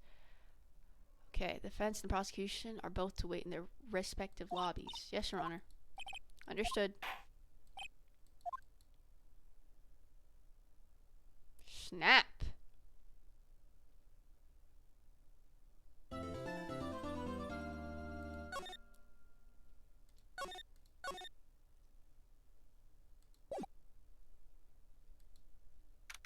This guy really creeps me out. He probably did it too. I'm just kidding. I know he didn't.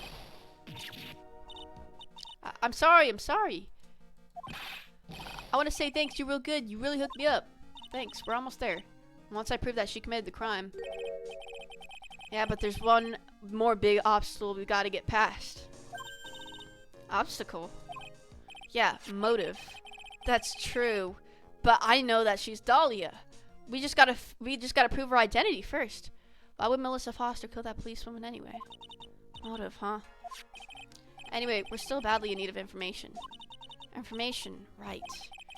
What we need the most is info about this Melissa Foster herself. All we know is that she's a student studying literature. One more thing. What is it? Well, the incident that happened 5 years ago, of course. Kidnapping murder case that Zebra Boy is on death row for.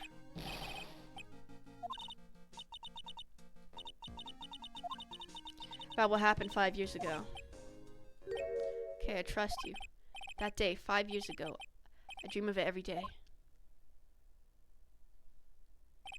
This picture reminds me of everything. The bridge looks the same, just like then 5 years ago. Like it could fall apart any minute. So it's been broken like that for at least 5 years. Ha, sorry buddy, but you sound like the one that could fall apart at any minute. It's true. I did kidnap her 5 years ago. I kidnapped my girlfriend Dahlia Hawthorne. What? Your girlfriend? Hey, hold on there. Did you say Hawthorne? The victim's last name. Dahlia Hawthorne, Valerie's little sister. What? Are you serious? The girl, let her go.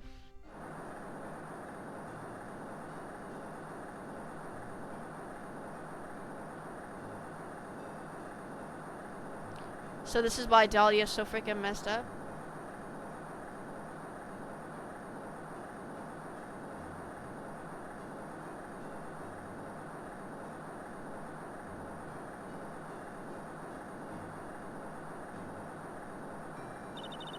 The detective back then was Valerie Hawthorne.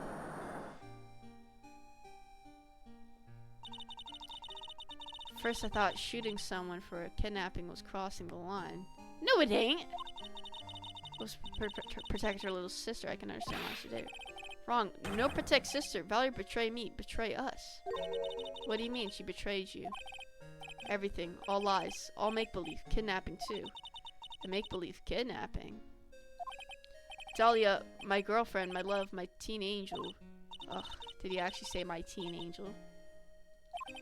I do anything she says. Okay, we know Dahlia's been messed up, like, sadistic as a kid. Like, what the heck is wrong with this chick? Hold on a minute. What you're saying is that the kidnapping 5 years ago was planned by... Yeah, me and Dahlia and Valerie... What? Dahlia's family rich, jewelry business. We get one jewel. That's what we thought. Me and Dahlia wrote kidnap note. We sent to her dad. Asked for $2 million diamond. Tell him make exchange on Dusty Bridge. We tell him Valerie make transfer because she knew detective. Having a police detective in your pocket is a useful thing, alright? In the end, you were planning on splitting the 2 million 3 ways, huh?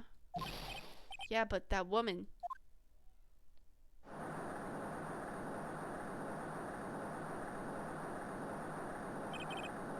That woman, Valerie, she'd do it for real. She'd shoot at me for real, me and Dahlia. What? And he survived? I was shot in arm. Dahlia, she jumped in the river.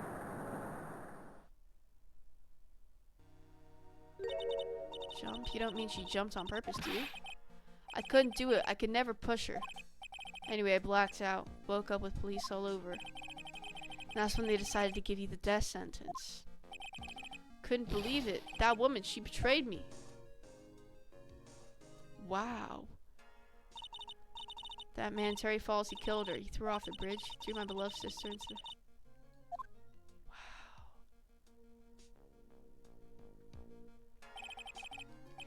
All I wonder is why? Why did she lie?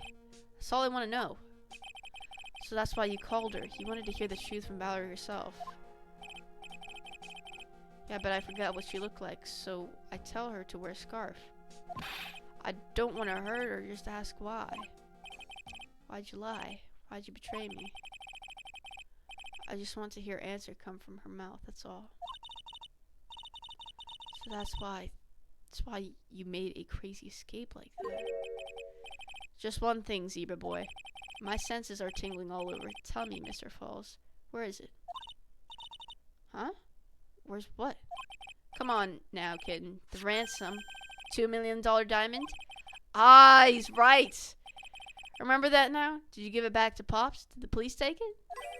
I don't know. Huh? You don't know? No, really, I don't know. It's gone with Dahlia. Dahlia had it. She escaped from both of them.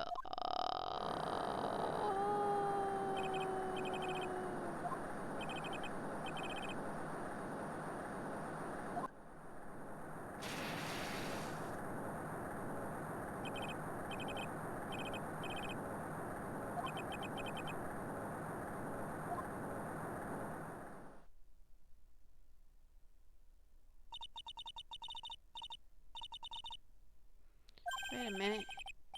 Come back in now. We're about ready to go. Mr. Falls, just one more question. When you said with Dahlia, do you mean the diamond is still missing? Along with the body of Dahlia Hawthorne? Never found her, my sweet Dahlia. They never found her. Swallowed by river, gone. Dahlia, my teen angel. Your teen angel? How old was she anyway? Just 14. How old were you? Hold on, how old is this guy? 25.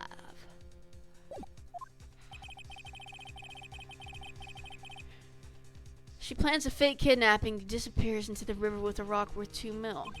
Man, oh man, angels these days. Why are you looking at me? Yeah, but he looks like he's mentally insane. Anyways, he's eating a ball off the chain.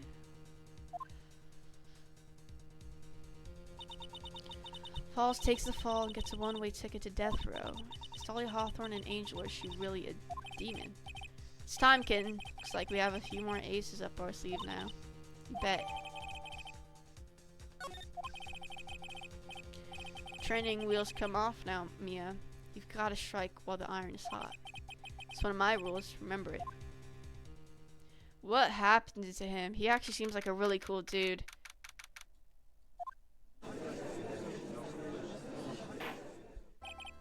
Now then, let's continue with the trial. Witness, are you feeling better? Yes, Your Honor. I'll try my best. Shut the frig up. I feel like I'm about to sneeze, bruh. Not this again.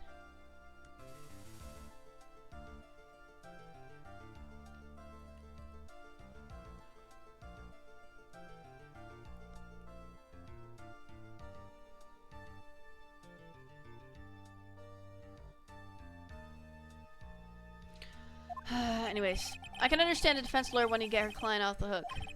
However, to try to pin the crime on an innocent student is... What are you talking about? You think I don't think she actually did it? Are you stupid? My witness is not the person on trial here. She's an innocent bystander who witnessed a violent crime, that's all. What possible reason would a girl like this have for murdering a policewoman? Certainly hard to imagine this woman as a murderer. Her motive, huh? I figured what I had to establish next. Well, Miss Faye, do you have any evidence of a motive? Yes. Armando, wait. You're still acting tame as a kitten. Mr. Armando, listen. A lawyer is someone who smiles no matter how bad it gets. Smiling on the outside while your guts... Oh my god! So you mean to tell me the person who taught Phoenix this role was Mia, but through Armando? Oh my god. Maybe so, but I wish you would quit grinning at me like that. May I speak, Mr. Judge? I'd like to say something. Some people here are suspicious of me, right? That's why I at least wanted you, Mr. Judge, to know that's not true. I see. You're right. Looks like this witness is a real professional. What do you mean? Look at that 100-watt smile. So when things are darkest for her, click, she lights right up. He's freaking yo. Oh my god. Well, very well then. Let's hear what the witness has to say.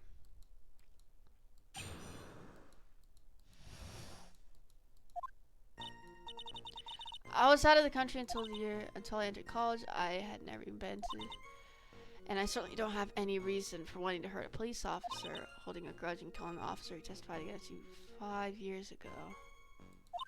Kidnapping a poor girl. How do you know that?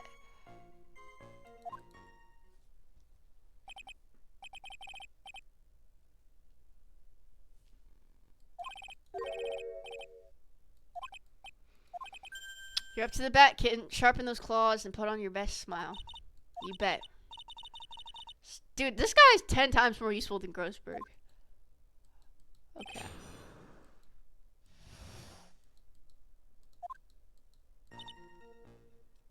For the year before last. I entered college.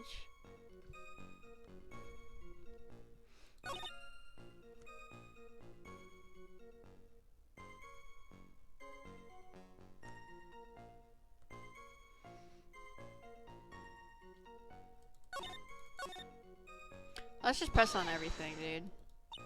So what country we're living in then? Bruh, but my parents were killed? Jesus. For war shit.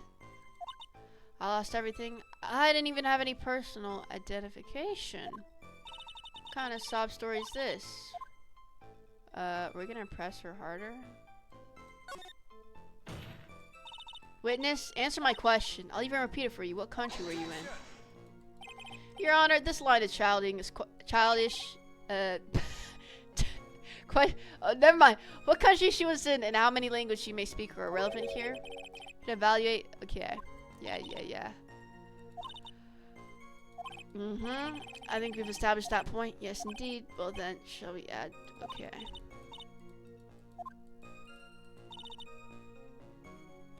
Either the victim or the defendant. So we know she's faking her freaking identification. And this was the reason why?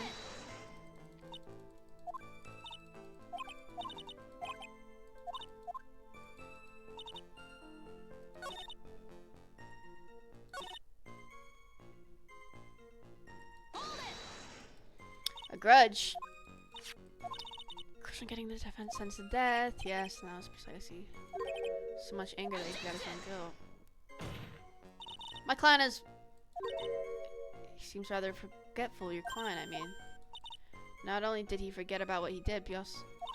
What do you mean by that? How do you know he forgot? Client, he forgot what the detective looked like, right? It's too bad for her that he didn't know about her testimony as well. Oh, weird. Weird. What the heck?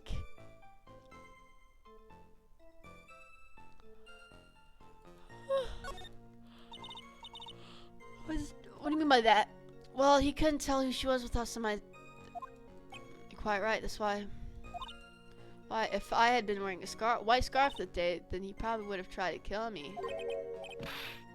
No, what the fudge? It's best not to poke too deep. What should I do with that last statement? I feel like we should still have it added to her testimony.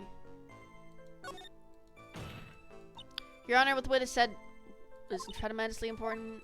Add it to your testimony.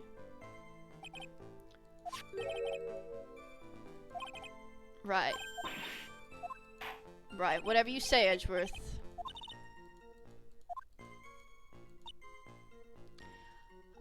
See, but what about the mud getting on it? I don't really know about that. This has got to be the contradiction.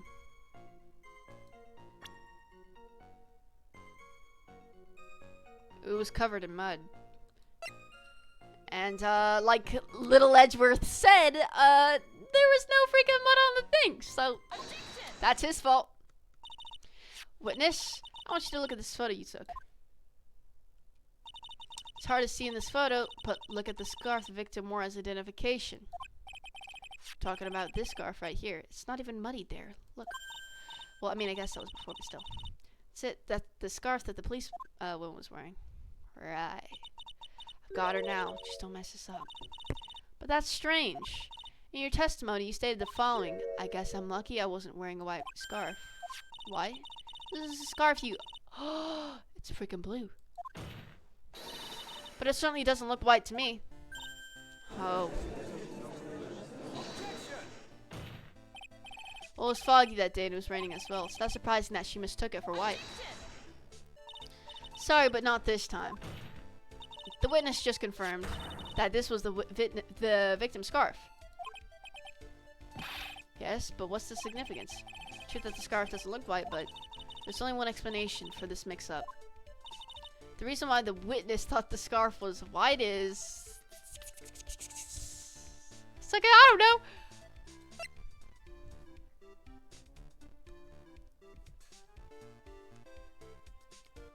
Why did she think it was freaking white?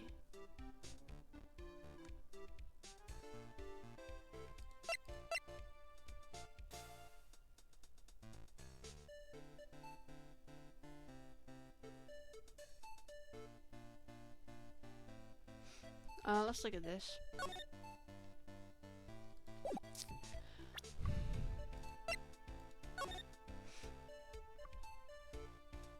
Oh snap! Wear white scarf. Oh, she seen it.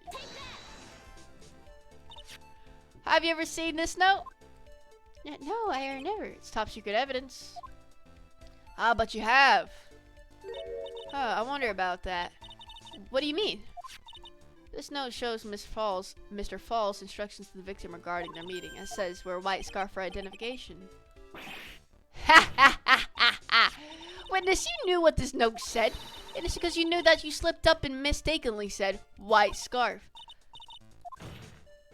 Well, Miss Foster? More on... Mr. Edgeworth, I'm waiting for an explanation. Yep, Freaking moron. Frick you. I'm quite sure this note was leaked to the public. And yet, this witness knew exactly what the note said. At the time of the murder, the number of people that were quite limited. The number of people that knew that were quite limited. Terry Falls is one. The person who wrote the note, Valerie Hawthorne, is another. Finally, one more person. That's right, person that no one would have expected. Figured it out, kitten? Yep. Third person that knew the contents of this note was this chick right here. But I mean, it was also Gumshoe. Or Dahlia, no? And we know she's Dahlia, right? So it has to be freaking Dahlia. And that person is Dahlia Hawthorne. Dahlia Hawthorne? I've never heard that name before. Yeah. Look at the victim's note. This is what it says. Talk to Dahlia. Tell her this time. There's her name right there. So who is this person? This Dahlia Hawthorne. Miss Faye must be desperate if she's trying to bring up the dead back to life. Dead?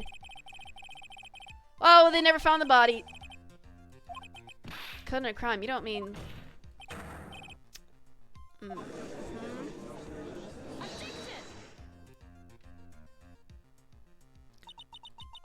Said she was killed, but was she really? I'll be right back, guys.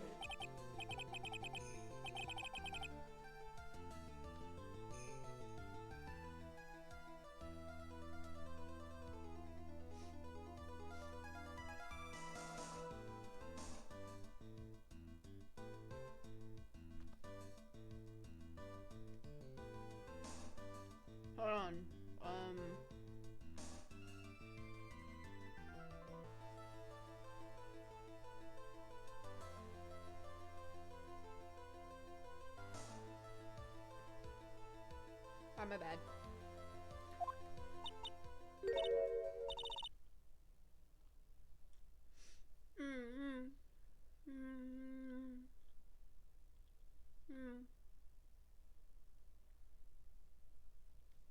Alright. Bro, there's a freaking bug in my room! Oh my god. Honestly, never thought the defense would pursue the matter this far. What's your insurance now, buddy? But clearly, they are.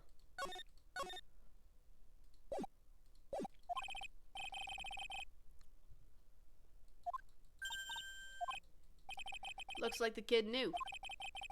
He knew her true identity from the get-go. No way, but then why? Aw, moron. All he wanted was her testimony, so he made a little trade. Let me introduce you to the victim's younger sister, Miss Dahlia Hawthorne. What? Why'd you lie?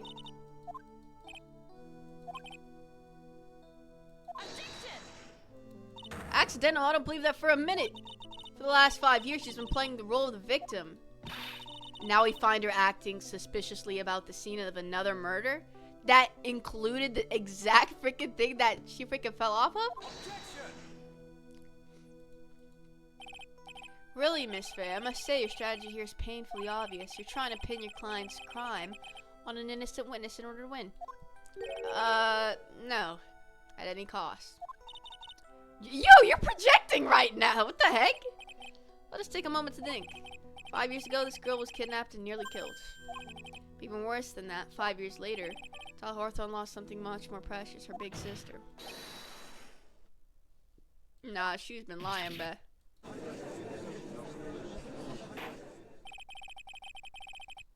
Oh my god, are you serious? Well, you see, I know exactly what it is. She wanted to get away with that money, buddy. But I know we don't win this case, so how is that gonna go?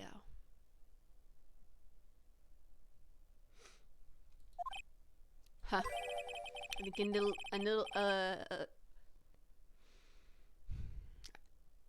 I'm not gonna, The defense is prepared to present evidence supporting our claim. Who was that?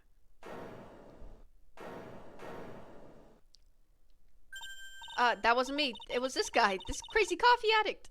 Oh, okay. I think we've heard enough empty threats from you, old man. Sucker. Ha. What makes you think they're empty, boy? Yo, fight him back, Armando. Freak this guy. Cause your protege looks like she's sweating bullets. And look at your witness. Look at your witness, buddy. You think you're in a tough spot, huh? Of course, aren't I? No, you just arrive at the moment of truth, that's all. Whether you win or lose, it's up to you. Up to me.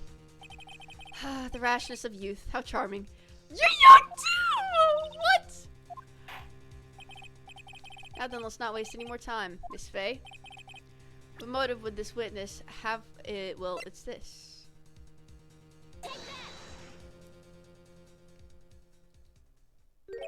What is this? Some idea of a joke? Oh, that, the rashness of you. Ah!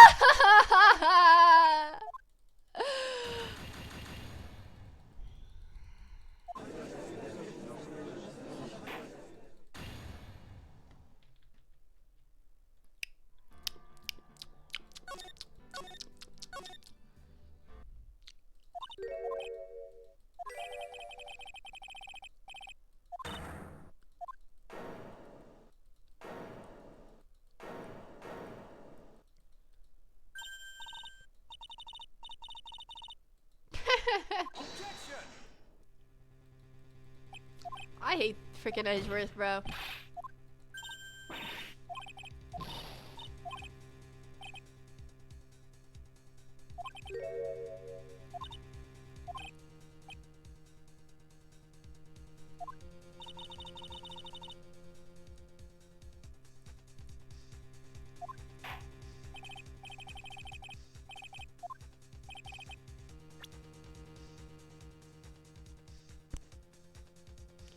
What motive? What the frick was the motive, homeboy? The motive was the money, yo.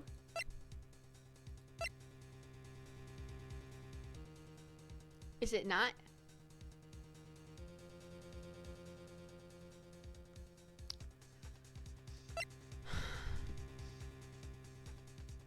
Well, it has to do something with the past, so let's not look at these present things.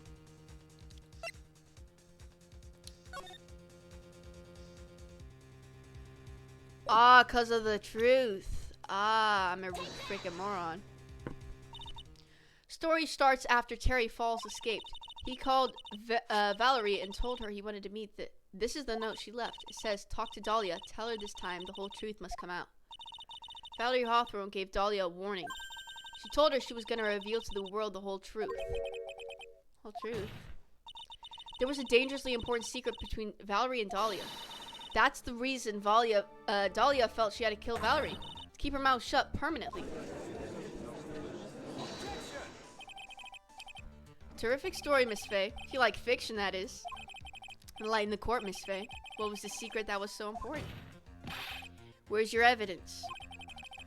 Dahlia and Valerie Hawthorne in Terry Falls. There's only one important secret that connects them all. Yeah, we know. Okay. Regarding the kidnapping 5 years ago, we believe it will explain a lot of things, such as the nature of the importance secret between the Hawthorne sisters. Ugh. Very well, I'll grant your request for further testimony.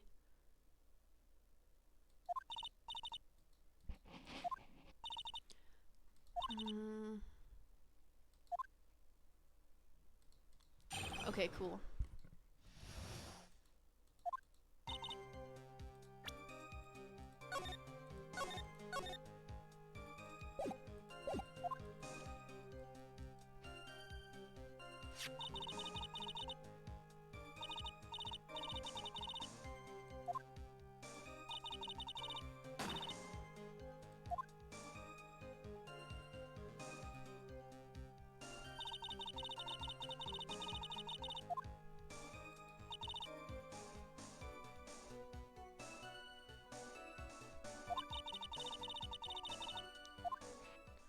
Uh-huh.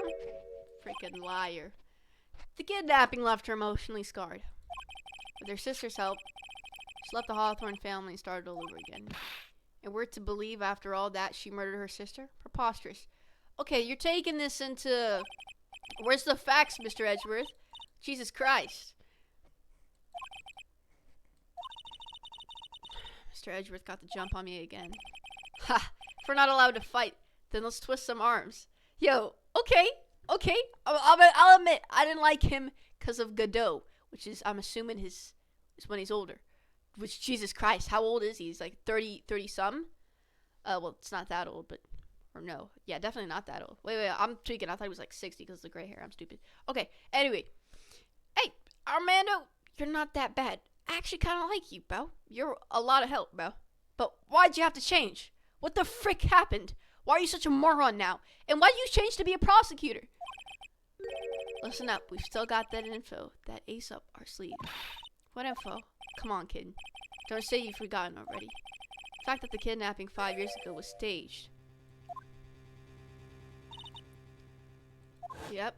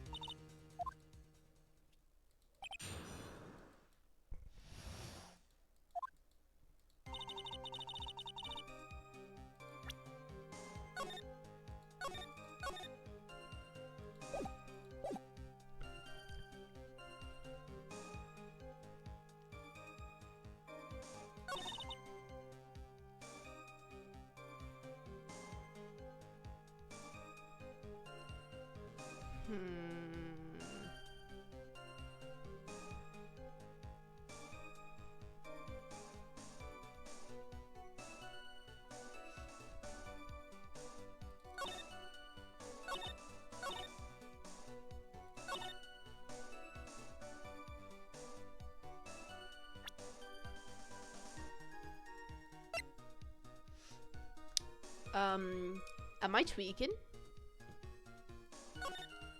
From behind?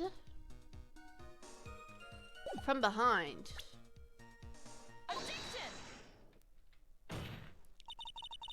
You're still here?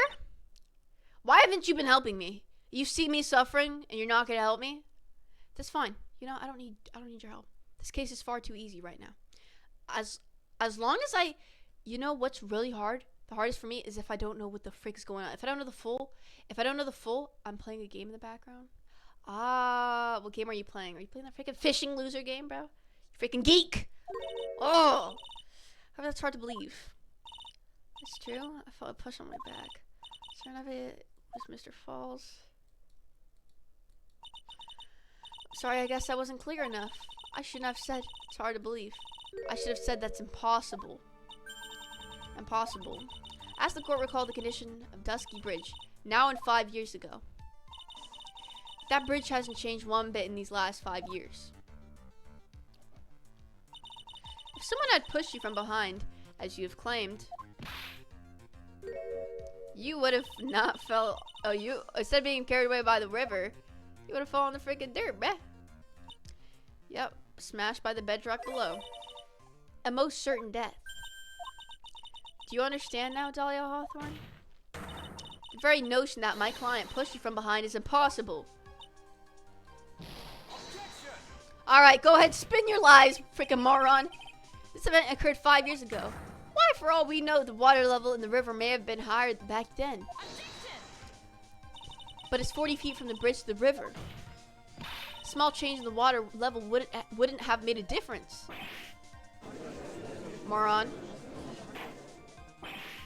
You're right. If the events occurred just as the witness had testified, then the defendant couldn't have pushed the witness into the river. Young lady, what is the meaning of this? You see, she's choking, bruh. Get her. Just a moment, Your Honor. It's true that the witness testified that the defendant pushed her into the river. However, she never stated that she fell from the back end of the bridge. What do you mean? After being shot in the arm, it's plausible that Mr. Falls panicked. Therefore, he could have unwittingly pushed her off the side of the bridge. That's kind of true. She would have fallen into the river. Well, Miss Hawthorne, is Mr. Edgeworth's explanation correct? Now that you mention it, I do remember now when I fell off the bridge, my skirt got caught on one of the bridge's side wires. You can't be serious. Order in the court. Seems Miss Faye's assault has finally reached its conclusion. Stop playing it how it's gonna go. Unfortunately for you, this is just the start of Miss Faye's assault. What? I believe your reasoning went something like this, Mr. Edgeworth. After being shot in the arm, it's plausible that Mr. Falls panicked. Therefore, he could have unwittingly... Oh, bro.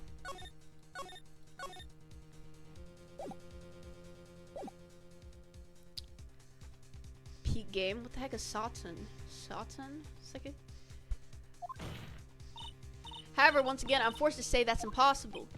Ridiculous! What's so impossible about it? Because your flawed logic contradicts the court record. Let's look at this. There's netting on it. Oh my god, but we don't know if that was added recently or not, mate. Oh snap. It has got to be this netting, mate. It has got to be this netting. Okay, yeah, it's definitely gonna be that. Your Honor, all the answers are right here in this photo. Take a look at the wires supporting both sides of the bridge. They extend up to about 5 feet off the ground. It would be impossible to push someone off from there. But let's remember the size and strength of the defendant. Wires like this wouldn't be a problem for him. He could have easily picked up a 14-year-old. He can't pick her up if his arm is freaking shot. So young and already so forgetful, Mr. Edgeworth. Mr. Falls had been shot in the right arm. More importantly, Valier Hawthorne had her gun trained on him at point-blank range. Ugh. So, Mr. Falls throwing the witness off the bridge? That is clearly impossible. Ugh. Yep. Order, order, order. What's the meaning of this?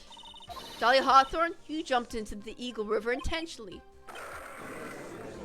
What the frick was that? Indeed, what do you mean by such a ridiculous remark? Shut the frick up. Yes, it's ridiculous. My sister was there to help me. She had a gun and handcuffs. She could have saved me. Jumping into a raging river like that would have been suicide. Perhaps, but still that's exactly what you did. You were probably confident that you could handle the swift current.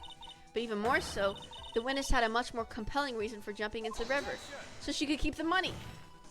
Oh, then what was it? What was so important that she wanted to jump on the witness is still alive. This fact alone explains everything. This is why she risked her life. For this thing, right? But hold on, guys.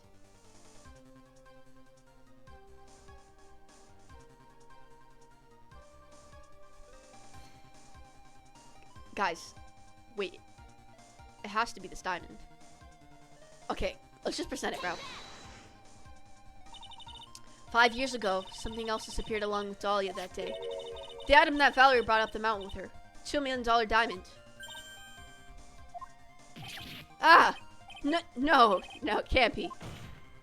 Yes, Dahlia had it all planned from the beginning. The $2 million. She was going to keep it all for herself.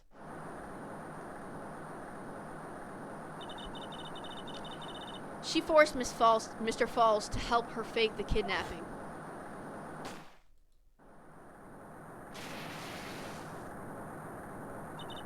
At the last minute, she betrayed him and threw herself into the river, with the ransom tucked away safely in her backpack. Why, that's simply ridiculous. Honey.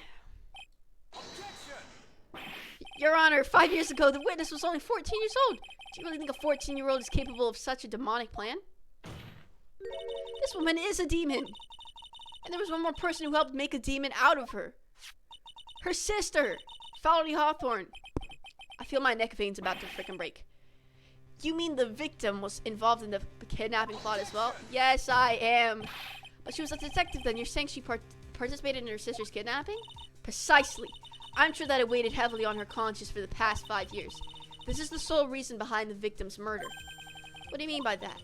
On the day of the murder, after receiving the phone call from Mr. Falls, Valerie called her sister Dahlia, and then she told her what she was planning to do. She was going to tell the whole truth, as she wrote in her note. That is what sealed Valerie Hawthorne's fate. That is when you hatched your demonic plan to kill 2 birds with 1 stone. A plan that would ensure neither of your accomplices to the kidnapping would talk. And that is why you killed your sister, Valerie Hawthorne.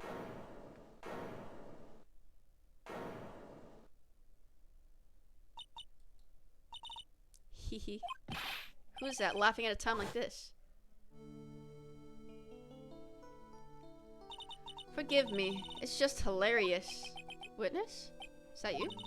You amuse me, woman, Miss Mia Fey. You can certainly weave an exciting tale. Naturally. You have the evidence to back it up, don't you? Evidence? Evidence that I planned the kidnapping, of course. That at 14 I plotted it with Miss Falls and my sister. Well, one more thing. What happened to the $2 million diamond? You can't provide evidence to at least show that. Well, Miss Faye? I don't know. What a joke. You, Miss Faye? Are you stupid or something? How can I prove a fake kidnapping that happened 5 years ago? I don't even have decisive proof of Valerie Hawthorne's murder. Well, it seems that we've come to the end. Are you serious? To be honest, the witness behavior does raise certain suspicions. However, I am forced to reject the assertions made by the defense. Of course you are. Is this it? Is it really over? That girl has made a fool of me and there's nothing I can do about it. Ha! Without evidence, the trial is over? Who decided that? Mr. Armando! Come on now, kid. Haven't you figured out that you can make up your own rules? Really? Because playing as Phoenix for the last 3 games doesn't seem like it. We always need decisive evidence because Edgeworth does this thing all the time. For example, even if there's no evidence, there's still testimony. On that day in question, Dahlia Hawthorne murdered her sister, Valerie Hawthorne. She hid her body in the trunk of Mr. Fall's stolen car and then went to meet with him, disguised as her sister, Valerie Hawthorne. That's what you think, right? Yeah, that's right. In that case, there's only one answer, right? There's only one person left who could testify Valerie Hawthorne's murder. Since there's no proof, there's only one thing left to do. Who's the one person that could testify to that demon woman's crime? I would have assumed herself. Oh, well, wait. Terry can too, can't he? I would say either Terry, it's gotta be Terry. There's just no other way.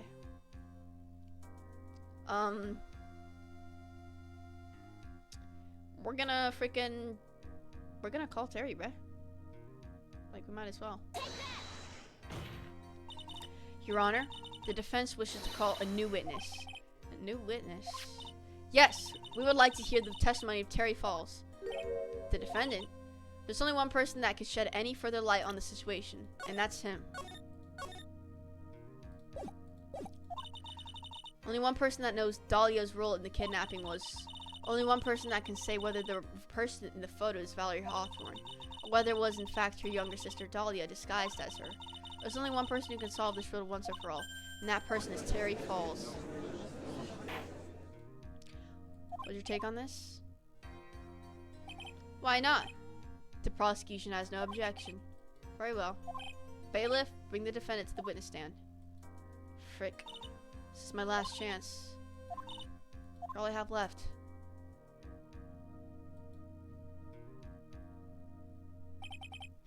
Defendant, you've heard everything that's been said up to this point, yes? I don't believe it. No way. Dahlia died 5 years ago? Valerie betrayed me? Mr. Falls, I don't know what she said to you 5 years ago, but one thing is clear. Dahlia is very much alive, and you were used for $2 million. That's not true. Mr. Falls, there's only one question I want the answer to. 2 days ago on Dusky Bridge, who did you meet? Oh, frick. Dahlia, did you betray me? 5 years ago, she promised never ever betray each other. Terry? Dahlia! It's true. You are alive. You don't trust me anymore? That makes me sad.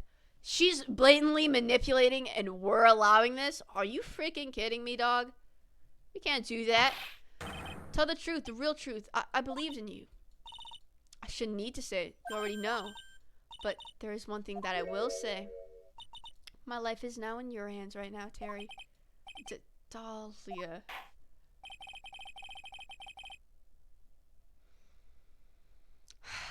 Okay.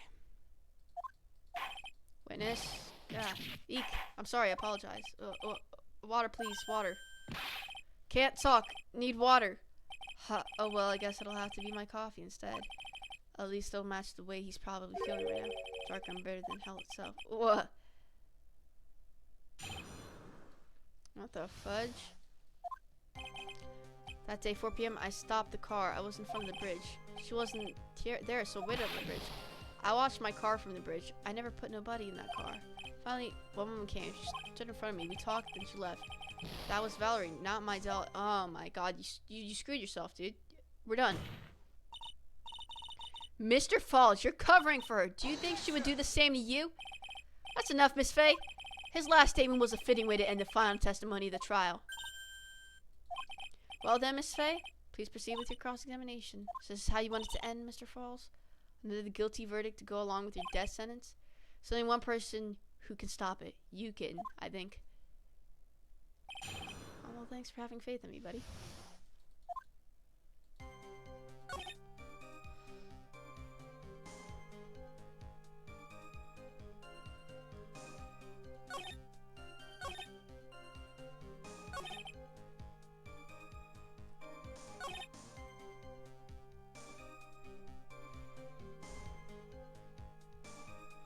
And we know this woman was we know this woman was not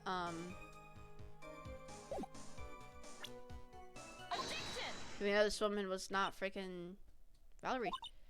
So you waited on the bridge, you're sure of that? I'm sure. You're sure, huh? Well, then I'm sure too, Mr. Falls. I'm sure that you're lying. Huh? What? Oh? I would love to hear you rational on this, Miss Faye. You want to know who arrived at the bridge first? Just look at this photo. It's perfectly clear. She walked first, that means she arrived first, buddy. She's on the other side. Obviously, the person that came first would be on the end of the bridge, right? But that's the victim at the end of the bridge. No, it's not. No, it's freaking not, you moron. Precisely my point. In other words, Mr. Falls, you must have arrived at the bridge after she did. Please don't get so worked up. We just want the truth. I got there around 4 o'clock, it's true. I had somewhere to go. Special place. Did you go to this special place before you went to the bridge? Yeah. It's an old temple about 15 minutes from the bridge. 5 years ago, me and Dahlia, we promised each other. We swore that we wouldn't betray each other. She brought a memento to represent our love. A memento? I hid it under the base of the tree. Oh, fudge. No. It's a special memory for me. This is it. This is what I went to get. Little bottle. It's quite charming, but it looks empty. Your Honor, you heard what my client said. He arrived at the scene at 4 o'clock. But he then left his car unattended and walked away. He was gone for approximately 30 minutes. Ugh. That much time, Dahlia Hawthorne could have easily hidden the body in the trunk of his car. No! Indeed, there was certainly enough time for it. I still got a chance. Mr. Falls, there's no mistaking it. Erp. Huh? Mr. Falls. Oh my god, what the frick? That's enough, please. Witness. I promised her 5 years ago, if it ever happens, we can't trust each other no more then. We're supposed to drink bottle. Oh my god, stop the freaking trial, Your Honor, we need recess. I was stupid, couldn't keep promise, so I did it. I drank this. No, just a little more. I was gonna prove your innocence. No, don't want that. Don't trust self. Maybe kill again. Kill sweet Dahlia again. Mr. Falls! Mr. Armando. Thanks for the coffee. What? Mr. Falls! Oh my god. So my first trial ended suddenly and tragically. It ended with no winners, only losers. I ended up with a wound that cut so deep into my soul I thought I'd never heal. I'm sure it was the same for the young prosecutor as well. But one person, the true criminal Dahlia Hawthorne, she left the courtroom with a secret smile on a demonically sweet face. What a moron. I hate this chick, bruh. Unforgivable, that witch. Mr. Armando. We were so close to truth, it was right there in front of us. You were just a little too soft, kid. What? It's my fault. It's all my fault that Mr. Falls killed himself. Don't cry. You're gonna make my coffee all salty. I knew it. I knew I wasn't cut out for this. Mia. Finally. Don't you get it? You can't cry yet. Oh my god! The only time a lawyer can cry is when it's all over? Are you okay? Mr. Armando, are you okay, dude? No matter how tough the case, no matter how bitter the memories, they always fade over time. Then you file them away and eventually forget them. Aww. Look at Phoenix! Oh! 1 year later, in this very same courthouse, I myself got wrapped in that case. What? Oh yeah, I remember. And Mia finally proved that freaking moron guilty. So what happened? After that, did Dahlia get put on trial for her crimes? The verdict that was ultimately handed down to her was guilty, right? Guilty, of course. Naturally, when the verdict was read, she had a perfect angelic smile on her face. Oh.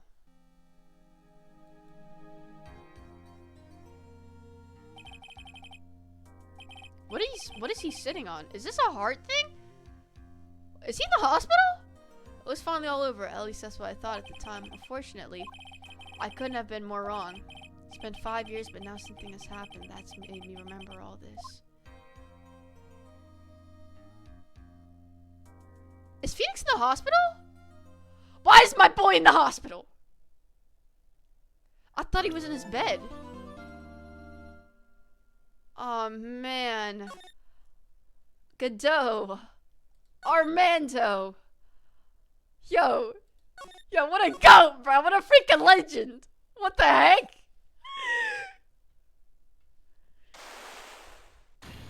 Did you buy the next game? Smash or pass me a face? Smash. Young Phoenix. Smash.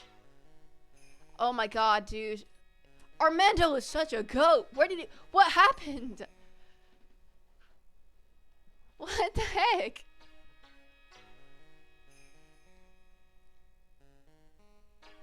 It is said that, okay. Last episode of this trilogy? Don't worry, I'll get Apollo. Though the branches may appear to be infinite, the choice is limitless. The frick is happening?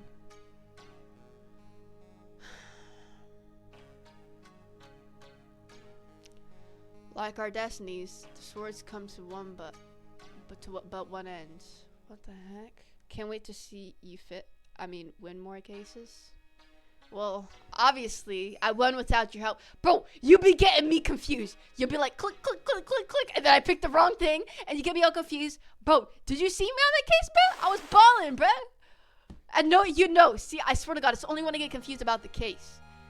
What the frick is this? The illusion is revealed in the implicate. Okay. Just gonna shut up. I was not there for the case. Well, you should have seen me because I was amazing. Why is Phoenix in the hospital? Is my question. Hey, Nick. Yeah? What is it? You know how I've got spiritual powers unlike you? Sure. I guess so, yeah. Glad you agree. Okay, Pearl, you're up. Pearls. Dude, what happened to Mr. Godot? Not Godot. Well, Godot, yeah. Armando, bro. He's so freaking cool. Man!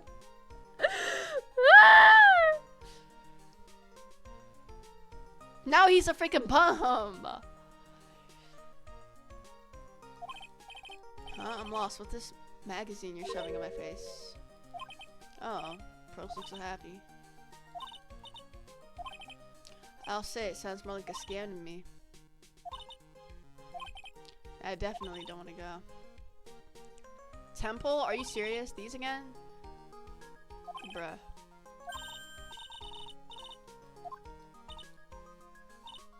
Why does he want to get revenge on me? Wait, why does Mr. Armando want to get revenge on me? What the heck did I do? I didn't do anything. It's nice, and the timing couldn't be better since we don't have a case right now anyway. Alright then, let's start. Oh, we're packing? Oh my god, we're packing! We have to become... Hey, I don't have anything to do with spiritual power. Then I can channel the TV. So is there a heated pool? Oh, well, great. Oh my god, bruh. Come on, Mr. Nick. Look at this place. Doesn't it look beautiful? Is that Dahlia? Is that Dahlia? Is that freaking Dahlia? What is it, Mr. Nick? Let me see that magazine. Oh, fake! No! This nun. Is she a friend of yours or something, Nick? This girl. It's... Oh, fate! No! Oh, frick, no, bruh. Wow, bruh, she done left this man with some PTSD. Wow. But it can't be. She was found guilty and should be still in prison. I'll go. Phoenix! I said I'll go. Actually, well, I kind of do want to. I'm sure Phoenix is gonna try to get her guilty again. Is that what we're gonna do? Oh my god, what the this mission is gonna be, this freaking case is gonna be exciting. I knew there was no way she could possibly be at the temple, but I just had to see for myself who this nun really was. Scary.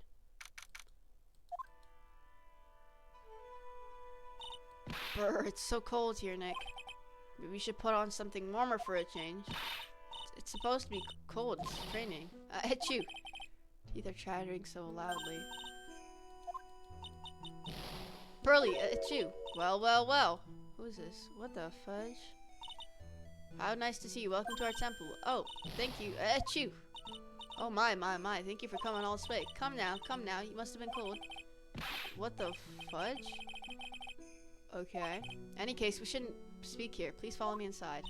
Thank you. Oh yes. I'm sorry I have to introduce myself. I'm the head nun. My name is Bikini. Bikini. That's right. Actually, that's my temple name. What do you think? It's a tradition to have one, and I want something that has a nice image to it. So I thought, why not choose a bikini? Besides. Alright. Quite brave of you considering how cold it is. Young people can be so reckless with their health. Reckless. Alright, alright. That's right. You come all this way. Please enjoy yourself. There's still time. Just wanted to have a look around. Interesting. What the f- Who gets named after a clothing item? Your name is Pizza Man. Who gets named after Pizza Man? Shut up. Where's Dahlia? What the frick? This is like the Haka thing. The Haka whatever. It's freezing in here too. Achoo. He reminds me of the meditation room. Pearls, you've been in an unusually good mood since you got here. As for you, Maya, you look like you're about to catch a bad cold. Ugh, is she gonna make it?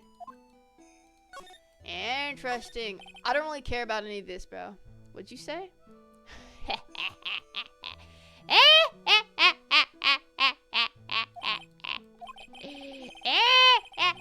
I guess they really do have something to do with the spiritual power after all. So incense, straw. Okay. You know what? Actually, what? What is it? If it wasn't for this Amashi, they'd probably freeze to death. What a fudge. Who names themselves after a tool? I do! Because I'm grinding on the mangles. Pause. I'm a ankle grinder, you know what I mean? I'm just a grinder. Like I'm grinding this game right now. What about you, Pizza Man? What the freak you gonna do? Let me call Domino's. Let me get a Pizza Man over here. What the frick? Yo, I don't really care about this. Where's Dahlia so I can freaking punch this chick in the face? So we couldn't go. It's the bathroom. Blah blah blah blah blah blah blah. I don't care. Wait, did we examine this huge freaking thing? No, we didn't. Magatama on the altar.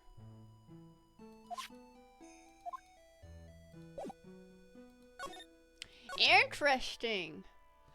I would spit in a pizza if I had to deliver it to you. Sucker, then I'd sue you and I'll become freaking Phoenix Wright. Also, who's Pizza Man? You are Pizza Man. You're Pizza Man. I guess let's talk to this chick. Wait. I don't really care about this. I don't really care. Just call me. Yeah, I don't care. Holy items. You're training higher evening. Oh, it's going to see. It is freaking. Oh my god. Wait. Let's talk about this other nun. Wait. I just want to talk about this other nun. Wait. I don't really care about this. Let me talk to the other nun.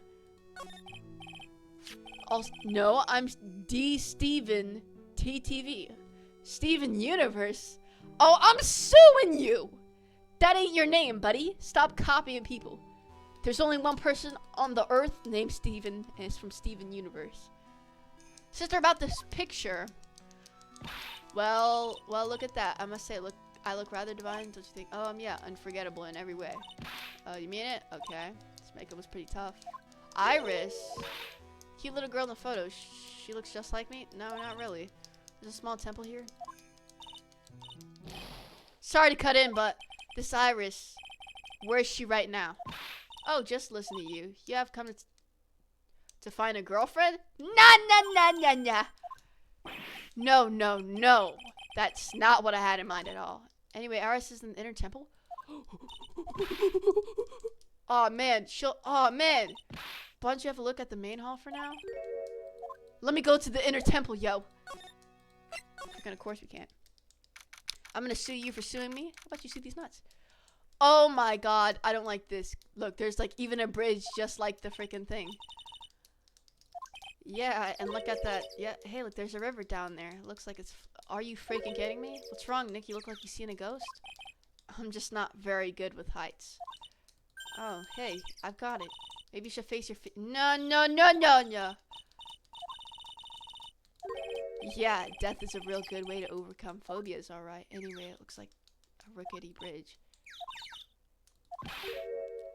Dusky? Well, it's practically the same thing. Okay, what the heck? Phone thing? I believe there's a public phone. Yeah, but it looks like 20 minutes to walk. It would have been smarter. Dude, what about Diego Armando, bro? Bro, he was so cool, bro! I wasn't expecting him to be a goat! Ah! It's smarter of them to... So he's obviously mad at this chick, too. He's got bad blood with Dahlia, too. Maybe you should work on some channeling someone who makes logical sense, Maya. Dang. Dusty Bridge, huh? It says Dusty Bridge, okay? Come on, Nick. Guys, the reason I'm freaking scared is because I'm scared. Do I look like a pencil holder to you? Frick. Okay, alright, wooden staircase. Do you really think that is necessary? You'd have to be blind not to see the stairs. What can't hurt? Just pass me. Graffiti is a crime, Maya? Oh, fudge. No, come on, Nick. No, I'm not so sure. It looks like a bunny hopping across the bridge would destroy it. Okay, Nick, then let's try to find a cute, fluffy little bunny to test your theory. That right there sums up the fundamental difference between sane and insane.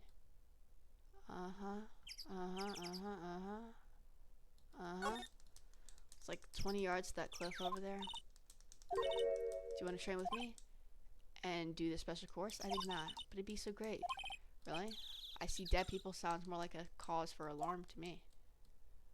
Where is she, Bo? Let me freaking talk to her.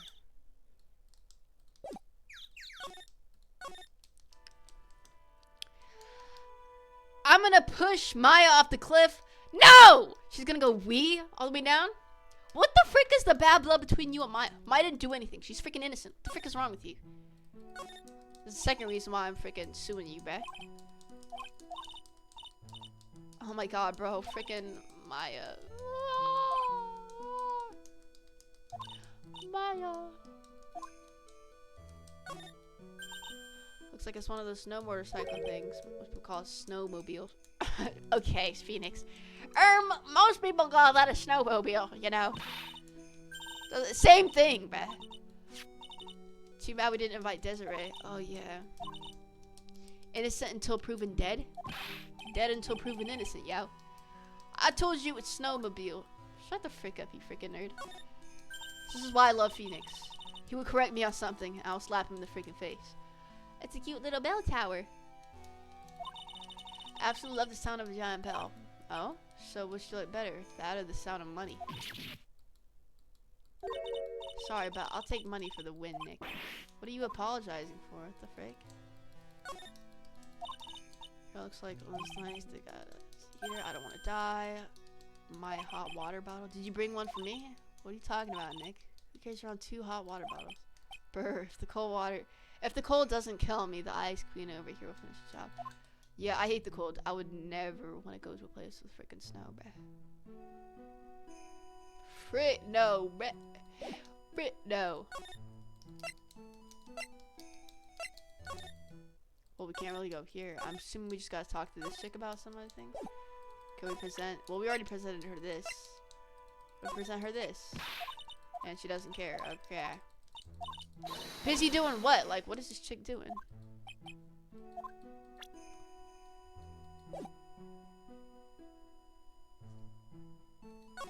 Well, I guess let's go over here.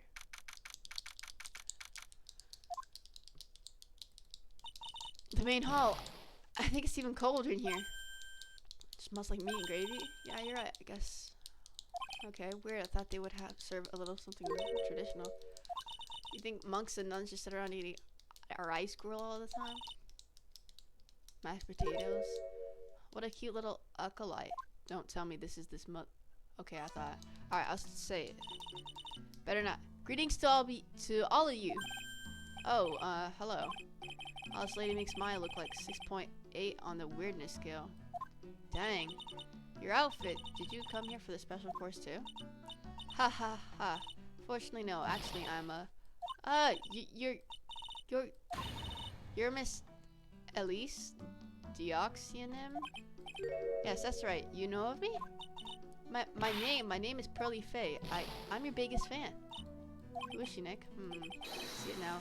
Zavari, a fortune teller. Phoenix! Shut your freaking mouth. Don't ever say that again. Zavari. Ah. Haha. What a sweet thing to say. Please call me Elise. Books. Mr. Nick, don't you know anything? Don't you even know who this is? Well, an author maybe? And an illustrator of picture books. I'm sorry, I didn't know who you are. I don't really get a lot of chances to really enjoy picture books. It's alright, I take no offense to that. My books are nothing but simple stories for children. Really beautiful pictures too. Books, okay. Sure seems like a kind, sensitive lady. I want to see this chick. I just want to see her, bruh.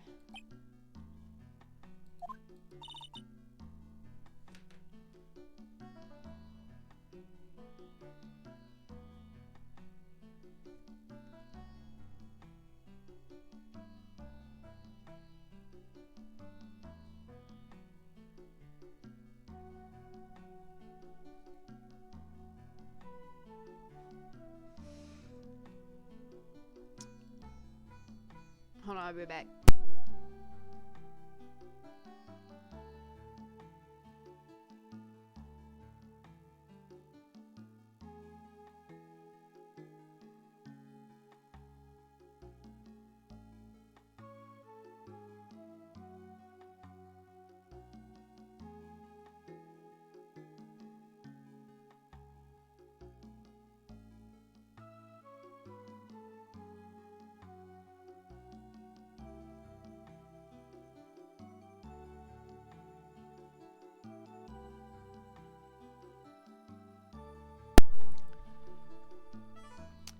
Meow.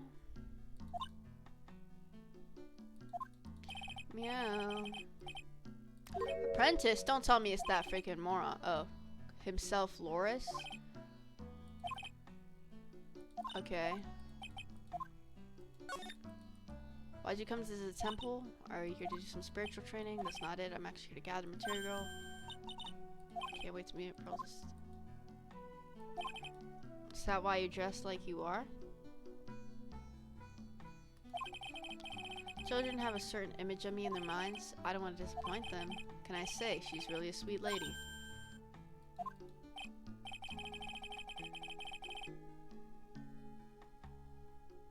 Okay, cool. Trading clothes underneath my robe. I want a staff like that. Like a crystal, it's like a amethyst. I know where you'll find me one.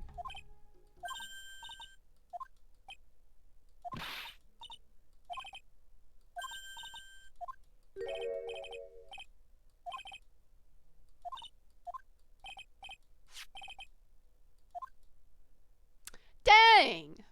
Inner temple, and then that has the Kura temple. Yeah, we're not going over there. Not because of that bridge, bro. It's exactly like the frickin' other one, bro. Like, it has the asphalt and everything. Well, if you insist, I guess we'll check out... Okay. Okay, I'll see you later. Remember, you're not allowed to fight.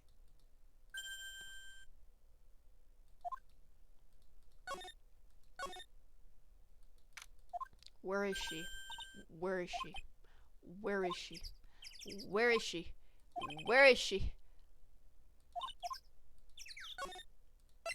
Alright, let's go. Alright, we made it. but just shaking like jello in an earthquake. Not to mention the last part. Are you serious? What's wrong with you? Your face is all green. Can you not pick on me for a second? I'm still trying to get over the shock that we made it safely across that death trap. Yikes, the temple is in bad shape. Looks like it could collapse at any time. Because people don't use it too often. It's really where you're gonna train? It's kind of creepy around here. Spear medium afraid of ghosts? It's kind of ironic. I know, what the fudge?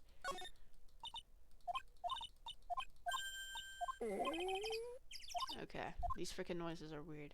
What the heck is this?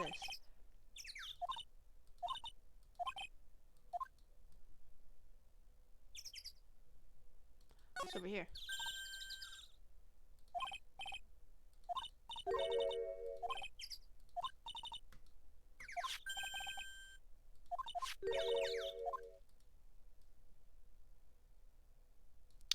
Okay, I guess. Oh wait, there's a slide button. Well, I'm not doing any of that. Let's just go for the frick in, bruh. Where is she? Oh, that is not somewhere I want to be. What the heck? I thought it was going to be peaceful. This looks creepy. Now look at this place. It's just a tiny, freezing cold room. This is where you'll both be training, huh? Huh? What do you mean? Both. I'm the only one. Really? But I thought Billy's just a little kid. She couldn't handle this kind of intense training. So says the girl. Okay, anyway, the real training room must be over that. Okay. Definitely getting the feeling it's back there. Even if I could sense there's something supernatural about the cavern behind that door. The heck? Oh my god! Oh my god! Excuse me, but who are you? Oh fudge. Oh fudge no. Oh fudge no, Beth. Oh fudge no. You're... Hi there! We're just looking around, sis. No, Maya, stay away from this murderer. Something wrong? No, it's nothing. She dyed her hair? I wonder why she's spaced out like that, don't you, Nick? Did you say something, Maya? Not you too, Nick. Oh, frick, no. My name is Iris. I'm one of the nuns here at this temple. I'm Maya Faye. It's a pleasure to meet you. Pleasure is mine. No, don't touch her hand. Oh, please excuse me. I have, some chores to attend to. Dang. Sure, she sure is beautiful and a bit spacey, I guess. Guess she's just not used to talking with urban sophisticated like us. Sophisticates. That girl, it can't be, but... Oh, fudge. No.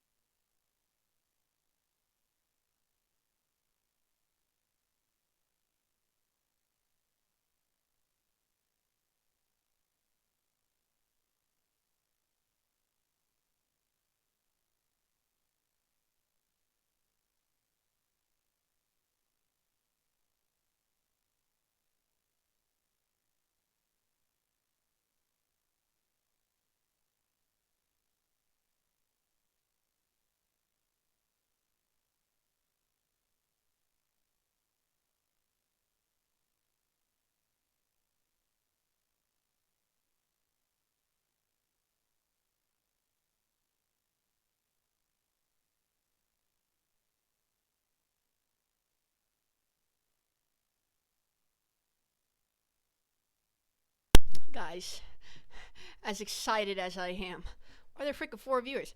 As excited as I am, I'm gonna play a little more of this, then I'm gonna, you know. How long is this case, Steven, if you know? Like, roughly, do you think it takes people to usually beat this?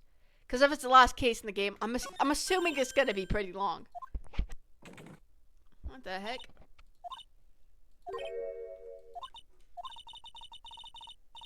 I've been in a bad mood. Yeah, because my murderous, sadistic, weirdo, freaking traumatizing, freaking moron X is here.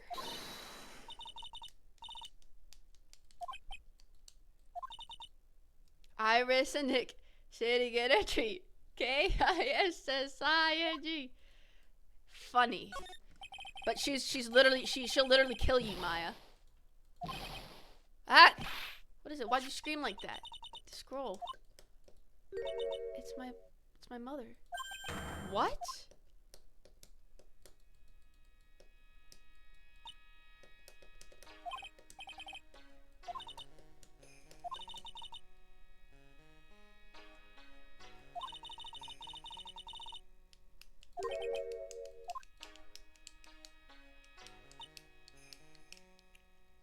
Alright guys, I'm gonna save right here. And I'm gonna continue this later tonight, probably. But I'm ending the stream. This was probably one of the most exciting, best cases that I've done so far though. So yeah.